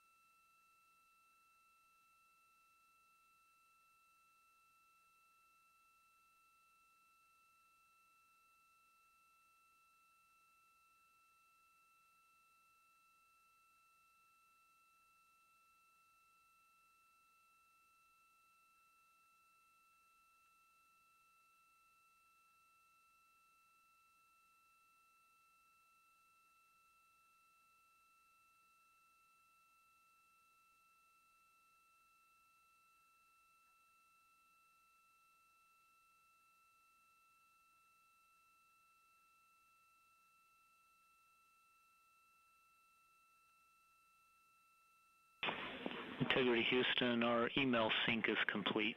All inboxes are unlocked.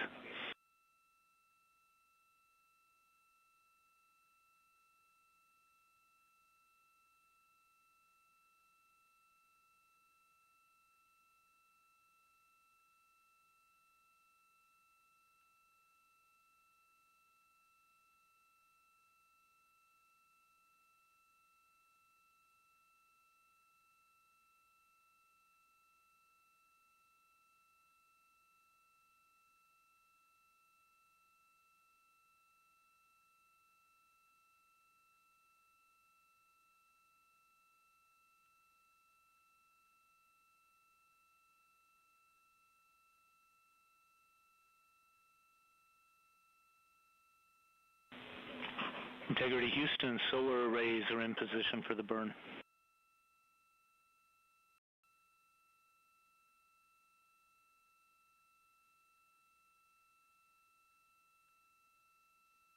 Integrity.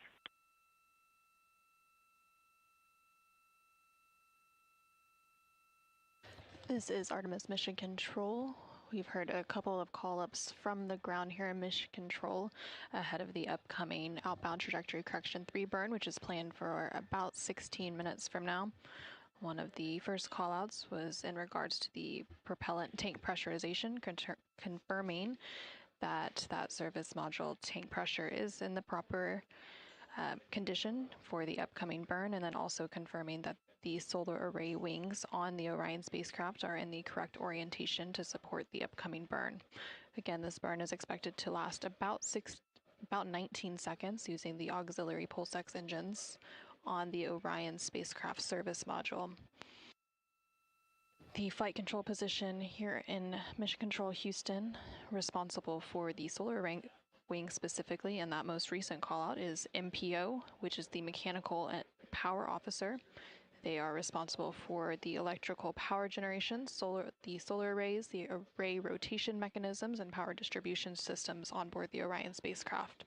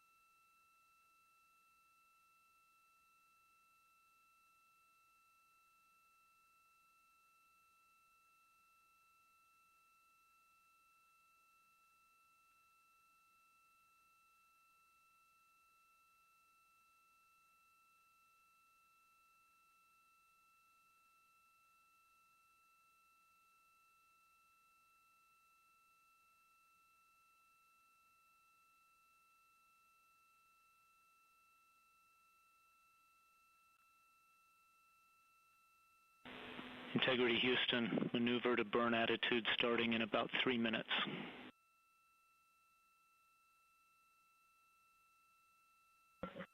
Integrity.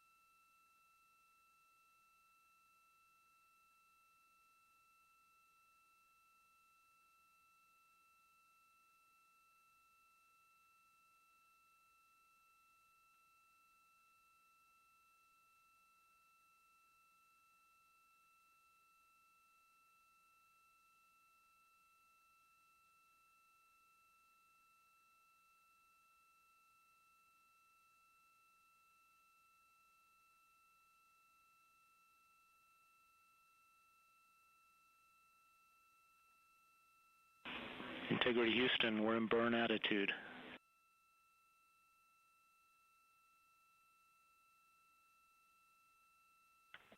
We see the same.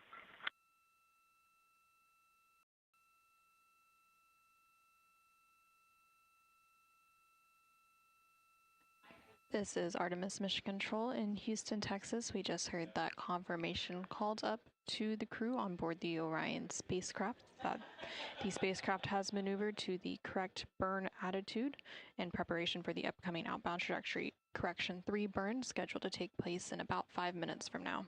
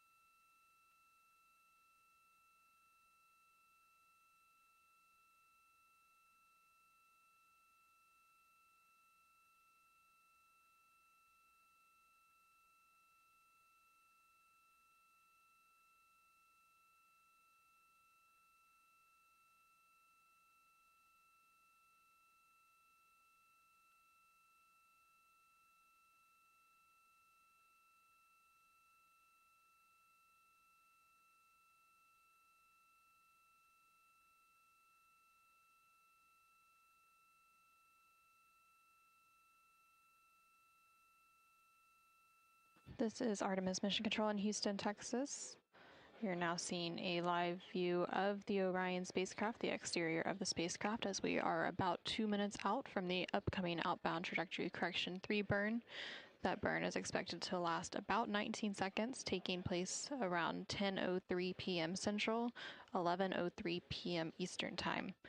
This burn will fine-tune the trajectory of the Orion spacecraft to ensure it stays on target for its journey around the moon and back.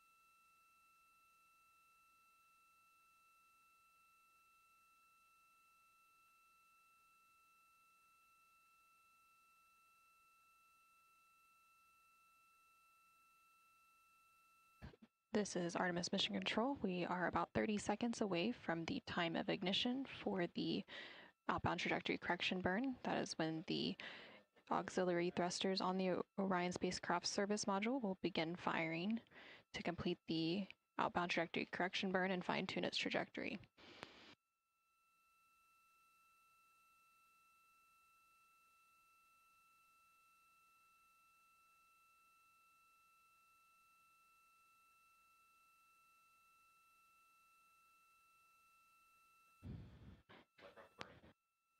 And we have confirmation that that outbound trajectory correction burn is now underway.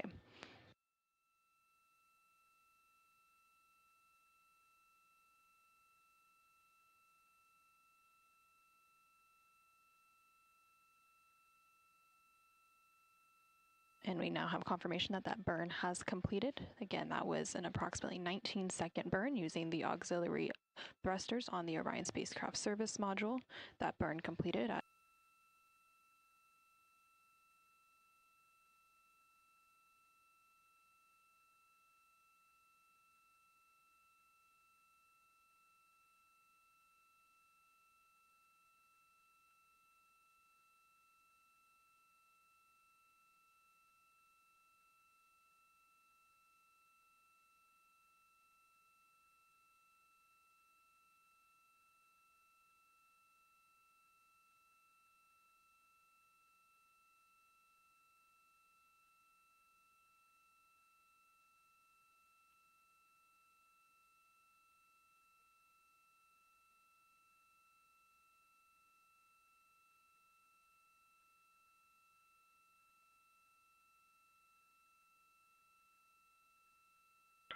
Houston integrity. Pending your analysis, we would like to ask you to take over on step 23. We'll handle the RHC and get on with some other activities in our timeline.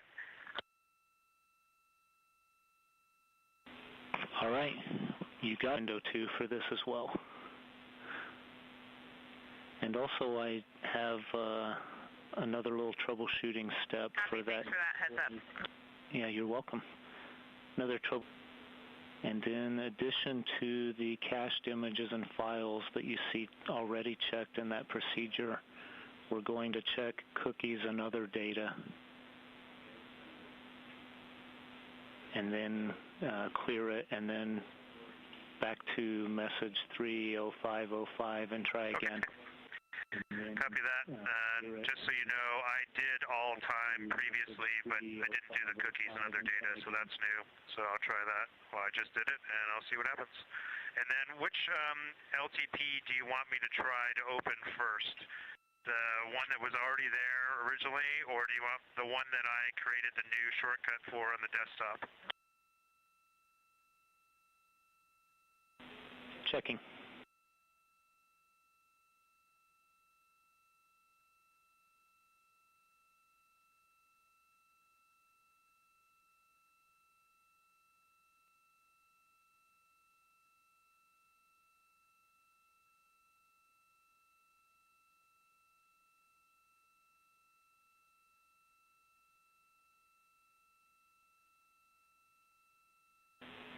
Jeremy, try the original shortcut first.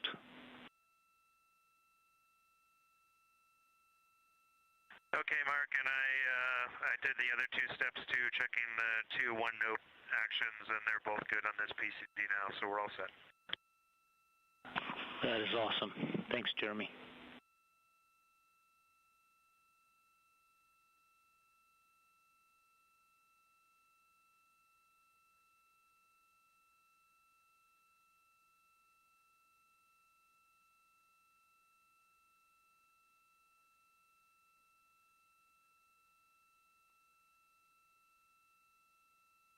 This is Artemis Mission Control. About 7 minutes ago, the Orion spacecraft executed the outbound trajectory correction 3 burn to fine-tune the trajectory of the Orion spacecraft as it continues to make its way around the moon, with that lunar flyby planned for tomorrow on flight day 6. Now that that outbound trajectory correction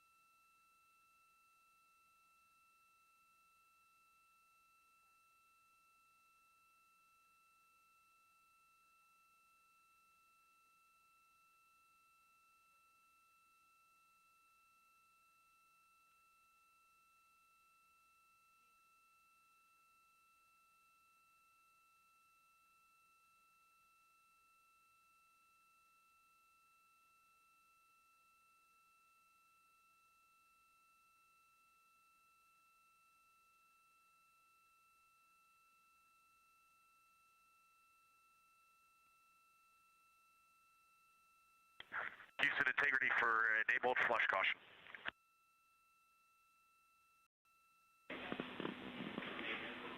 Yeah, go ahead.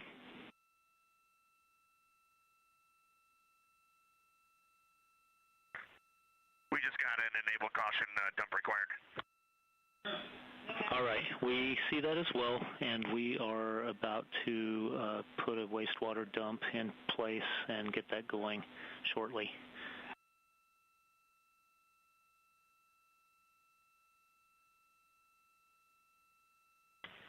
Okay, sounds good. And do you have the bandwidth for an HHP quick cabin view of the Equus wall for the post DFTO cleanup? We are checking, and just to make sure we're on the same page, so after this use, stand down from toilet ops until we get that dump done and let you know.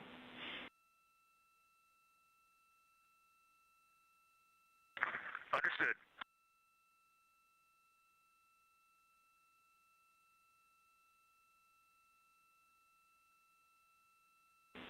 Yes, we can take the HHP cam.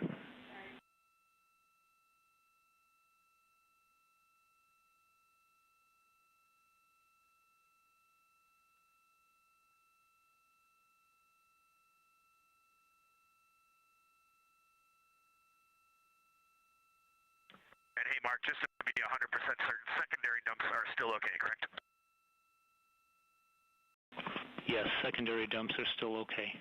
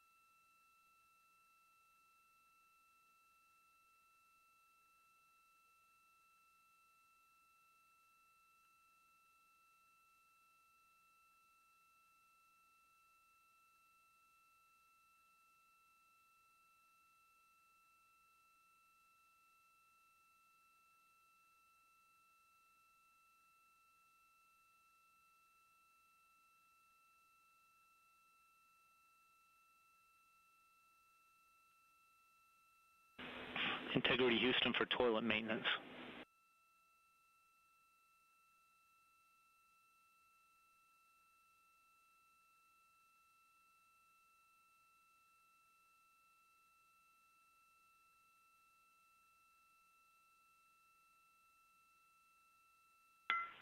Go ahead.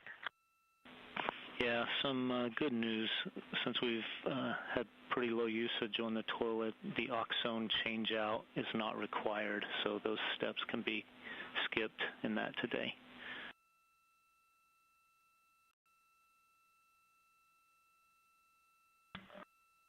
Mark, we appreciate it, but that is already done. Okay, copy. We'll schedule accordingly.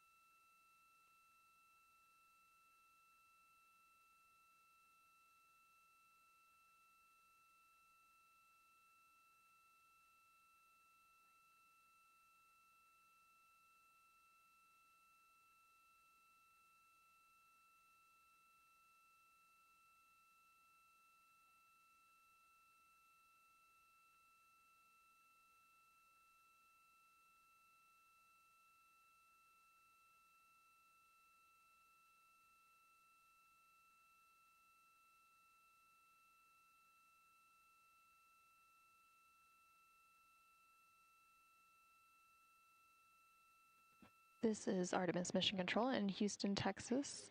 We are currently 4 days, 4 hours, and 53 minutes into the Artemis 2 mission following a liftoff from NASA's Kennedy Space Center in Florida on April 1st at 5:35 p.m. Central, 6:35 p.m. Eastern Time.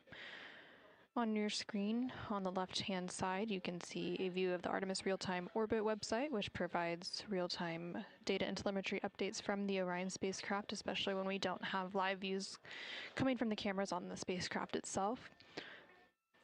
And in the bottom right-hand corner, you can see a view of Integrity Houston, we show ourselves an attitude for the opportunistic science, and we'll be there for about the next 15 minutes.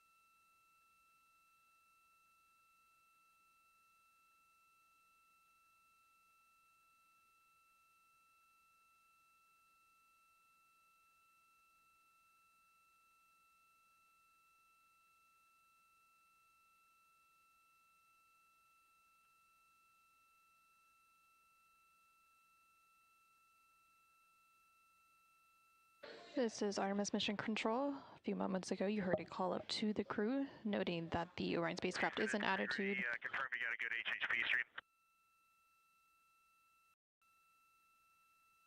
stream. We are working it now. So not yet.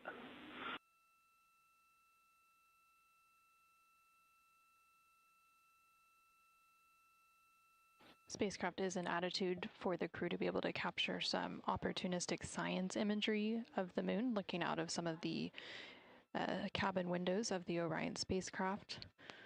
They were referring to an HHP camera. That's a human health and performance camera inside the Orion spacecraft cabin that they are working to turn on, and we should be getting those views here shortly of the crew inside the Orion spacecraft.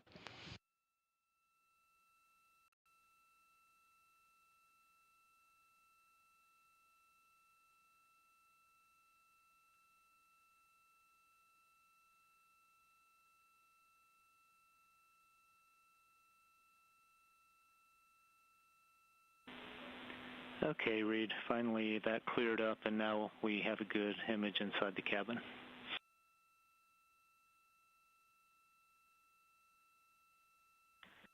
Okay, we have too many views out the windows right now. We got the moon out 1 through 4, and then Jeremy just spotted Earth out the side hatch window, so we're going to work on all that. But I just wanted to give you a quick once-over. Nobody ever sees the cabin from this side except for us.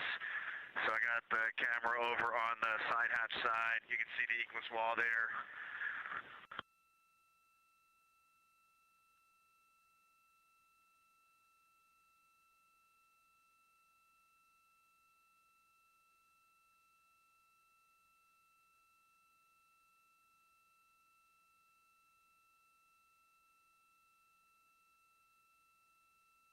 This is Artemis Mission Control. Yeah, that's good, Reed. We're seeing that real well.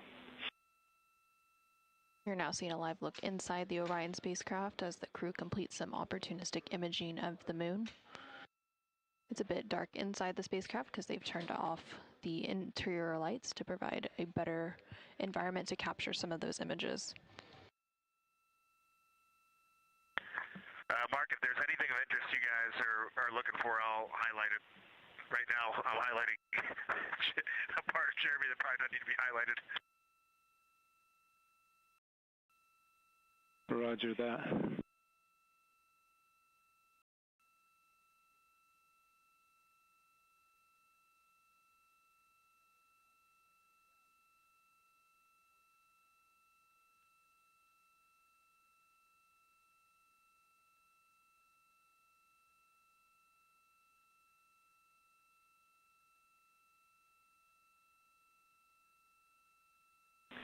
Could we ask for a slow pan of the port wall, the lap and the food warmer area? Haven't really seen much of that yet. And this is just for curiosity. We're not concerned about anything. Christina did take some cabin config photos. There's the PWD area. We're not.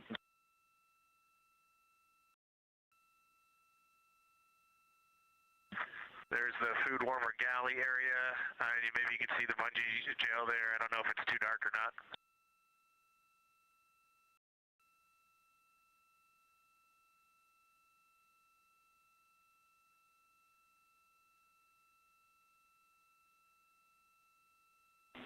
Yeah, that's a good view. We see those IT cables just wishing they could grow like they did on Space Station.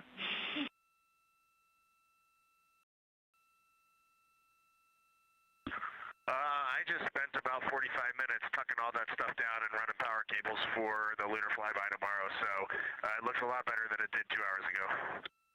Oh, that's awesome.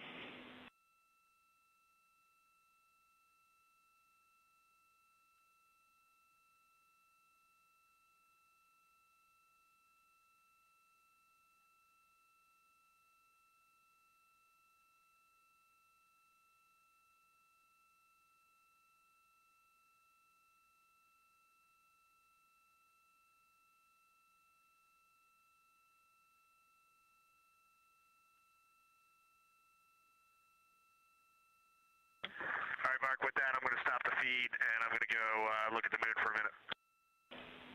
All right, copy that. Thank you. We appreciate that extra time.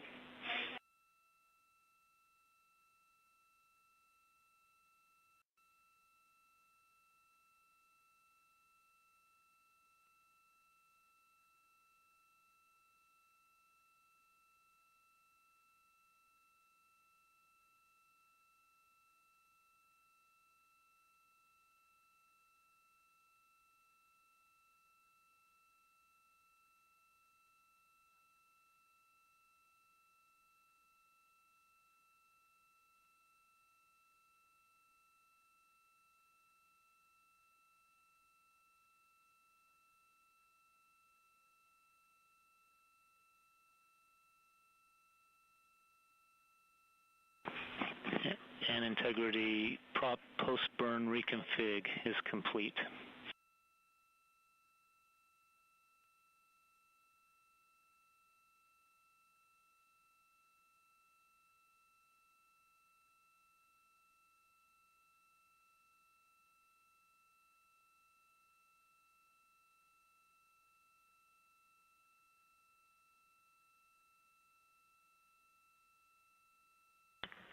Integrity copies.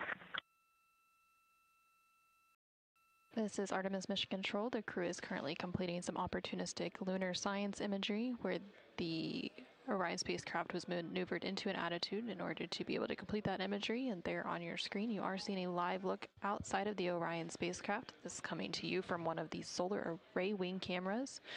And in the bottom portion of that view, below one of those solar array wings, you can actually see the moon there.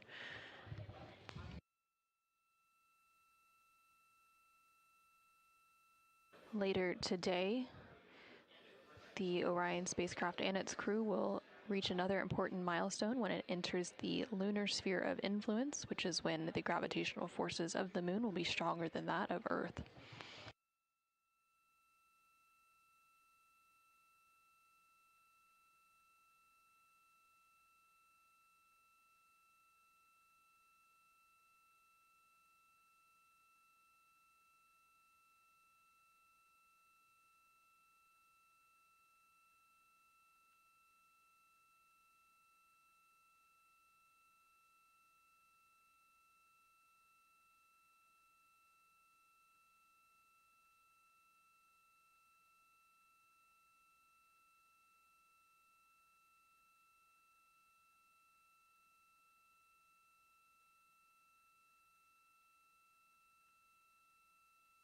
Because it made my tail wag.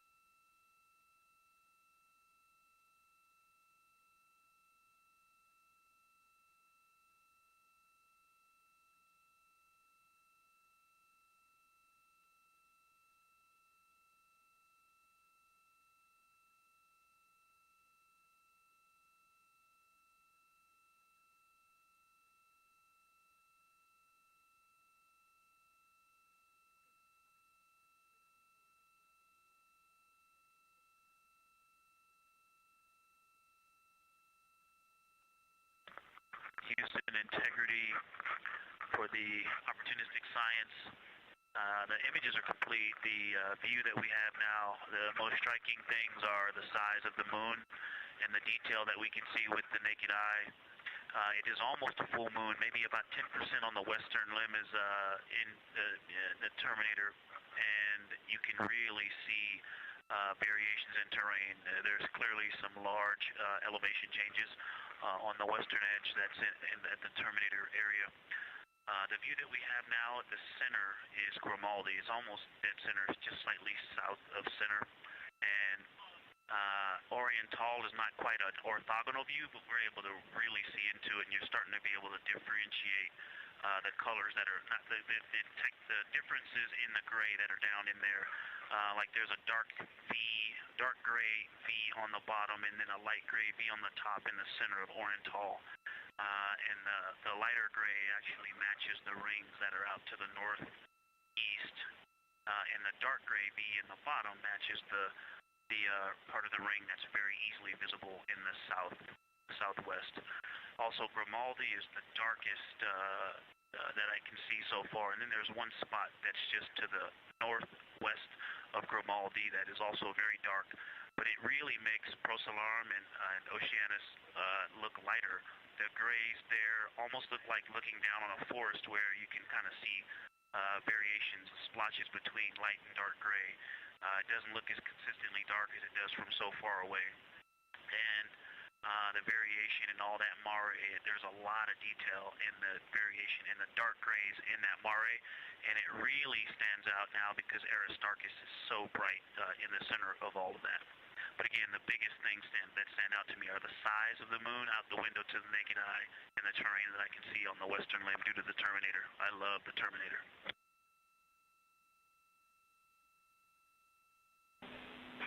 That's awesome, Victor. Really good description. It's easy to imagine what you're looking at. Thank you for that.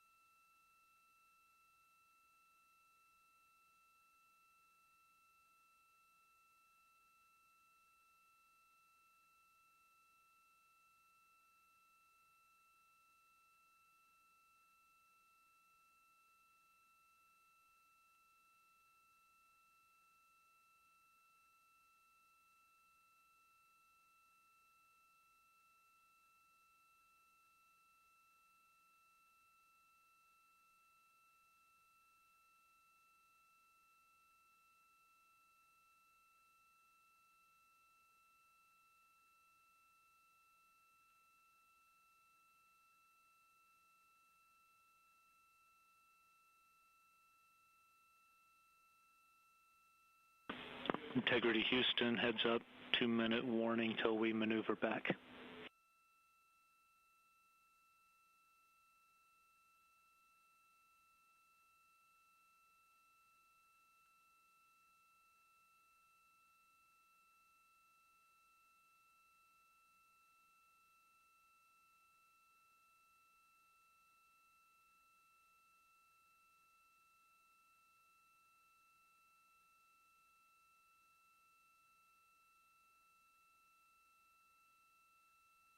This is Artemis Mission Control. We just heard some communication there between NASA astronaut Victor Glover, who is the pilot on board the Orion spacecraft, as the crew is completing some opportunistic science imagery of the moon, and they were providing some of that science description down to the team here in Mission Control Houston.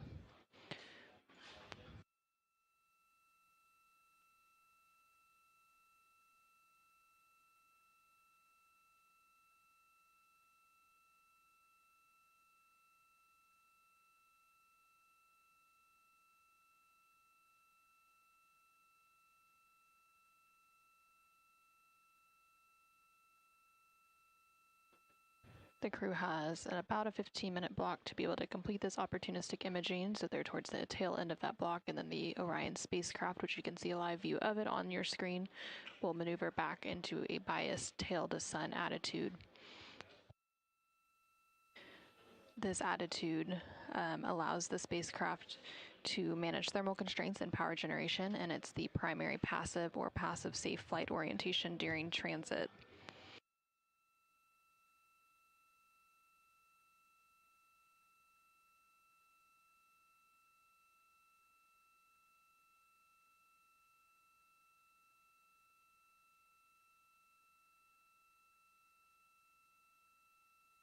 And there you can see that attitude maneuver now taking place to move back into that biased tail descent attitude with the moon in the lower corner of the screen. Not asking you to break any analysis, but if you could give us 3 more minutes in this attitude, we would take it. We're just trying to wrap up some images, but we understand if you can't.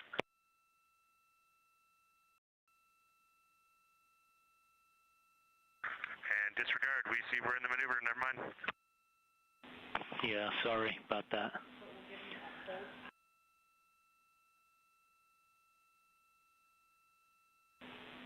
Could we make it up to you by getting you a little closer for tomorrow?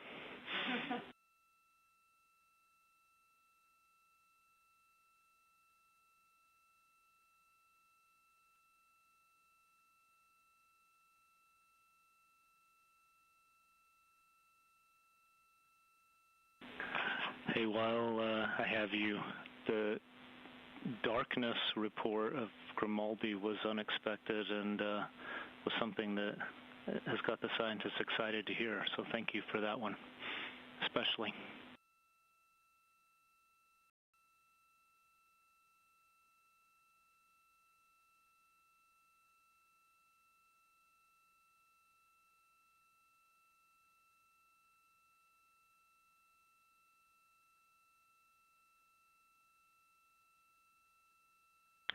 You are welcome.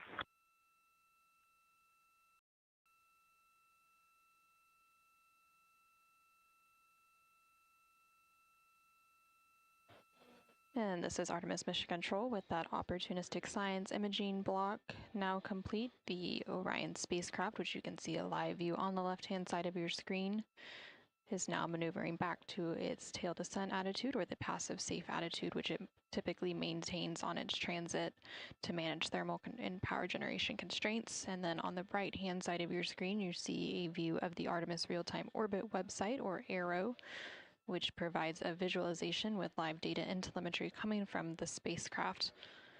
And so we are currently about 231,000 miles from the Earth, and the crew has about 41,000 miles separating them and the spacecraft from the moon. The crew on board the Orion spacecraft is expected to make their lunar close approach and their lunar flyby observation period tomorrow during flight day 6.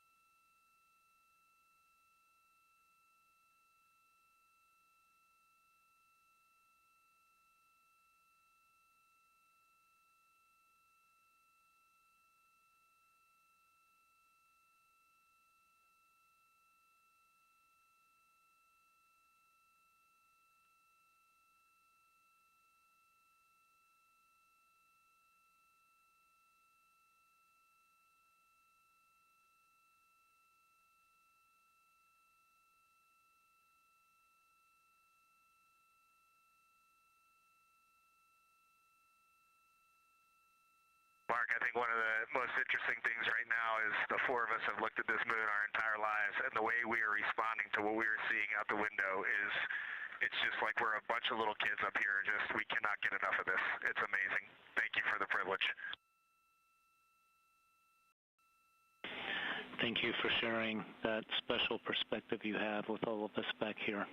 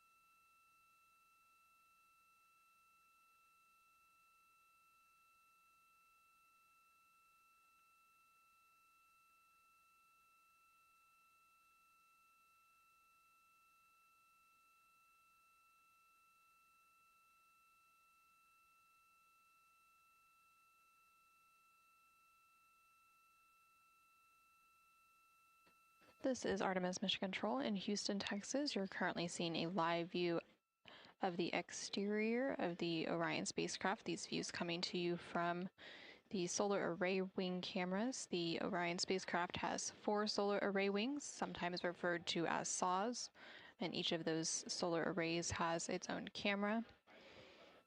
And this view you're seeing here provides a good look of the engines and thrusters that are on the service module of the Orion spacecraft. The crew is currently wrapping up their day. This is the 5th flight day of the Artemis II mission. They will be moving into a private crew conference with the flight director here in Mission Control Houston in about 5 minutes. Following that private conference, they will enter their pre-sleep period, and during this time, they will perform any hygiene activities that they need to before going to bed, and they will also eat their dinner for the day.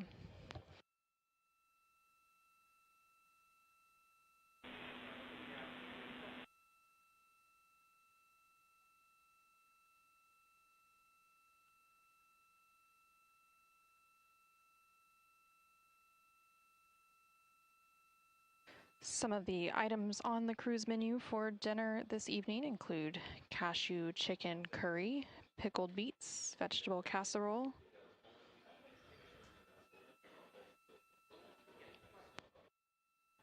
beef fajita strips, and fish with mango salsa. Ahead of any mission, the assigned crews typically work with the Space Food Systems Laboratory here in Houston, Texas, to taste the variety of space food options available and pick some of the items that they would like to eat during their mission.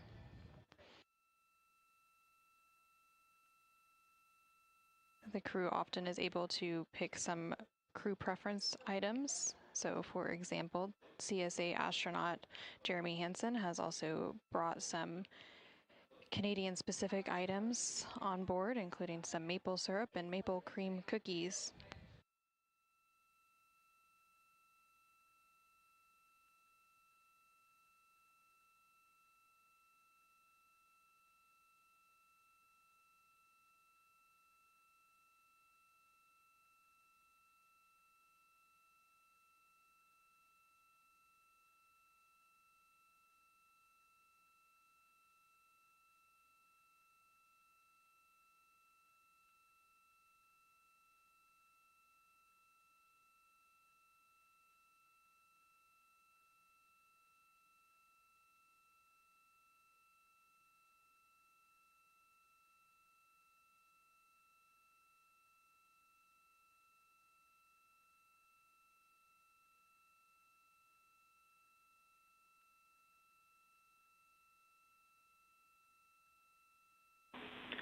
Integrity Houston, be advised that we're getting a little bit of radicom.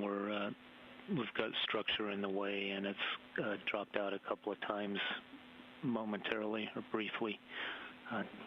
So if you don't get us at once, try again.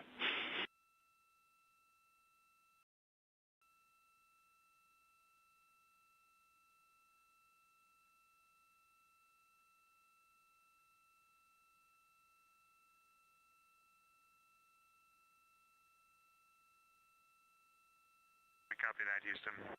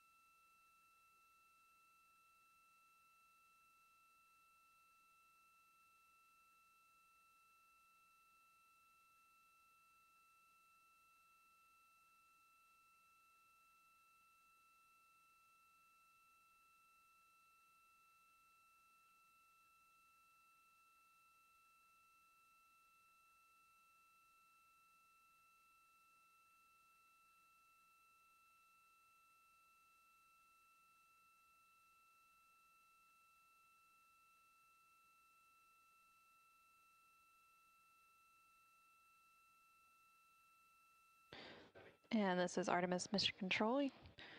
You just heard some communication between the Capcom or capsule communicator here in Mission Control, which for the Orbit 2 ship currently on console is Mark Reagan, and the crew on board the Orion spacecraft discussing the current communication status between the ground and the spacecraft.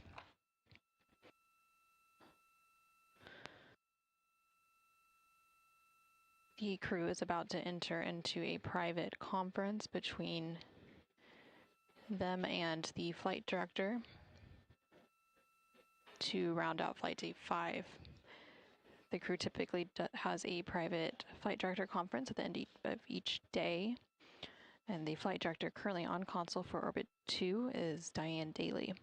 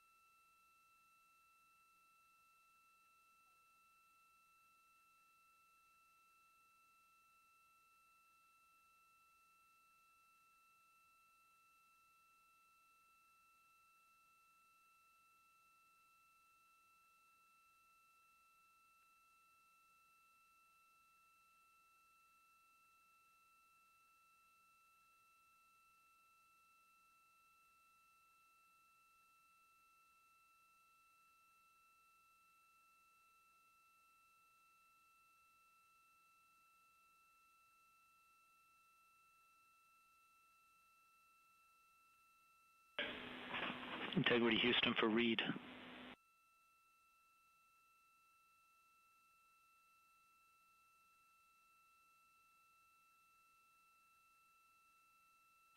Go ahead, Mark.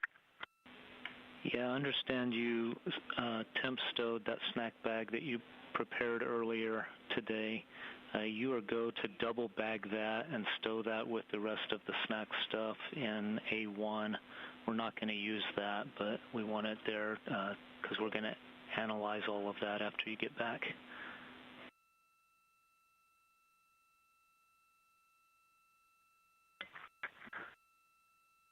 Maybe knowing that a few hours ago would help me not finish drinking that snack.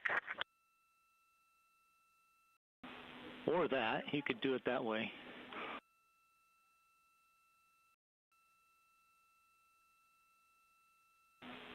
Okay, and also... if the team wants, I did get out 2 snacks earlier, and one of them I did not put any water in, and I re-stowed it. I can pull that one out and fill it, and then re-stow it just for analysis.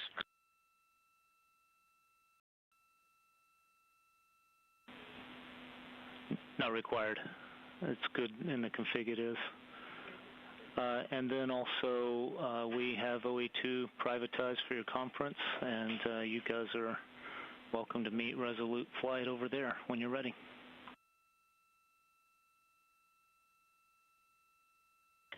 Heading over there now.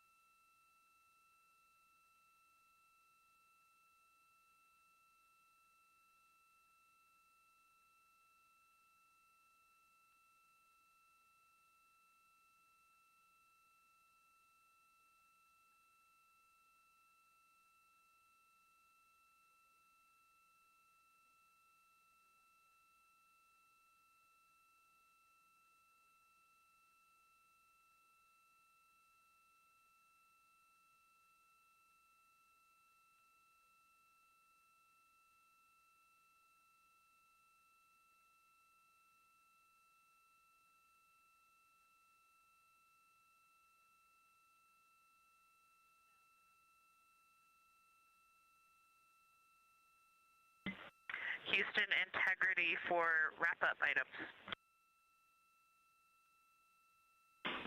Go ahead, Christina.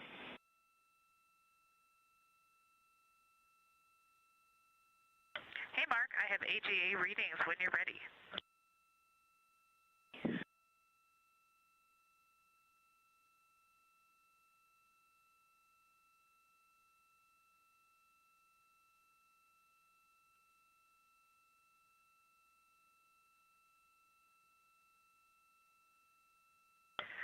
Okay, when we turned on the AGA this time, we did have 2 alarms. One said for HCN, it was like a read error. I don't remember the exact verbiage. That was transient. It went away after just a couple seconds and then read off-scale low. Then we had the expected high oxygen alarm. Other values, CO2 3.1, oxygen 26.6, temperature 75, pressure 10.45.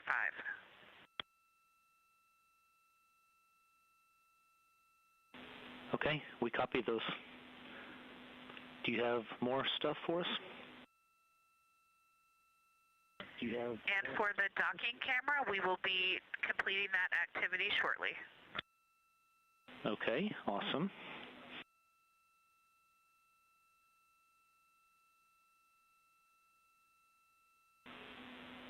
Is that it from you? And Mark, we were just chatting that we probably owe you a report on Nat Geo shot list. And we have been referring to the shot list, and basically we really just have the cameras out almost at all times. We got the bird today, we got all the suit DFTO, and pretty much every day we've been catching day in the life items, whether that's mealtime or time at the windows observing, and any dynamic operations, and basically kind of the big moments of the day. So we do think we're capturing all those. Let us know if you need more granularity on that, but we are checking the list. We're making sure we get what they'd like and more. Fantastic. Thank you.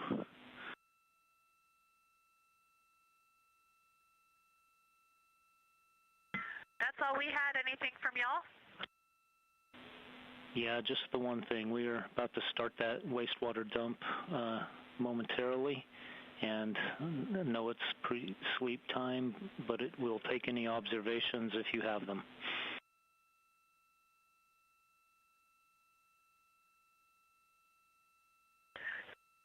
We're watching right now, and it's a light blizzard with the kind of familiar larger particles and kind of pulsing, chugging. Not a ton of flow right now compared to maybe the higher flow primary dumps or the secondary dumps. But yeah, we're seeing something out there. We're seeing some kind of snowstorm. Okay, copy. Thank you for the observation.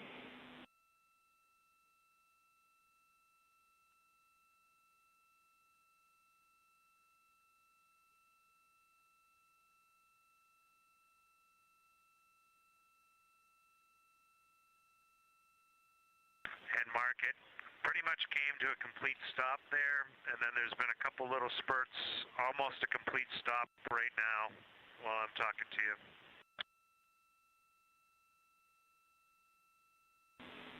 Copy, Jeremy.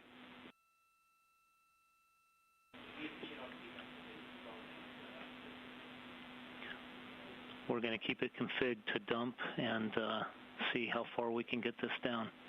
Thank you for the insights.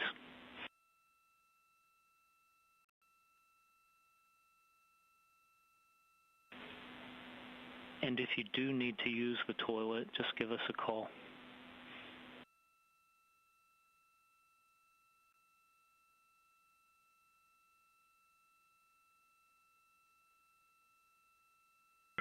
Copy and understand. Thanks.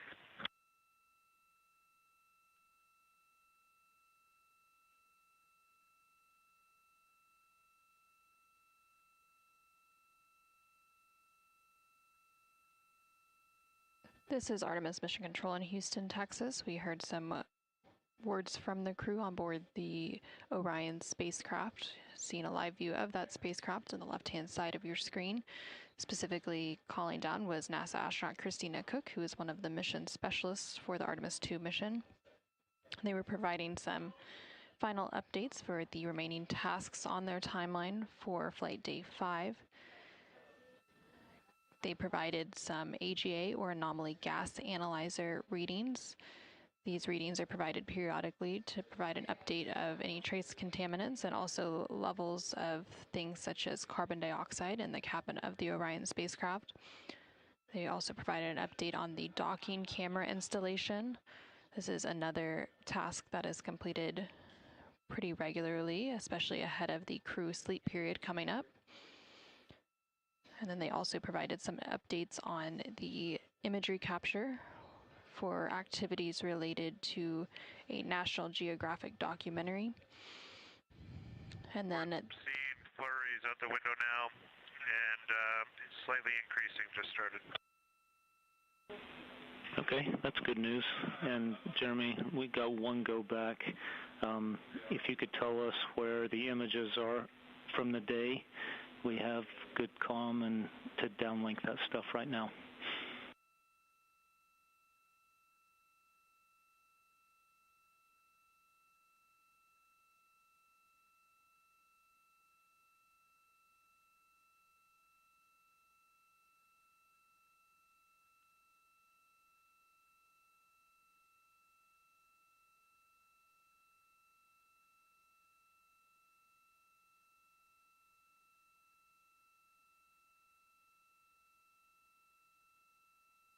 Okay, you can look on PCD2 for the science photos that we took for the opportunistic science.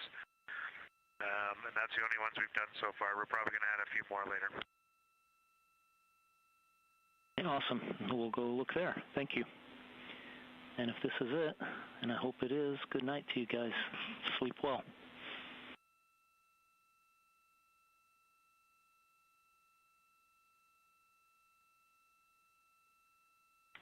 Good night to you too. We had a great day.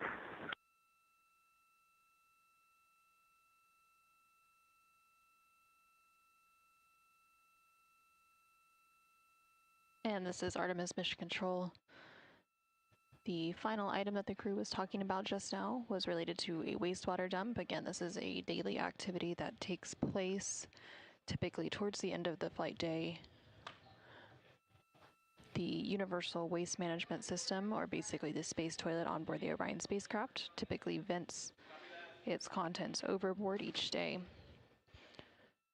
The crew is now heading into their pre-sleep period, and during this time they will have the opportunity to eat their dinner and also complete any remainder personal activities for the day to prepare for their upcoming sleep period. They typically have about 2.5 hours dedicated for that pre-sleep period, and then the sleep period itself will last about 8.5 hours.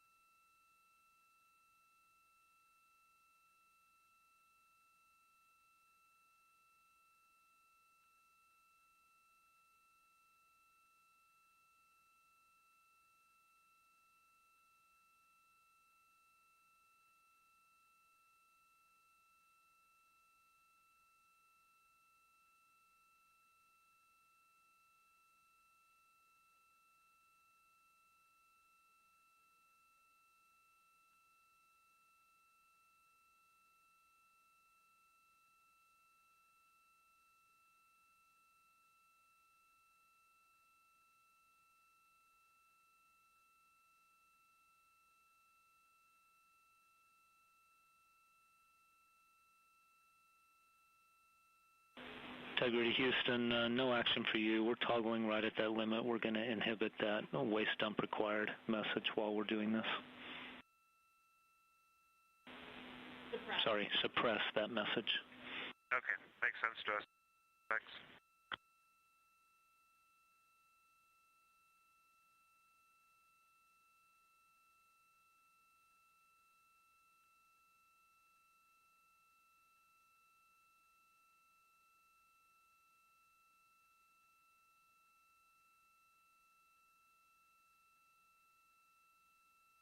And this is Artemis Mission Control. There on your screen, you can see a live look of the Orion spacecraft as it's currently completing an attitude maneuver following that wastewater dump.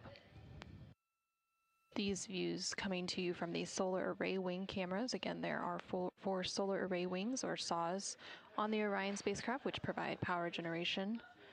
And each of those solar array wings has a camera mounted to it, and it provides some of these live views that you've been seeing throughout the mission.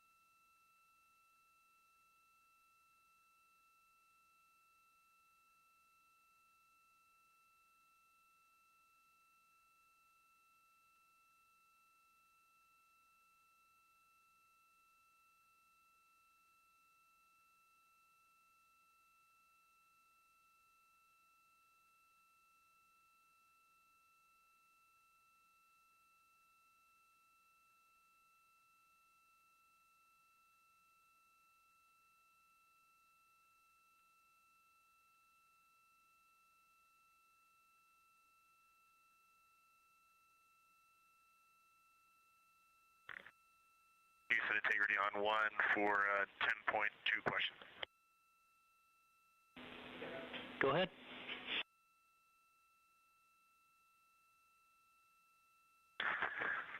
First on the dump, very slow flurries, and then the docking camera is powered. And then third, when we went down to 10.2, we just, obviously with the pressure change, a lot of our packaging up here expanded pretty heavily. And one that we noticed is the LIO bags, and we don't know if the LIO inside those bags is damaged by the pressure delta or not. Let us know if you would like to open up the Ziplocs there and take a look. I'm not sure if we have to go into the like the hermetic seal on that bag or not. Okay, copy the question. We're talking about it.